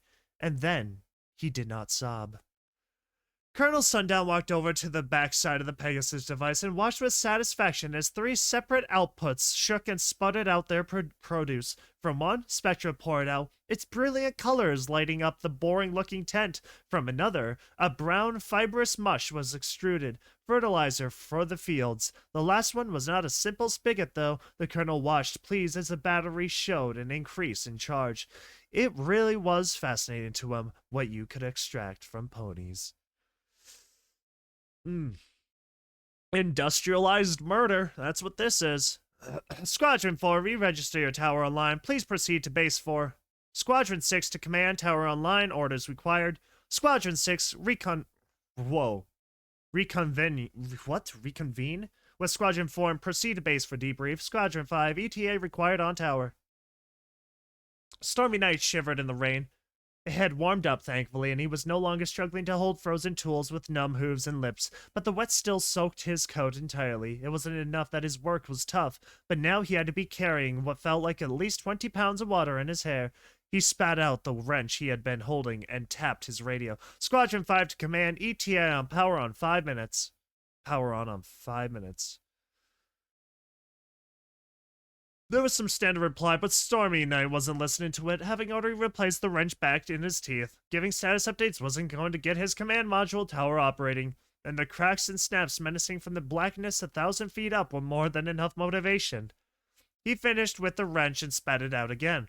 At the same moment, a jagged bolt of lightning erupted from the cloud above and exploded a tree just a few hundred meters away from him, and he thought the wrench had broken something before he realized it was just the storm.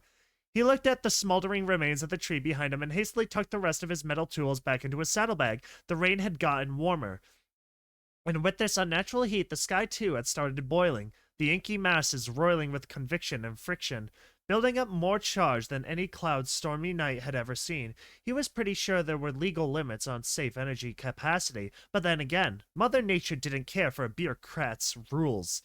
He did find it curious how they seemed to be ignoring her own rules, however, by all accounts. And though he was a mechanic by trade and not an electrician, that much static charge should not be able to fit in the sky at one location.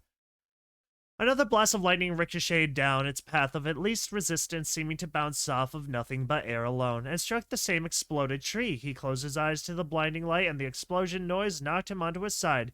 "You're not supposed to do that either," he shouted at no one in particular while scrambling up. He was getting distracted, and he shook his head and turned back to the module. All that really remained since assembling it was to plug the Windblade generator and Chaos Converter lines in, and throw the switch. The rest of his squadron, having brought the pieces together for him to affix with bolts and screws, had been recalled to assist Squadron 2 with their tower, and it was up to him alone to get this operational. Oh, his? Yeah, no, that's correct. He looked down the first cable coming from the south section of the wind blades. It was massive, a good foot in diameter with 1,000 little gold pins of varying sizes sticking out at the end. He straddled it and hugged it with all his hooves and then lifted himself, send the cable off the ground with his wings. The weight of the cable did nothing to help how his feathered limbs felt. First, he had flown for half a day, straight while pushing a building. Then he spent another 3 hours directing civilians and flying from one village to the storage location they had set up behind the base, and that precision flying had given each of the muscles in his wings their own opportunity to complain of overuse. Now he was flying with what he felt like was another 2 ponies worth of weight in his hooves. They ached, but yet another Imperium discharge sent his ears ringing, and he decided it was prudent to ignore how he felt and finish setting up the damn shield. He flapped hard yet decisively, and connected the cable in the perfect orientation, before dropping to his hooves and spinning the twist-on connector until the cable locked. He moved quickly now, with the rain picking up ferocity again, to the cable to the north wind blades. With another complaint from his back, he hefted it into the air and slapped it into place. He spun it closed and moved on to the Chaos Converter power lines. There were 3 of them, but they were much smaller, and he could hold each in one hoof and walk up to the tower. He stood in the front of the rocket-shaped module and wiped the rain from his eyes. The wind was starting to pick up again, and it brought with it a coolness that Stormy Knight knew from his years as a weather pony was going to mix up poorly with the warm front he was currently in. He shuddered and climbed up the tower to the next tier where it sunk in a bit, and fumbled to open the protective cover over the inline port. Squadron 5, you have exceeded your ETA. There was a stallion now at command, but the voice was just as emotionless and steady as the mare's from earlier. Stormy Knight swore, "You must activate the wind blades before the air fronts fully reach the auxiliary. Do you copy?" "Copy, command. Chaos Converters being connected now. 2 minutes to activation." He jammed the power line in, thankful that these connections were universal and didn't need orientation. Squadron 5, you have 1 minute to activation. He sighed and flew over to the last 2 lines, picking each up in a forehoof. I am losing it. And leaping back to the tower, he took out his frustration with the radio on the cables, smashing them into place. He tested the magnetic fasteners with a gentle tug and then landed on the backside of the tower, where a small panel was. It was raining so hard now, he was starting to have trouble seeing the words on the panel, but he had been trained enough that he didn't need them. He reached forward and pulled down a bright red flip switch, and then stepped back to watch the magic happen. Lightning struck a different nearby tree. Squadron 5, you have exceeded ETA. That module needs to come online now. If the storm blocks the auxiliary, the shield cannot be maintained. Stormy Knight tried to flip the switch again, staring in disbelief at the dead machine before him. He had assembled these 1,000 times in practice. Oh my god, I just choked on my freaking mouth. Ugh. He could do it in his sleep if he needed to. What had he missed? Command, Squadron 5. The module's dead in the water. Squadron 5, there is no time for excuses. Power the module on or you'll face disciplinary action.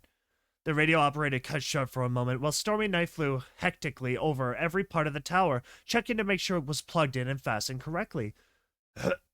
Disciplinary action provided. You don't kill every one of us first, as per the colonel. No more extensions, Squadron 5. The tower must be turned on. It's not flocking powering on, he shouted back. He considered himself a pretty well-trained pony, but his exhaustion and now a growing fear had weakened his nerves, and he felt himself starting to break down. The operating panel wasn't showing any faults being thrown. It wasn't throwing anything at all, actually, which made the whole thing worse for Stormy Knight because he had no idea what was wrong. The whole thing is dark. He flicked the switch 3 more times, desperate. No more games, Squadron 5. The radio cracked and cut out, and a new voice replaced the harsh one from before. Logistics to Stormy Knight, he froze. Logistics? Directly to me? Oh, Luna, please, no, what's... Logistics to Stormy Knight, do you copy? It was another one of those pleasant, perfectly calm, absolutely professional, pristinely clear flight controller voices. A mare's, and Stormy's head began to clear from his panic. I copy, Logistics, he replied, smacking the side of the tower in one last bit of desperation. Stormy Knight, we have traced the source of the error. The 3rd Chaos Conversion Generator will not come online. All digital attempts at ignition have failed, and it must be manually started for the command module to function. You are the closest employee to this generator. Do you understand? He did. He twisted around and looked behind him. self. The forest outside of the town was patchy, and in a large clearing about 300 feet away down a small hill, out of sight, lay the Chaos Converter. Another blinding flash of electricity and shockwave erupted in front of Stormy Knight right next to the path he would need to take. He swallowed hard. On it, Logistics. He took off flying, staying low to the ground to avoid spontaneous combustion at the hands of the thunderclouds above, following the cable. We'll stay with you while you fix it. Respond if you require any assistance. It was strange to Stormy Knight to be speaking directly to the logistics department. All communication with them was only ever with the commanders of the primaries. He realized as he raced forward, passing smoldering ice-covered trunks and full-aged oaks, that the chatter from the 13th Command had stopped. Logistics seemed to have overridden his channel, he supposed.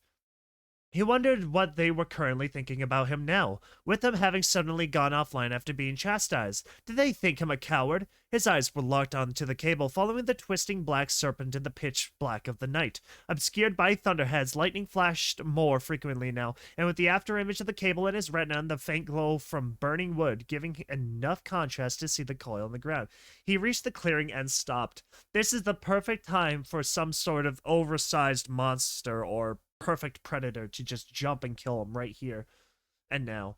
In perfect time. The temperature continued to drop. As it did, the torrent of rain that had mostly blinded Stormy Knight lessened as it congealed, not coagulated, into wet, almost hail. The converter in the center of the clearing was a fantastic piece of equipment that Stormy Knight had looked on with awe during assembly practice. It was huge, about 5 meters by 10 meters long as its base, and reaching another 20 meters high. Though that was just the lightning rod poking out from the center, it was primordial with smooth solid steel paneling coming up to meet a layer of cage turbines that surrounded the bottom half of the lightning rod. The two short ends of the converter housed large water wheels that were currently not moving despite being full on one side with ice and water.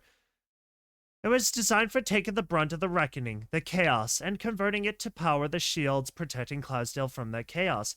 He had marveled at how it all worked. The water mills, the wind turbines, the lightning conductors, but now he only felt frustration. The damn thing should have started hours ago. With the first hailstorm. What had happened? Logistics, I am at the converter now, he said, frowning as the slush solidified further into a hail and bounced off his back. Is there anything I should focus on? Diagnostics are incomplete, but there is a code being thrown from the turbines. If any components are seized, the others will not unlock in case the issue is from the internal coils. Try inspecting the turbines first. There should be an access panel on the top of the lattice. Why would one component lock the whole thing up? That's ridiculous. Our engineers are better than that. He didn't say what he was thinking, though, opting instead to zip over to the top of the converter. Looking down, though, the grating he stood on, he immediately recognized the issue. Logistics, it appears the hail from the first storm was small enough to fit through the cage. It's piled up in the back 3 turbines, jamming their blades. Is there a function to clear it? He turned around to face the center pillar, looking for any sort of control panel, and jumped backwards as the rod fulfilled its purpose at the moment. The light blinded him. He didn't even hear the crash of thunder, only a sudden muted deafness that filled his ears. Somewhere inside his brain, it felt like there was a pony playing a violin poorly, and he jammed his hooves to his ears to try to stop the overstimulated ache. Seconds later, the chill of his frozen wings brought him back to reality. Oh, there goes gravity. Sorry, I had to. Words were coming to him from his radio. He could tell, but he could not make them out. It was like trying to read a newspaper underwater from a field away. He shook his head and pressed his ear right up to his radio. This was on also another random idea that just popped in my head. What if the radios they had just started like repeating like the sounds of the screaming and stuff that happened in the weather factory room, kind of like every time you try to open the door and stuff? Oh my god, it's just horrible. Like damned. It's the damned. Oh god, that would be so freaky. He's in the middle of nowhere trying to figure this thing out, and then he's talking to somebody, and then suddenly he just hears like demonic noises and crud coming from his radio. That would be freaking insane. Oh my god, what an idea. Oh, given the universe of Rainbow Factory, I think it would make sense even, possibly. Knight, do you copy? The words were distant but now distinct. I can confirm the conductor works perfectly, Logistics. Please repeat your instructions, he yelled, still dizzy. No time for jokes, Stormy. came the reply. Stormy felt he could get used to the kind, personnel sort of communication coming from logistics. The normal radio chatter made him feel like he was simply a cog, a gear, some tiny part of a machine. There are no fan clear functions. Those things should be spinning fast enough in this wind that nothing can get caught in them. You will have to do it manually. Fuck. Copy, logistics. He looked back at the grating over the three troubled turbines. He quickly found the latches. He opened the first one, which had the least amount of ice built up on it, and dropped to his side to reach in. It was just out of Hoof's reach, and he swore again. He pulled himself up and inspected the clearing for any sign of something he could use. A branch would knock the ice around, he figured, but he needed to clear it out entirely. He sighed and glanced at his back. His poor wings would need to do some extra work one more time. He dropped prone and spread his wings wide and then crawled forward until they covered the access, resting his body weight on them. He reached down with both hooves and scooped all the ice up in one go. He groaned as he flapped down, pulling himself out of his strange angle on mostly his secondaries. There was a sudden stabbing pain in the side of his chest, and he quickly maneuvered a knee up onto the grating to assist his wings. Once up, he dumped the ice to the side and checked the large blades. It wobbled free, but only moved about a centimeter before locking again. He figured it must be tied into the same system and wouldn't budge until the other two were free. He knocked the access panel closed and moved over to the next turbine. The deafness in his ears persisted, and he felt mildly concerned over this. It was, however, probably a saving grace for him. The discharging thunderhead above him was growing more and more violent, and as the clearing strobed in the night quicker and quicker, he felt grateful that he could no longer hear that awful crackle of burning air. He's going to die. He's going to die, guaranteed. The light show was enough to give him a headache, and the acrid stench of ozone that filled the clearing was enough to make it worse. If he had to hear the storm, he figured, he must just pass out and die in the cold, and kill every pony left on the planet, he thought, despite his best efforts. He repeated his process again, crawling forwards on his belly and supporting himself with his wings. The middle turbine was crammed with hail, and he checked some hooffuls of it over his shoulder before grabbing the rest and pulling himself back up against his pectoral muscles, desperate pleading. He slammed that one shut, not even bothering with the latch, and opened the last one. There was a vibration on his shoulder, and he pressed his ear against the radio again. Approaching the auxiliary. You have approximately 2 minutes to restore the converter before we will be unable to connect Primary 13 to the central beam. No pressure, Stormy Knight, but if the shield cannot be closed, the other auxiliaries will get blocked by the hurricane and be forced to power down. Do not reply. Just get it done, please. Hearing the quietest break in professionalism, that little tremor of fear in please would have been enough to stop Stormy in his tracks if he had the time. As it was, he was already on his belly, holding himself up by his pinions, I don't know what the hell that is, of the last turbine. It had the most ice, and after tossing most of it out, out over his back. He realized a portion of it had frozen together. Between the base and the fan, he started beating on it with his hoof, reaching back as far as he could in the cramped space and banging the fan awkwardly. There was a crack and the fan started to shift, breaking the ice further. He sighed in relief, knowing that the last turbine was finally free and the whole converter can now start supplying power to the command module. The fan shifted an inch again with harrowing winds, urging them all to spin at the maximum velocity, yet all held back by the slight lip of ice. It was at this moment that Stormy Knight realized he was still in the module, with the soon-to-be free, massive solid steel blade. The ice cracked one more time and shattered. He beat down his wings with no regard to pain. Time seemed to slow as his head lifted out of the enclosure away from the encroaching slab of metal. The top of the turbine skimmed his nose, taking the outer layer of skin away. While he continued to fling his body free from the machine, his temporal perception corrected itself, and he found himself laying on his back in a muddy puddle 10 feet away from the converter. It was moving now. Each part of the machine finally free to let loose in the calamity that surrounded it and Stormy Knight. He dropped his head into the puddle and laughed in relief. He had done it. He had cleared the converter. He had powered the command module, and he had lived. In just 30 seconds now, the wind generators would come online, completing the shield. The shield that he was outside of. He scrambled out of his dirty pool in panic and bent down to take off. He leaped and collapsed again with a shout. Agony ripped throughout his chest, and his wings did not respond. He had torn his flight muscles, freeing himself from the turbine.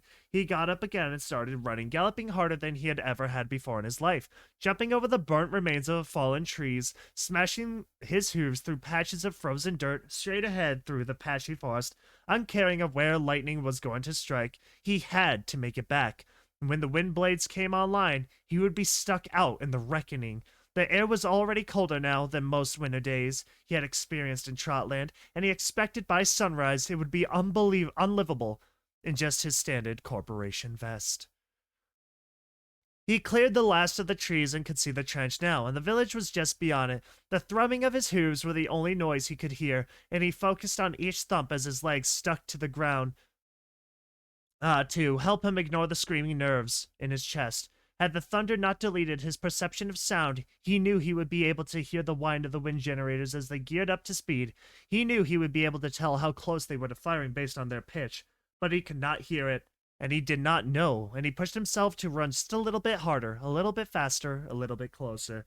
God, I can literally imagine the sound of like the whirring, the freaking firing up pretty much. He looked up from the trench as he approached. He saw Shade's End and smattering of Pegasi in the air that were watching him with concern. He looked higher and saw his auxiliary, with tumultuous fog reaching towards it, as if the sky itself had been possessed. Beyond that, he saw Cloudsdale. He saw the seemingly endless meganimbus pass over the horizon. He saw the 19 other rainbow beams piercing the heart of his city. He saw his home, and he closed his eyes and jumped. He felt like he was on the air for too long, but did not open his eyes. If he didn't make it, or if the blades came on while he was over them, he wanted his last sight to be of Cloudsdale. An eternity passed, and he started to suspect he was dead. Finally, he felt his barrel slam into a jagged ground and his body slide and roll over the rocky terrain. He opened his eyes, then looking down.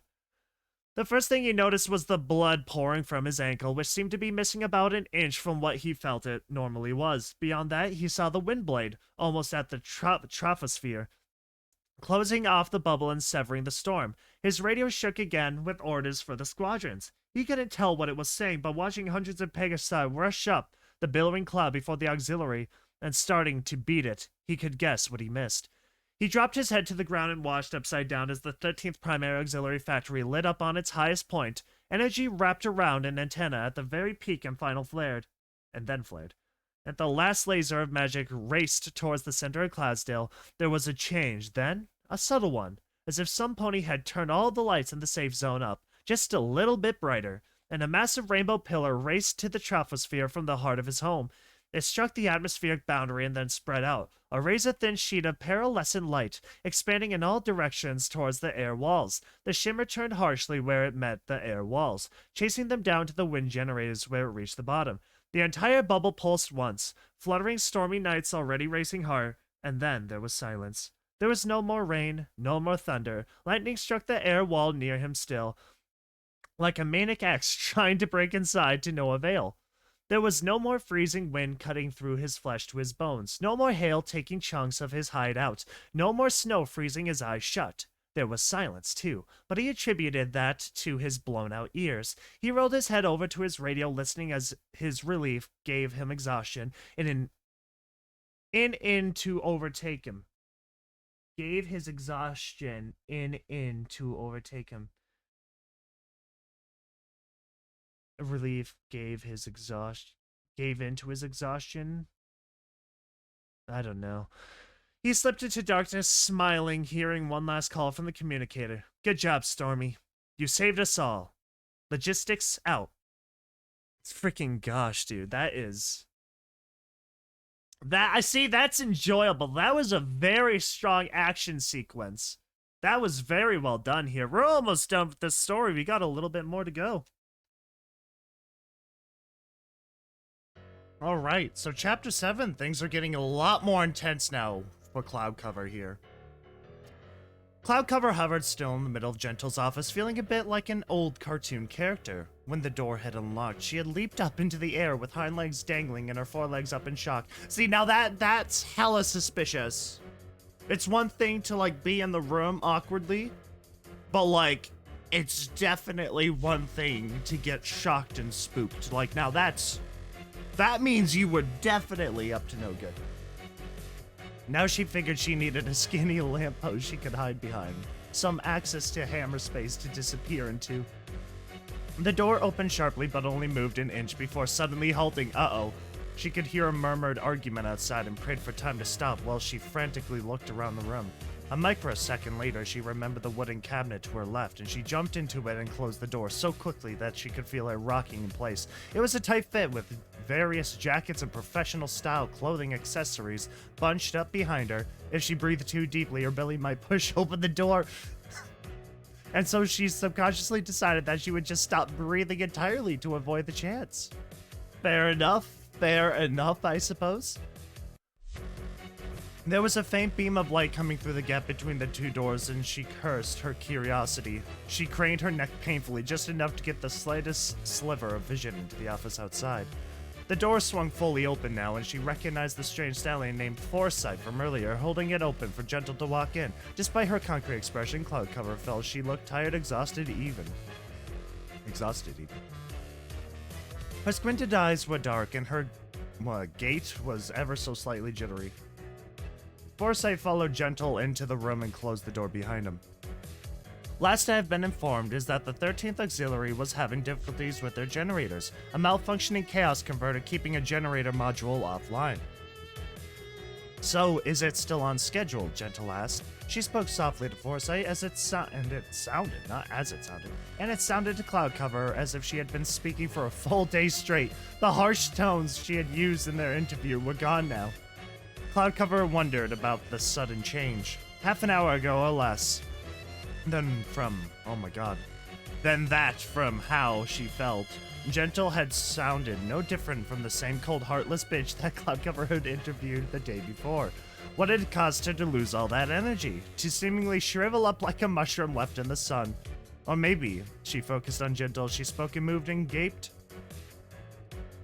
Maybe this was how Gentle always was. An old mare, broken from the weight of the world and a million of personal sins, exhausted but refusing or unable to quit.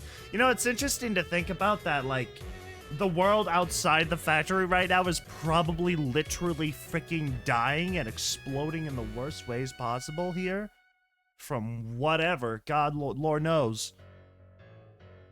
But, so like, I imagine Cloud Cover's gonna escape, but there's not gonna be anything to escape to. It's just gone.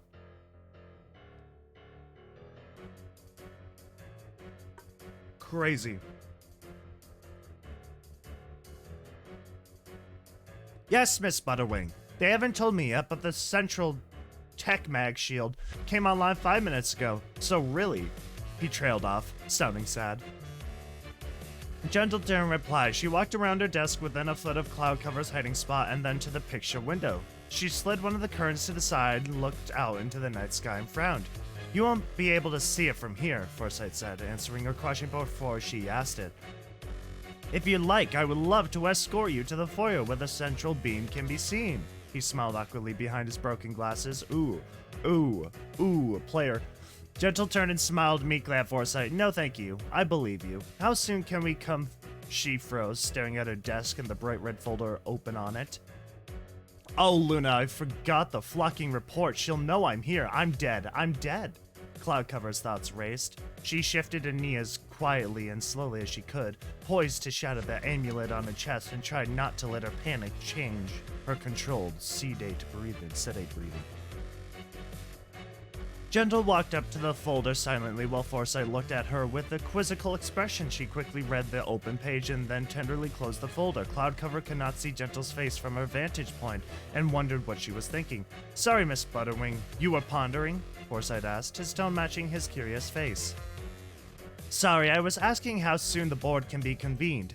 I want to make absolutely sure every pony is on the same page before we move forward with this project. She spoke slowly and half-heartedly, twisting her head around as she looked around the small office. Isn't there like a literally like busted open damaged desk though? All the directors are on standby as per the guidelines. We can have them together in the meeting room in about 10 minutes at your call. Gentle moved back to her desk and put her hoof on the folder, still such in the room with the least bit of subtlety. Forsyth didn't say anything about it, opting instead to wait for his boss to reply. Gentle fixed her sight on the cabinet and moved towards it before she paused mid-step. She changed her gaze, much to Cloudcover's relief, onto the jar of Spectra, which was just as still as it had been after Cloudcover had replaced it.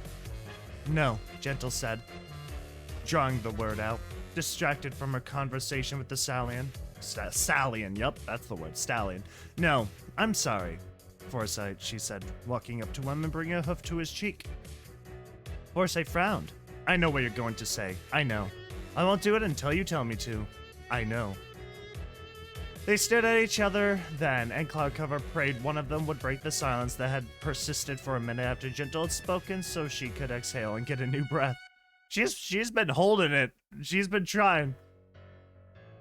Gentle grimaced and put her hoof to the floor. Forsyth assembled the directors in the main theater room. It is, unfortunately, time for the next step. I know. I'm sorry. I know. Don't worry. You'll do fine. I know it. It needs to be done. Miss Butterwing. No, Gentle. The old mare stepped back in shock. What? She whispered. Gentle, it doesn't need to be. Forsyth sniffed and a tear ran down his face and dripped to the floor. I've gone through so many possibilities, so many alternatives. This isn't efficient. This isn't right. We don't have to do this. You're right, Forsyth, Gentle said, her hard professional voice coming back. Cloudcover was not sure if it was to intimidate her coworker or cover up her own emotions. We don't need to do this, but I do.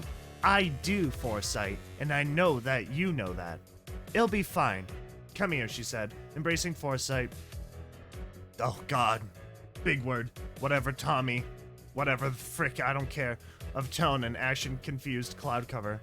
What in the world is going on? Are they a couple? Is she dumping him? Transferring him? Retiring? A voice crack? Transferring him? Retiring, hopefully? This is so weird. Oh, Luna, my back is starting to cramp. Please leave, please leave, please leave. Assemble them in the main theater room, Forsyth. That is in order. 15 minutes from now, as planned. She gave another weak smile, pushed his sliding glasses back up to his eyes, and went to go out the door. Miss Butterwing, do you mean the MTR? Yes, of course. Main theater room. She said outside already. Forsyth followed her, closing the door behind him. Then why did you say the whole name? Cloudcover heard before that latched door cut her off from the conversation. She waited then, in her cramped little closet, taking only the risk to breathe a little bit deeper and faster. After what she felt was 5 minutes had passed and no pony returned to the office, she pushed it open and fell out of it, gasping for real gulps of air. She lay there on the cold floor, coughing lightly, shaking, confused. I wonder... Wait, are they gonna, like, do some sacrifices of themselves? Uh-oh. That can't be good. Something's going on. Something big's gonna happen now. That theater room is where everything goes down.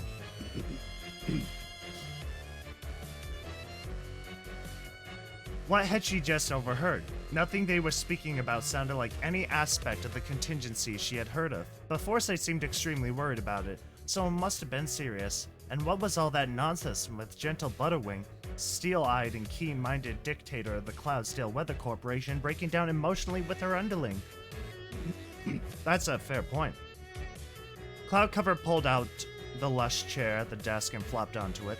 She felt as if she kept getting caught up in the strange management scuffles with this damn factory. 18 years ago, she was used as a tool for Hyde Atmosphere to wrench control, if not in name, but in practicality, from Rainbow Dash. Now, she had shown up again, and the current boss of the place was having some sort of relationship issue with the head of logistics. She glanced down at the desk and started the Contingency A folder. It was gone. Gentle had picked it up and tucked it under her foreleg. Cloudcover's only definitive proof that the corporation was aware of the reckoning and was refusing to provide the only way of saving most of Equestria was now gone. She dropped her head into her hooves and groaned. She could have grabbed it before she jumped in the closet. She should have grabbed it, because now Gentle knew she was in the office. Uh-oh. With a blank face, she jerked up. Gentle had known Cloudcover was in the office. She had to have. I believe it. I think she definitely knew she was probably in the office. There's no way you can, like, be that suspicious about it. Why else would the folder kept under a special memento be moved but not taken? So why didn't she search harder for her? Why did she continue to talk about her plans and let herself be so emotionally open, especially if she considered Cloudcover to be a failure? Ooh, good lore right here. She looked at the desk and realized then that there was an ID card there that had not been there before. She put it closer to get to her and stared dumbfounded. It was Gentle's ID tag for the elevator. That's actually freaking insane. She had left it there when she grabbed the folder, and she had clearly announced where she was planning to go. The main theater room, the heart of all evil in Cloudcover's life. When she was last there, she had seen a ghost, the emaciated shell of an old friend of Rainbow Dash's. Absentia, that was her name. She remembered when the atrophied mare saved her from Rainbow Dash. She remembered breaking the chains that suspended Absentia above a room of rust and corpses. She remembered the massive Pegasus device at the back of the room. That arachnoid monster of blood-spattered metal and hollow glass tubes. She remembered the screams of 100, 1,000, 1,000,000 foes that assailed her, like so many banshees when she first touched that plain gray door. I still love that, like, concept about this door and just leading into this room to be absolutely cursed.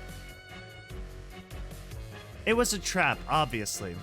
Cloudcover briefly wondered if Gentle had thought her so stupid a failure, that she would fall for it blindly, but threw that idea out after a moment's consideration.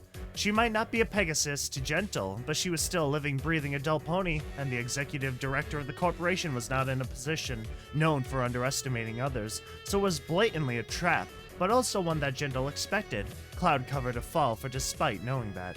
She tapped her chin. She tapped her amulet.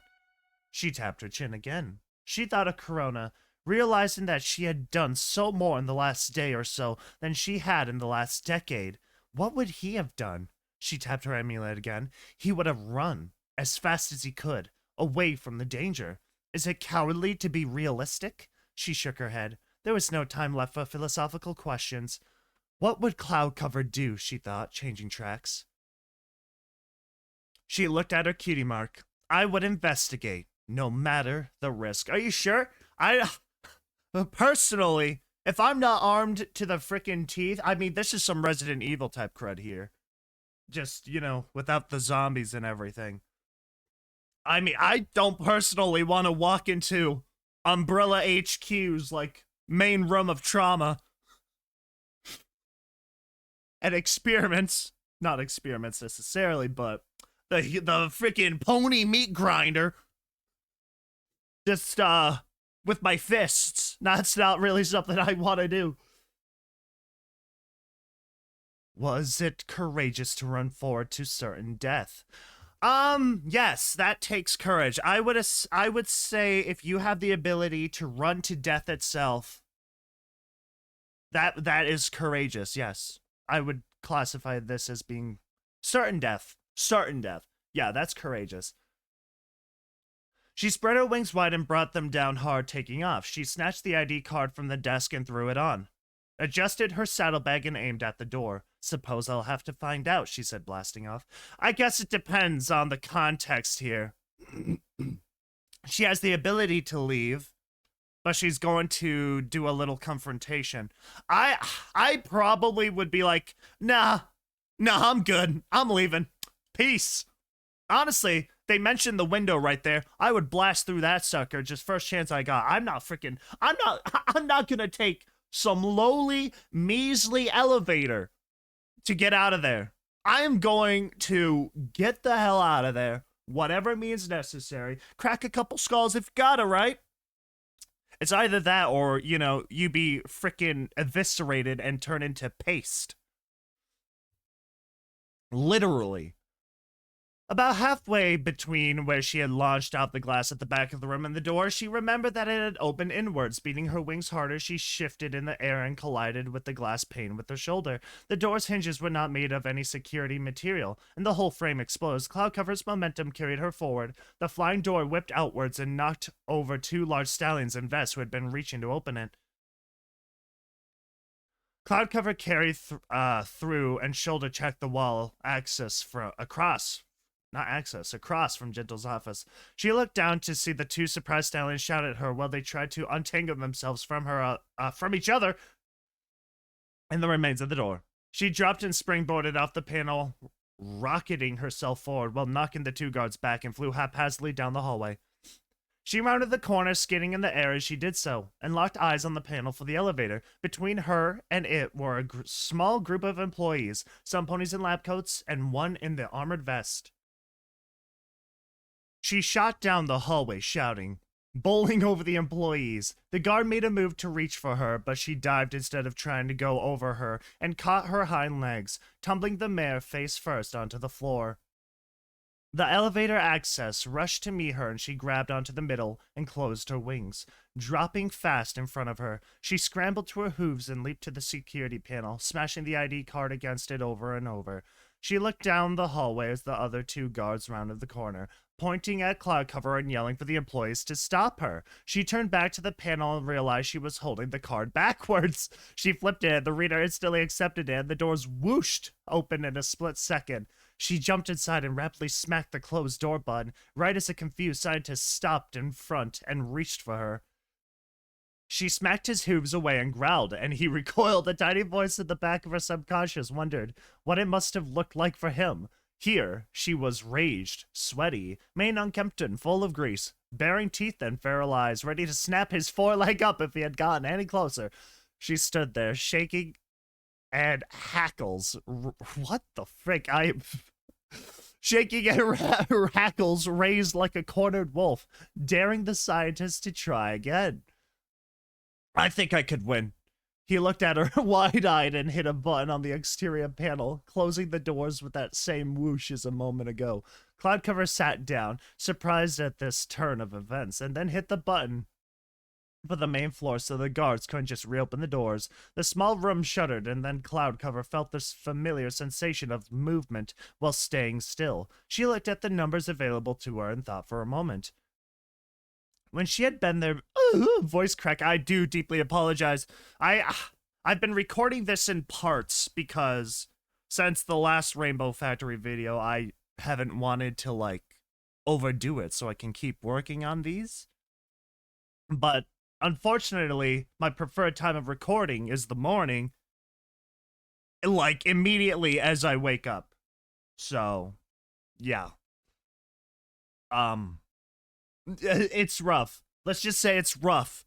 If I did more of my videos at, like, the end of the day, we would not have this, like, voice crack, raspy, almost dead-esque tone. I promise. Oh, man. Oh, boy. The small room showed blah, blah, blah, blah. She looked... Hold on, what? From the main floor so the guards couldn't just reopen, a small room shuddered, and then Cloudcover felt the familiar sensation of movement while staying still. She looked at the numbers available to her and thought for a moment. When she had been there before, the main theater room was on the lowest floor of the upper factory. She tried to remember 20 years ago what floor she had been on when she had taken her elevator to Freedom. It must have been 1 or 2 lower than the offices. The central control room had been there. She blinked. The 8th floor button, which had been dim when she first arrived, was now lit up just like the rest. That's actually kind of spooky. An elevator button that is, like, doesn't work, but then now it oddly does work. That's kind of cool. That's cool. That's freaky. She, wait, what? Yeah. She looked again at the ID tag, which had gotten her access to the elevator, and realized that it was not that the light had been broken, but that it had been unavailable for her to choose. Oh, okay. But now that she had scanned in as Gentle, it was open. She hit the button, and the elevator lurched in its descent and then stopped. There was a quiet ding, and the whoosh, and Cloudcover stepped out before the door closed. She felt weird. Nothing on the floor seemed familiar to her yet at the same time she remembered every intricate detail as if she had seen it 1,000 times, or dreamed of it every night without remembering the walls were brilliantly white, a far departure from the rust and grime of 2 decades ago. She walked cautiously along the metal grating suspended above a bottomless pit, leaning against sturdy guardrails as her eyes followed some of the more massive pipes down the radiant fog below. You know what? Props to the Cloudsdale Weather Corporation to have more safety guidelines than the Death Star. Freaking God, dude. Has anyone heard of guardrails in that goddamn franchise? Like for real. Like, I'm gonna be dead honest. What the frick? Y'all ever notice the lack of guardrails? It's kind of ridiculous. Nausea and dizziness swept over Cloud Cover, and she dropped to her haunches to catch her breath. There were no spiderwebs of hoses and tubes, no low-hanging wires with occasional sparks, no cracked vents leaking clouds into the workspace. Everything was clean, orderly, and in perfect repair, and yet there was a stench of oil and blood that seemed to emanate from the walls and leak from the pipes. It was not a scent that was actually there, though, merely one brought forth by her memory. Triggered by ghosts of familiarity, a yellowed sign there, a door over here, a turn in the hall, just up ahead. She did not know where she was, but she knew where she was going. Her legs started to carry her down halls they had run almost every night in her sleep, and she let them lead. She passed by a clean yet ancient-looking vent, and it became apparent to her that part of her confusion was the difference in size. She had been nay higher than her own knees when she was last here. She turned a corner and froze, the hallway she did remember. All of the pressure washing and shiny new plastic and bright reflective warning tape did nothing to stop her from recognizing the large and flat gray-colored door, halfway down the aisle. She looked around and, seeing nobody, sat for a moment to catch her breath. Beyond that door was Gentle, and the other directors of the corporation. The 5 most powerful Pegasi alive, at least that Cloud had ever heard of. She thought of Foresight and his broken glasses and figured that perhaps it was the 4 most powerful Pegasi alive, and him. They could all be old and miserable ponies by now, just because they held sway over hundreds of thousands of her own kind. Didn't mean that they would be trained professional fighters. She might not be able to intimidate them, no, but perhaps she could make a case to their equinity. Maybe they didn't know that Gentle had an alternative solution. Well, worst case scenario, I tackle the bitch, grab the folder in the confusion, and magic myself to freedom. Cloudcover thought. Stepping up, she walked quietly up to the door. It seemed just as large to her now as it did when she was a filly. She took one more deep breath, steeled herself, and rushed the door, putting all her weight into it as she pulled the handle. Thankfully, there were no screams this time. Less fortunately, the instant cloud cover breached the main theater room. A searing pain ripped through her body as if every nerve had been set on fire. Ack! Cloud cover managed to get out, collapse into the floor, and rolling limply to the center of the room. She blinked. Her eyes thought the sting, ping, and saw by the door. 2 guards ponies flying. They were holding strange little devices with an electric blue glow at the end and were looking down at her disdainfully. Shit. She moved to smash the amulet on her chest, or would have if her leg had responded. She rolled her eyes down as her head would not turn for her, and found her forelegs to be just as limp as the rest of her, and sunken slightly into the cloud. Shit. Get her up and looking at me, and then get out. It was Gentle's voice, back to its dead professional tone. A numb tug at the back of her neck by one of the guards cut off her line of thinking, and she hung like a kitten carried by its mother. A stepladder was dragged over the corner of the room. Uh-oh. And cloud cover was dropped onto it. The top of the ladder held her flimsily head up, letting her get a good view of the room for the first time. Uh-oh. Good. You're finally awake. To say what cloud cover saw was ominous would be an understatement. The room was just as luminous as the rest of the Rainbow Factory she had seen, with perfectly clean cloud walls and neatly organized pipes and wires. 4 ponies, 3 of them dressed neatly in suits and the other just Foresight, stood across the room from each other underneath the hanging scaffolding. They were glaring at her with all the intensity one would expect after making a loud noise in a library. they didn't seem malicious. Rather, they looked annoyed.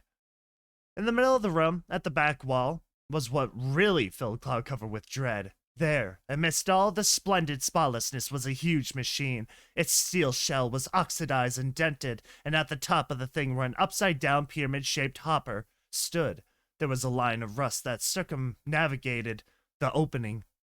At the bottom, 4 huge glass tubes extended from the left and right sides, each stained lightly with each shade of the rainbow and curved sharply into the floor to sights unknown.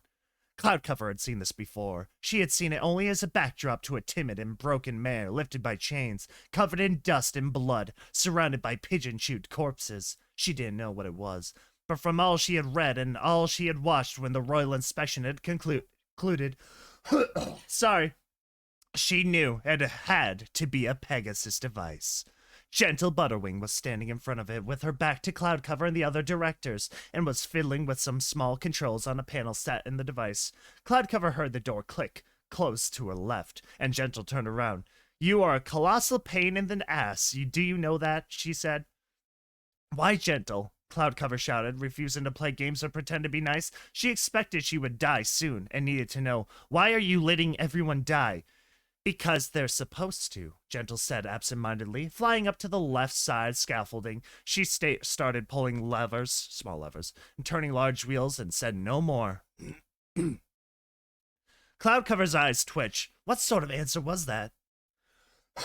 Oh my god. I apologize. Some sort of freshman psychology major bullshit about the inevitability of death, she screamed out again. That's not a reason. Just because we'll pass eventually doesn't mean you get to decide for every pony and creature when and where that'll happen. The reckoning cannot be stopped, Cloud, Gentle replied, almost bored, flicking some switches. It can, and you know it. I saw your report, Gentle. The one you had stashed in your office. Contingency A. Some minor movement had come back to Cloudcover, and she put all her effort into turning her head to look each director in the eye. So many could be saved. Think of the legacy of the corporation, of the Pegasi race, how we could all have been heroes. Did she tell you? She asked, catching Foresight's eye. The stallion looked down and away from her. Did she tell you that we could save most of the world? Gentle flew up from the scaffolding and hovered down in front of Cloudcover. She wound back and then brought her hoof forward, punching the paralyzed bear so hard the latter rocked. You do not get to use the word we. Ah, the collective we. I love that word. Cloudcover brought her drooped head back up to stare her adversary in the face. Shaking through the effort, is it about the city? About keeping Cloudsdale whole? It's just a fucking cloud, Gentle. Is that why you rejected it? Why you rejected it? She shouted to the room, trying to find a director to listen to her. You're all really going to let millions die to keep the Mega Nimbus intact, is that it? Gentle punched her again, and then flew back up to the scaffolding. Were you even listening, failure? She did not look at Cloudcover when she spoke. I already told you. The reckoning cannot be stopped. She turned around then and stood tall, looking down on her captive. This factory is cursed, do you know? Children sing about it like it's a joke. In the Rainbow Factory, she sang in a childish mocking tone, where not a single soul gets through. But it's not. I've seen it for myself. Watch the curse in action. Any pony who interacts with the Cloudsdale Weather Corporation is doomed to die at its hooves, or go insane, or just be, she paused, taking a breath, or be broken. Uh-oh, fix, broken, must fix. There was another pause while she settled on onset of rapid breathing. So what does that have to do with every pony else? Have you ever looked around you, Cloud? Ever woken up and inhaled the revitalizing scent of a sunny day after a rainy night? Ever sat in a park and smiled at a rainbow? Well, maybe not you, I suppose. But have you ever warmed your wings in the sunlight, eaten food that had been watered by rain, fallen asleep to the rhythmic rumbles of thunder? Everyone has interacted with the corporation, Cloud. Everyone. This is the reckoning I speak of. She pulled a huge flip switch down. Grunting as she fought against the stiff pivot point, it slammed down and sparked once, and the quiet in the large, empty room was shattered by deep gut rumbling klaxon. The Pegasus device hummed to life as motors and pistons and pumps within a large box started up. There was a minute of cacophony, and then the klaxon went quiet, leaving the vibrating machine to fill the room with noise. Cloudcover stared at the hopper, seeing the tips of scythe-like blades alternate back and forth over the rusted edge. Not rust, she realized. She turned her head, mouth gaping, to the mad mare up on the catwalk. "You're insane," Cloudcover said. "She's insane," she said to the directors. "She wants everyone to die because they've lived in weather? Are any of you listening to this? You don't have to follow through with this bullshit. The first contingency." "There's no use, Cloud." Gentle flew over and landed in front of her. Cloudcover cringed in preparation for a punch that did not come and open an eye to see Gentle run a hoof down her cheek softly. "Ooh." Trying to do a little serenade. Oop, get off my screen. She was that rivaled her touch? Reveled, but could hardly pull her head away. This corporation was built on loyalty. Unless I tell them otherwise, they will not change course. She turned and walked towards the device again, and the director's gazes followed her movement silently. "It's too late anyway. The reckoning has already begun." What? You're lying. You have decades." Gentle laughed softly. "You know, Cloudcover, Rainbow Dash's plans were always liable to be ruined. She always moved too fast, went too early, never planning, never thinking, just rushing in." She turned and confusingly smiled at Cloudcover. "You did a great job screwing things up for her back then. Just completely uncounted for in her plans. It played right into Hyde's own goals. But I'm not Rainbow Dash, Cloud." She reached the device and pressed her chest against it, running a forehoof down it slowly, as if in the embrace of an old lover. She rested her head against the machine and smiled sweetly, and then released it and spun back to face Cloudcover. "You have always been part of my plans. Ever since I took control of the corporation, I knew you would show up one day and try to destroy everything I'd worked for, to break my corporation." Her words started to shake her, anger boiling to the surface. "It's why we purchased Cloudsdale at 7. It's why I accepted your interview. It's why I've kept you alive all this time, when, with a clap of my hooves, I could have had you disappear overnight. Why would you keep me alive if I was going to be a problem?" She let indignation fill her voice. Every moment Gentle spoke, a bit more feeling would return to her limbs, a bit more muscle control. "So I could break you. So I could watch as you learn that you have already failed before you even started. There's no getting through the Rainbow Factory, Cloud." She started to fly now, raising up directly in front of the Pegasus device. "Silver linings, Blue Note," she said, pointing to the two Pegasi on the left side of the room. "You make sure those air walls stay online no matter what. Keep Cloudsdale safe." They nodded, staring emotionless at their flying leader. Sapphire, the man next to Foresight, looked up with a look that was hauntingly familiar to Gentle's typical demeanor. "Make sure there is order amongst the safe zone. You know the plans for City Hall. Keep Cloudsdale in line." Sapphire nodded once, a devilish grin forming on her muzzle. "Foresight." Gentle moved down towards the stallion and embraced him after a long moment that would have been quiet save for the roaring elephant in the room. She released him and hovered back. "It is up to you to guide Cloudsdale into its new era. The others already know their allegiance falls to you after me. Hey, stop that. It'll be okay. I will see you soon enough. Be strong for Cloudsdale, Foresight. You are the only pony who could organize and direct this new world." Foresight nodded, rapidly grimacing. He affixed his glasses, a move Cloudcover suspected was to cover up the wiping of tears, and stood tall, appearing for once to be firm and resolute. "Cloudcover," Gentle said this softly as well, flying over in front of her. She leaned in close to the paralyzed pony, whispering so softly that only Cloudcover could hear. "You escaping was a great insult to the factory. You cannot escape your reckoning, as I cannot." Cloudcover's mind was racing. She didn't know what was going on, what the orders were about, why Gentle had said them. What the purpose of the strange meeting in this damned cavernous room was even about. Gentle must have been lying about triggering the reckoning. It was a jab, insult to injury, designed to break her soul before tossing her in the device. Gentle was right there, next to her. She tried to lift her leg, and though her hoof twitched, no other muscle responded. She glared at Gentle, hoping and praying that perhaps, if she had hated her enough, despised her enough, the mare would collapse dead. She would not give Gentle the satisfaction of her being afraid. She just needed Gentle to rescind her orders. There had to be something, anything she could use as leverage, some sort of philosophical or moral argument, some paradoxical thinking that had made her realize she was wrong.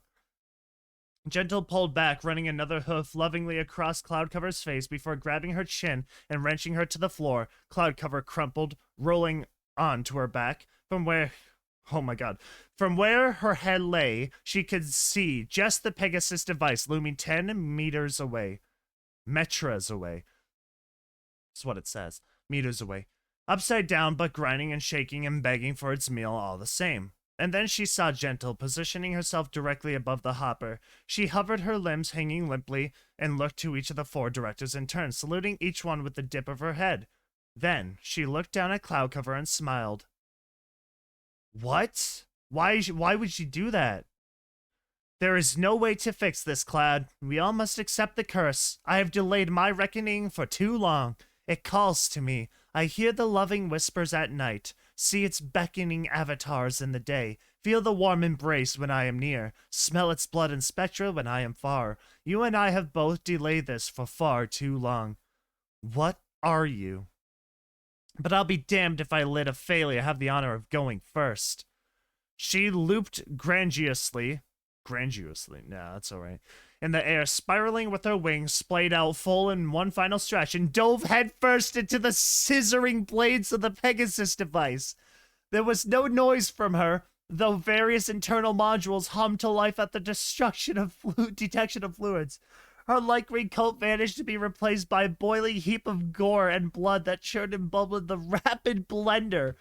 Cloudcover had closed her eyes as tight as she could when she realized what Gentle had done, but she had been a split second too late. The afterimage of bits of wing and leg tossed comically in the air was burned onto the inside of her eyelids.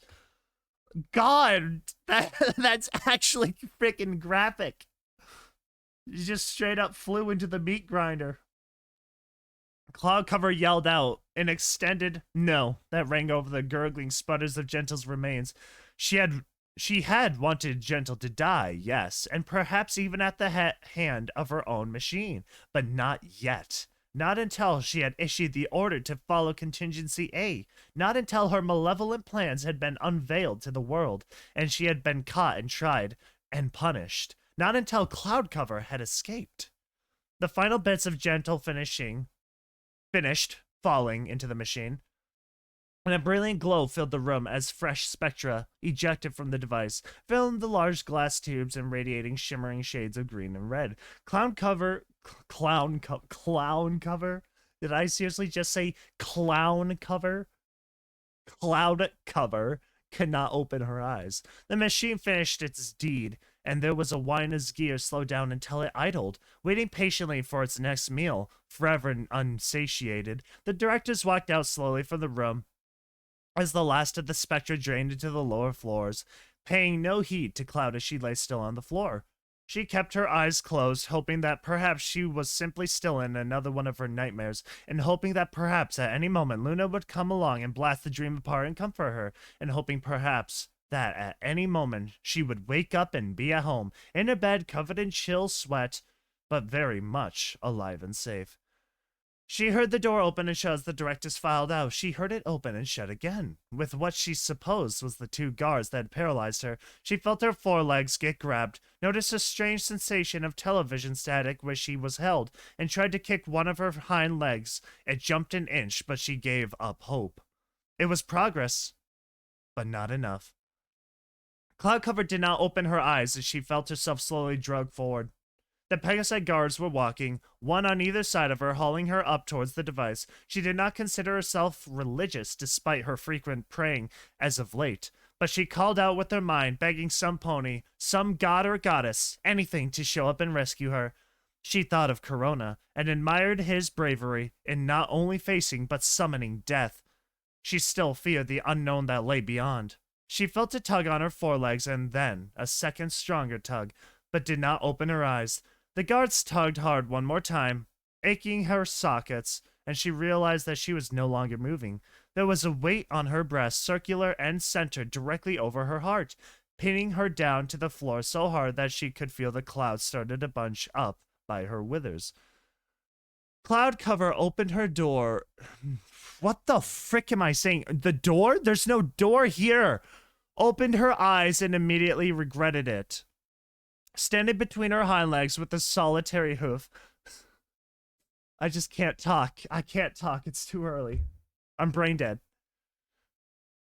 Stepping down hard on her ribcage was a stallion, or rather, it was most of a stallion. He had had a pastel blue coat and deep navy blue mane, though it was hard to see the colors amongst the bone-deep gashes that lined his body. It was as if he was a zebra, except with lacerations instead of stripes. Ropes of intestines and glistening organs had slipped out of his carcass and were resting slimily on Cloudcover's barrel. Gross. His face, however, was pristine. It was old and tired green, and tired green eyes locked her in her own golden irises.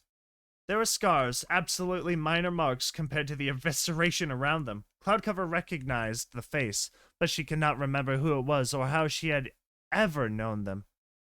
She looked up at her captors, curious to see how they felt about this new development. The guards were frozen in fear, staring with horror and incredulous expressions. Cloudcover attempted to pull her legs free, and though still weak and movement limited, they were easily released from the guard's grip. Cloudcover heard a sudden rush of silence and dropped her head to look back at the Pegasus device. The change in noise level in the room had obviously distracted the guards from the corpse standing on Cloudcover, the same as it had her, because she saw them turn their heads towards the machine as well. All three of them immediately regretted it. Surrounding them were 100, 1,000, 1,000,000 foals in various forms of decay or damnation. They all leered at the guards, unblinking and otherwise unmoving. Cloudcover and the guards turned back to Contrail, who was now joining the horde of cults and fillies and scowling at them. Oh, that's freaking terrifying. That is a freaking messy, spooky freaking situation. Oh god, that's a lot. That is a lot of them. The guards shrieked and rocketed towards the door, colliding with it together and exploded the steel panel off its hinges. It clattered against the railing in the hallway beyond, coming to a rest long after the two ponies had vacated the area. Cloudcover had not watched them leave. However, she focused on Contrail, feeling just as scared as the guards must have. She envied them for their capacity to flee, and took no solace that her only recourse to this terror was apparently the act of wetting herself. She blinked, and all the foals were gone, but Contrail remained. "Who?" she said, not breaking eye contact. Contrail did not reply, instead lifting his hoof off of Cloudcover's chest and moving it forward to the rest of the amulet around her neck. She glanced down, and then back up at him. "Wait, no, not yet. Who are—" she said, getting just that far before the light blue hoof stomped down and shattered her amulet, and she was gone. For a brief moment, Contrail stood in the center of the main theater room, moving only his head as he surveyed his environment, and then he too was gone. God dang! God dang! We have one more chapter left. I'm going to guess this one is going to be mainly focused on everything happening back down on the surface. Chapter 8! It was a strange feeling. She had felt the effects of unicorn magic before, but this wasn't quite the same. It wasn't some tingly pressure or strange buzz of the air around an object like she remembered. It was as if it was her own magic, flavored differently from all others. She felt like her flesh had been replaced with carbonated water. When Contrail had activated her amulet, she experienced teleportation for the first time in her life. There was a certain freeness about it all. Being thrust out of the 3 physical dimensions she was used to living in, it wasn't as if she had been ripped out of the world, but more of a sliding, like you are about to fall asleep after an incredibly tough day and feel as if your bed has become a void. And just as if it was what she was experiencing, she jolted at the disorientation and found herself back in the comfortable embrace of the XYZ axis. Cloudcover had been far too distracted to remember how the amulet was supposed to be used. Right before the gemstone cracked and spilled its mystical contents into her heart, all her mental faculties had been taken up by trying to figure out who and what had saved her in the first place. She missed out on high school biology as well, but she was pretty certain a pony sliced up like an accordion would not be capable of standing up, never mind holding her steady against the efforts of two stallions with a single hoof.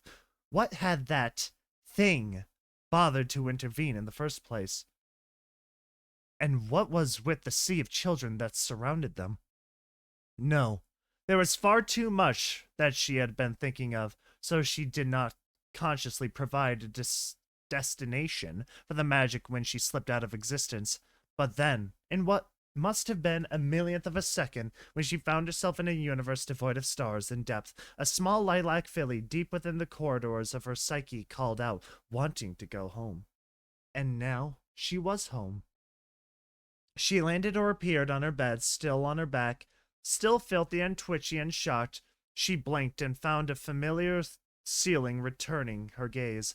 The window blinds were open, yet it was dark in her apartment. She tested a leg and found she could move it fairly normally, though it was still weak. She repeated it. Dude, if this is actually a dream, that's freaking wild. She repeated it for the other three and then risked rolling over onto her side to check the alarm clock.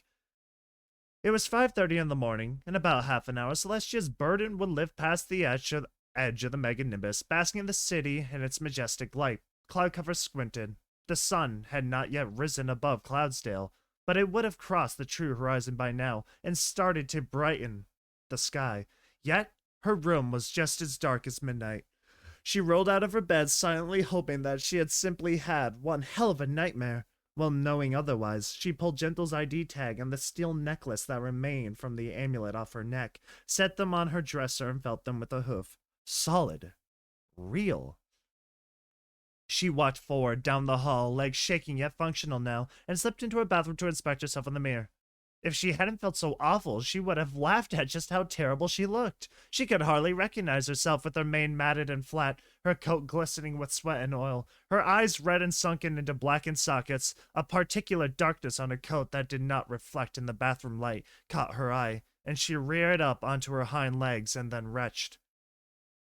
Her entire belly from her stomach to her groin was stained with dried, blackened blood. Uh-oh! She grimaced and quickly patted herself down, trying to find any sort of gasher. Misported chunk. Misteleported.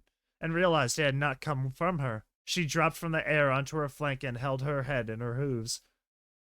They would notice she was missing soon. The guards would calm down or be found, and the corporation would know she hadn't died yet, and they would be coming for her.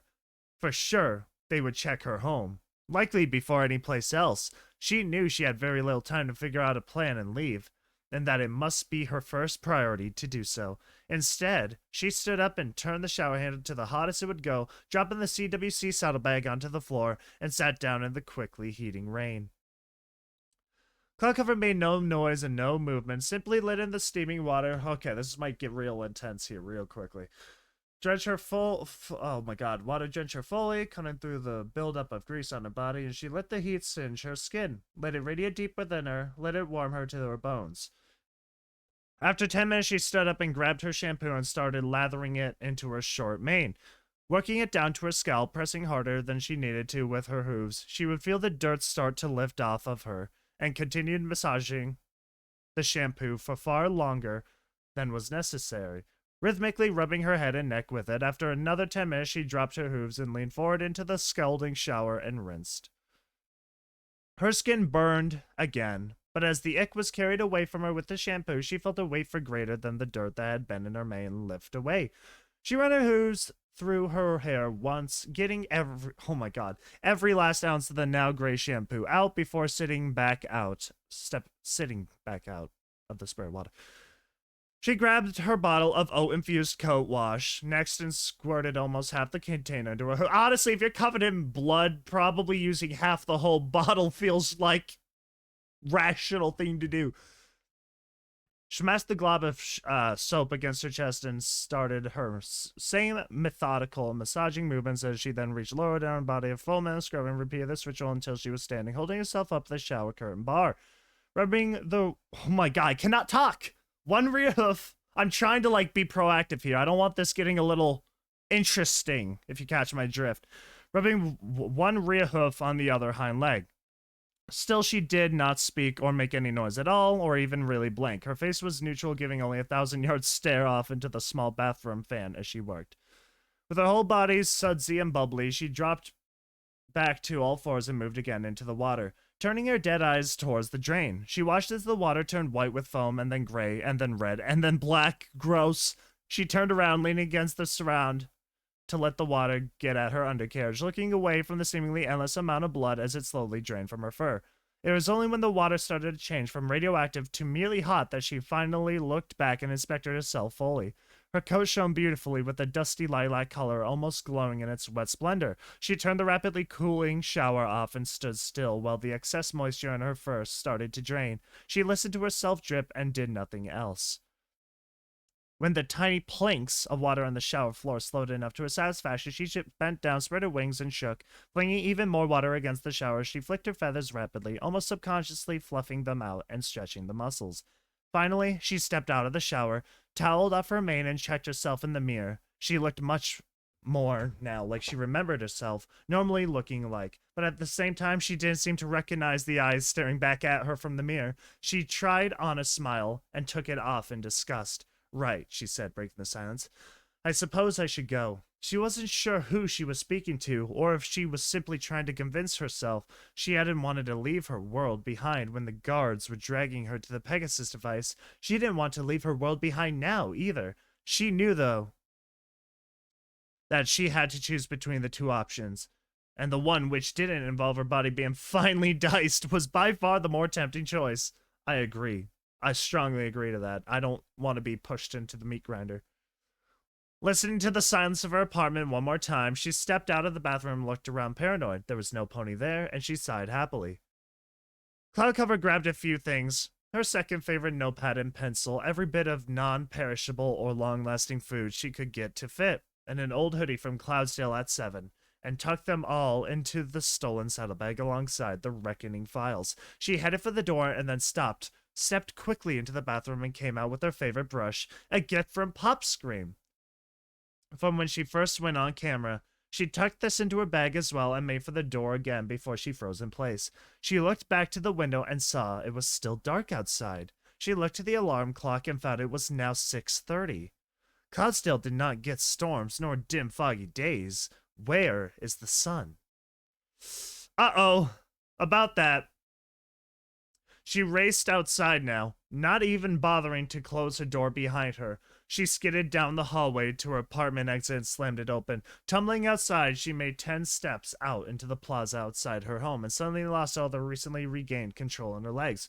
She dropped to her haunches and looked slack-jawed out to the west as Gentle's words rang softly through the back of her mind. So I could break you. Her eye twitched ever so slightly. Off in the distance, straight west from Cloudcover, past the edge of the meganimbus, was a strange shimmering rainbow. Uh-oh, it happened overnight. Like an oil slick in the air, behind it, massive tumultuous thunderclouds, larger than the meganimbus, reached halfway from the troposphere to the ground. They battered the strange pearlescent shimmer and lightning, clearly striking a dozen times a minute, for as far as Cloudcover could see from her vantage point. So I could break you.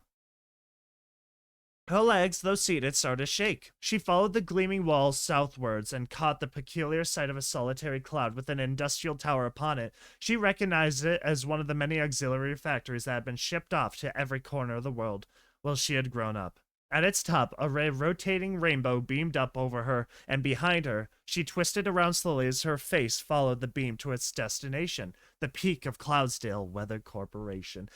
Dude! The frickin' future is actually wild. The corporation controls everything. Not the princesses. The frickin' company runs it all. That's it. That's it. They're in charge. They've won. This is the end game. They are now the most powerful group ever. So I could break you.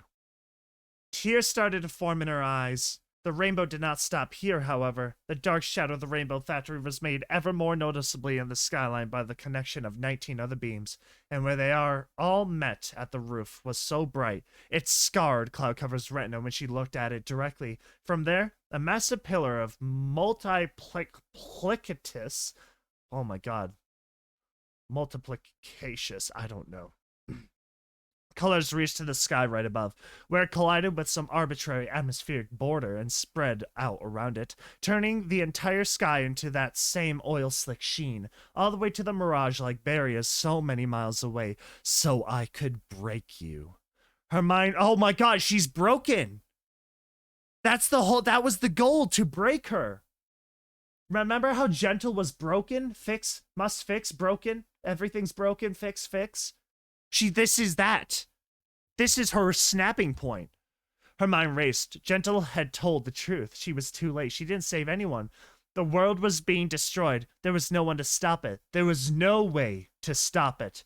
She had been a pawn all along. All her friends and contacts from other towns, other cities, other countries would be consumed by the reckoning. Cloudsdale was all that remained of the world, and she had been exiled. As the sun finally broke above the sieging storms, so too did Cloudcover. It was night now, and Stormy Knight was enjoying the strange peacefulness of the safe zone. Perfectly mild, early autumn weather, he thought as he paced in the darkness as it should be. He ached slightly less now. It had been about 24 hours since he had blackened out, broken out alive. On the dry side of the wall, Pegasus medical technology was not like most other forms of Pegasus technology, very advanced, but it was the two unicorns who had raced from the town to his side that had done the most work in patching him up. They were not the town's best healers. That distinction had gone. Unfortunately, to one who also knew a flight spell, he breathed deeply, enjoying the scent of the still damp grass beneath his hooves, and enjoyed the fact that he could breathe too. The medics of the 13th primary had confirmed that his chest and back muscles were mended, and the unicorns had been promised extra rations for a month for their efforts. Just extra for a month? Make it 3 months, and I might do it more often. Stormy Knight smiled, thinking of his colonel. Those unicorns had broken past the demarcation line set up and ran right next to the equipment, keeping the air well aligned. 2 guards from a different squadron had tried to stop them, but when they saw the unicorn's magic working on the lump of recoiled muscle that had been his left pectoral, let them be. Had it been any other primary, their commander would have thanked them and then had them incinerated for insubordination, but not Colonel Sundown. He had always been fine with the squadrons breaking the rules, disobeying the orders so long as they ended up being right. Ooh, that gave me goosebumps. I kind of respect it. I kind of respect that, though. I don't respect liquid thundering a whole group of unicorns, though. That I kind of a death stare for him. I wonder who determines what is right, though, he mused, turning the corner of the fence he had been patrolling. He found that the smallest, tiniest part of him was upset that he had been healed and sent back to work so soon. Sure, he couldn't fly right now, especially not with his wings wrapped tightly in binding gauze. But he wasn't really in any pain. A week of physiotherapy, and they would be strong enough for him to get back to. To what? There wasn't really a need for all the squadrons of all the primaries to maintain the safe zone's weather. Tartarus, Stormy thought. Cloudsdale already had its own dispatch of weather ponies for this entire area. He did remember some talk of the primaries being absorbed into the Department of Lightning production. There's already lightning! There's lightning everywhere! Did they forget the fact that lightning was striking 1,000 times a minute, at least? Did they just forget that they have, like, a unlimited amount of lightning right over yonder? Obviously, that's outside the barrier, I think, but still, my point stands. There's a lot. Why, you don't need more. I guess manufactured lightning is a little different from unnatural or supposedly natural environmental lighting in this story.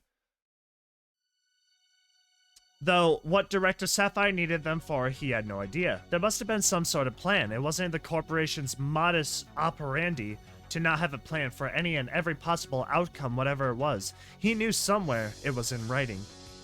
He continued on walking, returning to his earlier musing about the healing. He had temporarily lost his ability to fly, but by all other accounts, he was strong and healthy.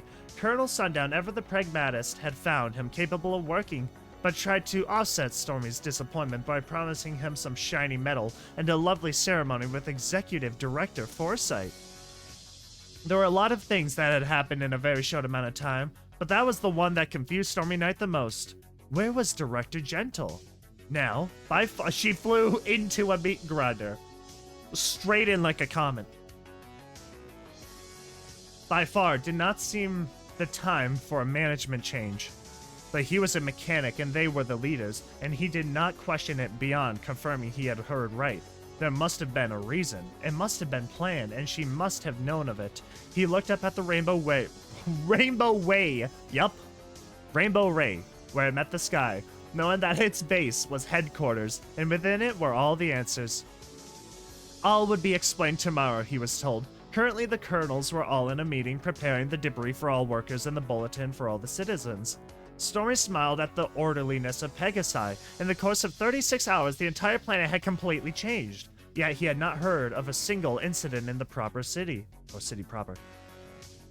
They just accepted what was done must have been done. Good little Pegasi, he thought, chuckling aloud. It hadn't taken much to train him to take orders. Maybe it's a genetic thing.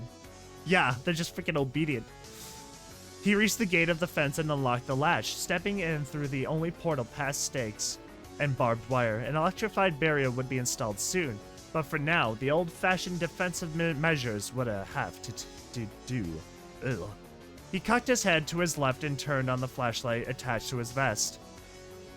Yes, he had been broken, and only partly fixed, but even a broken Pegasi can patrol the stockpiles, Sundown had figured. It was busy work, an unneeded public relations sort of job for him to be able to say that not only had he saved everyone's lives, but he had been right back to work the next day.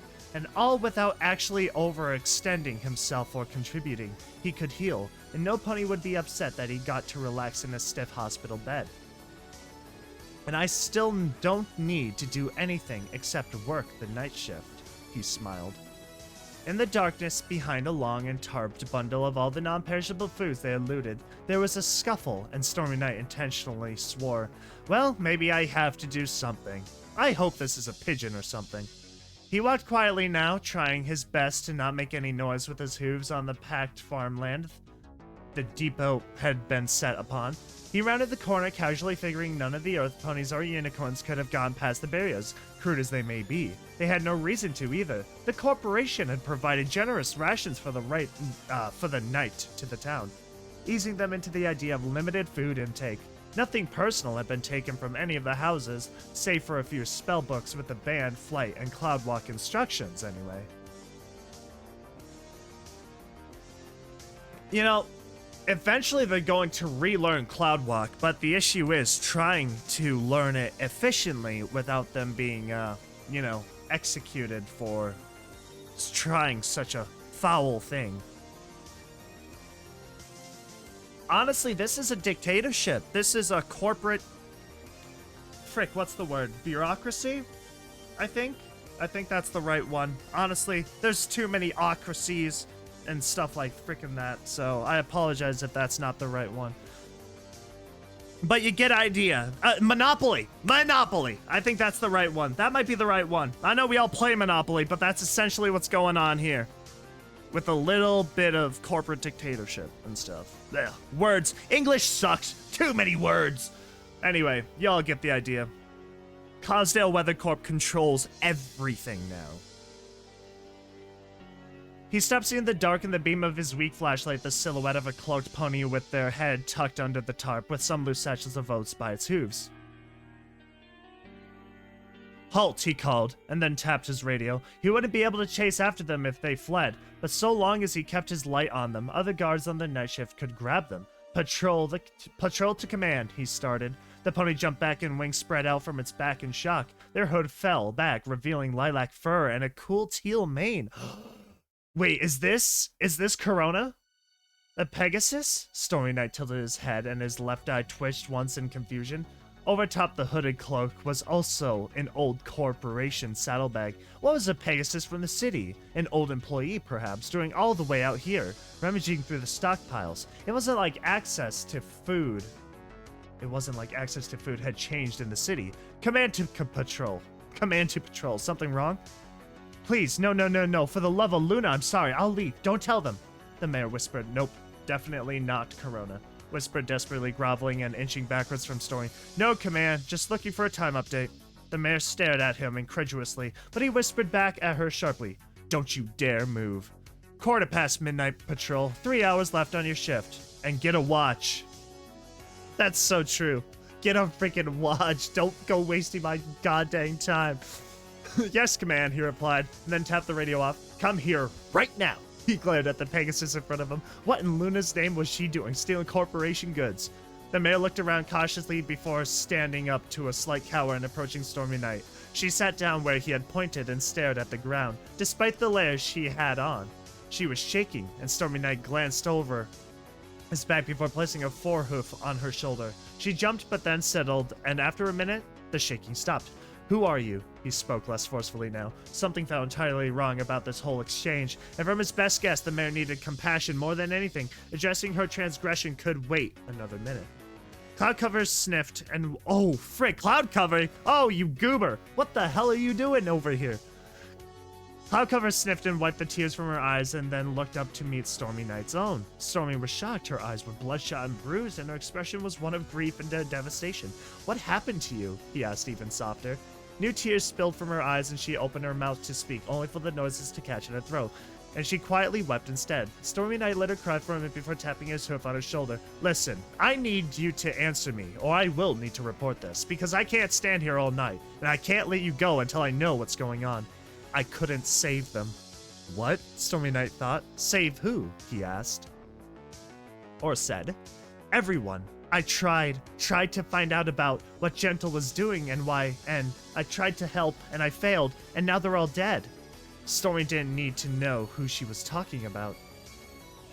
He glanced over his shoulder at the gleaming rainbow clearly visible against the dark of night now. Beyond it, the intensity of the storm had subsided with the cooling night, but what meant nothing.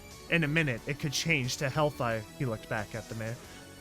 I imagine the rainbow, though, being like the Citadel from Half-Life 2. But, like, it's just a rainbow going straight up into the sky. I imagine it's colorful, though. I imagine it's, like, glowing like a light source.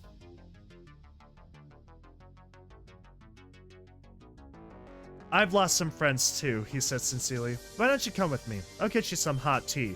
The corporation has some great therapists. No, the interjection spooked him backwards, and Cloudcover shook her head violently. No, they hate me. I need to leave. I need to. I can't let her be right. She raised her head and locked eyes with the stallion, and beyond all the fear and grief, Stormy Knight could see a rigid determination and blinked. Hey, haven't I seen you on TV? I can't let her be right. I can't have been too late. I have to save them. There must be some ponies still out there. I have to check. She's broken. She's shattered. Out? What? Out there? Stormy Knight gestured to the rainfall beyond the wind generators. Don't be ridiculous. You'll die in a day at most. It can't be survived. Then I'll die knowing I tried to help. She said this, and Stormy Knight could not be sure if she was trying to convince him or herself, regardless of the intended target, though it had worked. He looked up behind her to the blackness in the sky. That was Cloudsdale. And then he returned his gaze to Cloudcover. He had many moral fights over the last few days, and each time he had looked to his home to reassure himself that what he did was right. He abandoned his old friends and left them for dead for the flock. He rounded up his fellow ponies and helped force them into slavery for the flock. And now he was supposed to report this crazed mare for reconditioning for the flock. But what is the flock if not for its ponies? It's not some coliseum in the sky, not some expansive clouds that hung over a prairie, never moving. It was the Pegasi who lived within it. He thought of what he had been a part of, and what he was going to continue to be a part of. He was home now, but what is home if there is nowhere else? And why was it always for the flock? Were they not all equine creatures? He stared into her gold eyes. Still, the resolute pony hidden somewhere behind the sobs was becoming more apparent. 2 miles to the north, there is a metal tube cocked out of the ground about 200 meters back from the wall. It's an access tunnel to some chaos generators and will get you past the wall without you being sandblasted to death. Why am I telling her this? Who is this mare? Take no more than you can carry in your saddlebag and never stop for too long. She's just going to die of exposure in a couple hours. If I see you again, I will report you immediately. Go. Cloudcover nodded, her muzzle stiffening and brows firming at Stormy Knight's orders. She quickly grabbed the few bags of oats she had left on the floor, and then, in the darkness of night, took off noiselessly. Stormy Knight watched her reach the air walls, and then dive low to the ground, bobbing and weaving over various massive cables and parts with her dark cloak. And in the limited light, he quickly lost sight of her. He left the compound and double-checked the lock, continuing on his patrol. His mind was not with him, wondering instead only about what had happened. His heart was pounding hard in his chest, a constant reminder that he had gone against training and orders and expectations. He looked up again to Cloudsdale and then back down again. It didn't quite feel like home. It could be described as nothing short of a miracle, how the structure had survived. Picked up by a tornado, flung 100 miles from its foundation through falling bricks of ice and spiderwebs, of lightning strikes, only to be placed down somewhat gently, if upside down, in the middle of a small clearing in the woods. It wasn't necessarily clear if the gap in the trees had existed before the house had been placed there, or if it was just one more symptom of the hurricanes that had ripped through the valley over the past 2 weeks. But regardless, there it rested, mostly intact save for a small amount of missing straw roof and some window panes. Cloudcover smiled, and when she reached the edge of the forest and spotted the house, the shade of the canopy had helped protect her somewhat from the intense sun that beat down relentlessly over her, and the building would provide adequate safety from the burning rays. She wasn't sure if she disliked the hot days less than the cold ones, but she always appreciated a dry road instead of a muddy slog, and so had either resigned to or accepted the sweltering heat as her new level of alright weather. It didn't matter so much. Anyways, come nightfall, the dip in temperature would stir up some new form of hell for her to somehow navigate through to her next checkpoint. She didn't worry about where she was going though, only how she would get there. So far, her guide had been correct every time. She whispered a soft thank you to the sky, as she had done each time the location in her dreams had turned out to be real. An abandoned caravan near the gorge, a tucked-away cave in the foothills, a fox den large enough to crawl into for the night, an upside-down house hidden in the trees.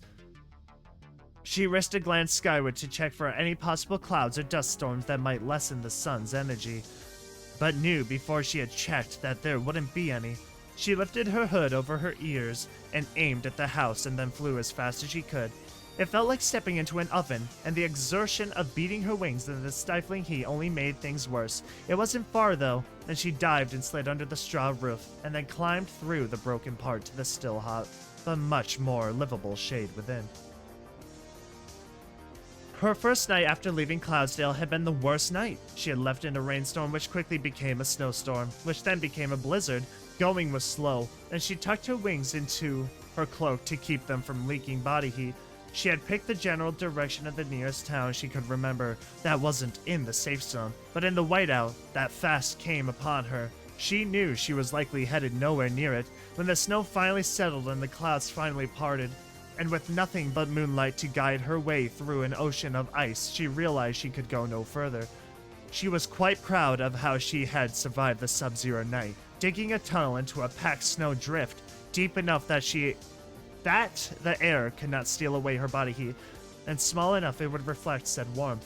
As comfortable as she could be, and as exhausted as she was, she closed her eyes and hoped it would not be for the last time. And she dreamed. She did not dream her usual nightmare of fleeing through twisting corridors of metal and rust, but of a quiet, hilled field at night, with a full moon lighting all the posies and daisies and grass in wonderful silver shades. Within that field, a village shimmered into existence, and she was picked up gently and brought forward through the village to a single house. She was placed down and the door was open, and she walked forward to find a trapdoor open in the center of the room. She looked down the trapdoor and found there was another moon within, and then woke. Most nights of Cloudcover's life, her dreams did not stay with her. She hardly even remembered the nightmares anymore. knowing she had dreamt them only because she woke up with damp fur and aching heart, and so it had surprised her when she remembered this one particular. Well, so well, in fact, that she knew exactly where the village was and where the house would be. She crawled out of her hole and she found the world to be just as uniformly caked in snow as it was when she had slept. There was a cloudless sky that seemed to have let all the warmth from the world escape into space overnight, but the sun had risen and its heat on Cloudcover's face was enough for her to keep hope. In the distance, she could see thick, anvil-shaped clouds forming, but they were behind her, away from where she needed to go. Wasting no time, she had left, flying over depths of snow she would have drowned in, crawling under fallen trees, always moving in a straight line no matter what she had to do to keep it that way. She feared if she turned for even a moment, the surety of her one-earic direction would leave her, and she would be lost again. And so even if she had to take her wings out of her cloak to flutter above an outcrop of rocks, she had done so. And when the sun had set and the moon had started to rise, and the rain had almost caught up with her, she found herself at the edge of a town she had never seen before, yet recognized it all the same. She did not look for survivors. She knew there was none. She did not look to see how they died or vanished. She would join them if she did. She simply ran down the roads until she stopped in front of the house she had seen last night. Within it, there was a trap door, and within that, shelter.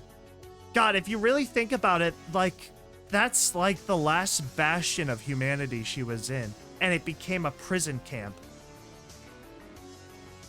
Maybe not necessarily as much. Obviously, they're being rationed, and they all have to do work and stuff. I think they might be a little bit more lenient than a certain historical group, but it can't be no different than that. The lives they're living, to a degree. She dropped down and did not find a moon as she had in her dreams. She found instead jars of applesauce, bags of expensive oats, matches, candles, and small hearth. With dry tinder already set up within, she lit the matches and started the fire, and once she was satisfied, the smoke was indeed being taken up and out by the chimney. She ate some of her prize and swapped out her cheap goods for the luxury brand ones. But there's nothing else though. You will go insane alone. You can only handle so much before it breaks you. This is just like Cloudcover's way of dying. This is no different. Grateful for the gift and towards whomever had shown it to her, she did not question why nor who had bestowed it upon her. She was too cold and tired. Curiosity could come tomorrow. And she had dreamed. Every night a new location, not always as comfortable or supportive as the last, not always as easily accessible or clearly found, but always shelter from whatever calamity the night's cooling air had brought. She had wondered for the first week if she was being directed anywhere in particular, or just to whatever place would be safe for the night. But by the 8th night, she needed wonder no more. There, just before the end of the earth on the first night of her second week, peeking up over some foothills was the silhouette of Mount Canterlot. It was not quite right, the castle shape clearly missing from the western face, but it was immediately recognizable all the same. With every dream and every day's journey, Cloudcover found it grew larger and more distinct. Oh my god, Luna's alive, isn't she? She had an idea as to who was summoning her there, but still did not know why. So far, she had found no other living pony. Plenty of frozen corpses or charred skeletons or wet and rotting carcasses, but nothing warm. Would they even be, rotting though? It's freezing out there.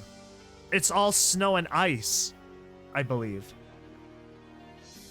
It'd be frozen, but nothing warm, dry, and breathing.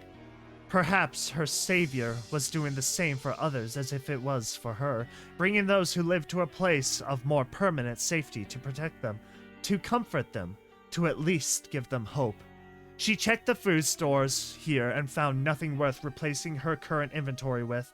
But at the back of the house, on top of an unfortunate and unnamed jumble of limbs, there was a broken, open cupboard with dozens of blankets and towels. Cloudcover glanced out one of the less shattered windows and saw snowflakes starting to descend their flightly dances, concealing the menace they hinted at.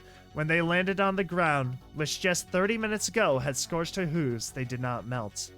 Cloudcover apologized to the former owner before taking all the blankets to a different room.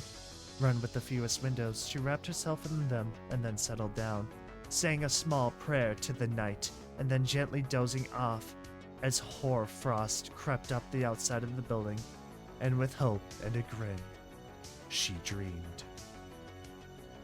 Dang. I think it would be crazy if anybody did survive, they would create a resistance sort of thing to fight the corporation. But then again, why would you fight the corporation now? That is the only reason you are alive. You know? Fascinating. That's Pegasus Device by Aurora Dawn. That's the last one of the series, I believe. Wow. That really makes you think. Let's check it out.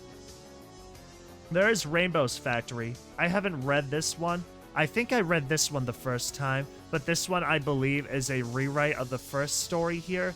I'm not going to read that, but I believe it's a lot more, I don't know. I recall, I think, reading some comments about it being a lot more like polished, refined, I guess, to fit in character. But yeah. God dang. Oh, the Weather Worker's Song. Maybe we'll look into it. I'm not sure. But currently that was Pegasus Device. I love that. That is such a good series. I am a sucker for that. That is like massive. You know, we start here. I'm honestly, you know, like with most first movies that ever release and stuff, the first one's always the best, right? That's the one that gets you into it. I like the first one more. I like the classic. This one, this one would not fit without this one. So these stories together make it a super good, like, read. But just this one alone, I liked it. I like it still nonetheless. Very good. I gotta give credit, though, to being able to, like, make something like that, though. That is very good story writing. That is good narrative and direction. Beautiful atmosphere. This one, it felt like it just took place in, like, office cubicles. But I really did like the fact that it kind of turned into an Armageddon sort of plot. So that was cool. I love the fact that overnight, while Cloudcover was inside the building, the outside world turned to hell. What a wild, wild idea. But it's kind of depressing to think about what's happening back in there. But absolutely love that story. Once again, folks, that was created by Aurora Dawn. What a wonderful franchise. If you folks want to go check this out yourselves, I will be leaving links in the description so you can go read these stories. But like I said, this is commentary reading. It's not supposed to be an exact narrative by the word, perfectly edited type of thing. No, this is just my first time reading these things. So I gotta admit, for a first time read, very engaging, super fascinating. I love to do that. But yeah. Thank you all so much for watching my little Rainbow Factory series here. And I will catch you all in the next one. Peace out.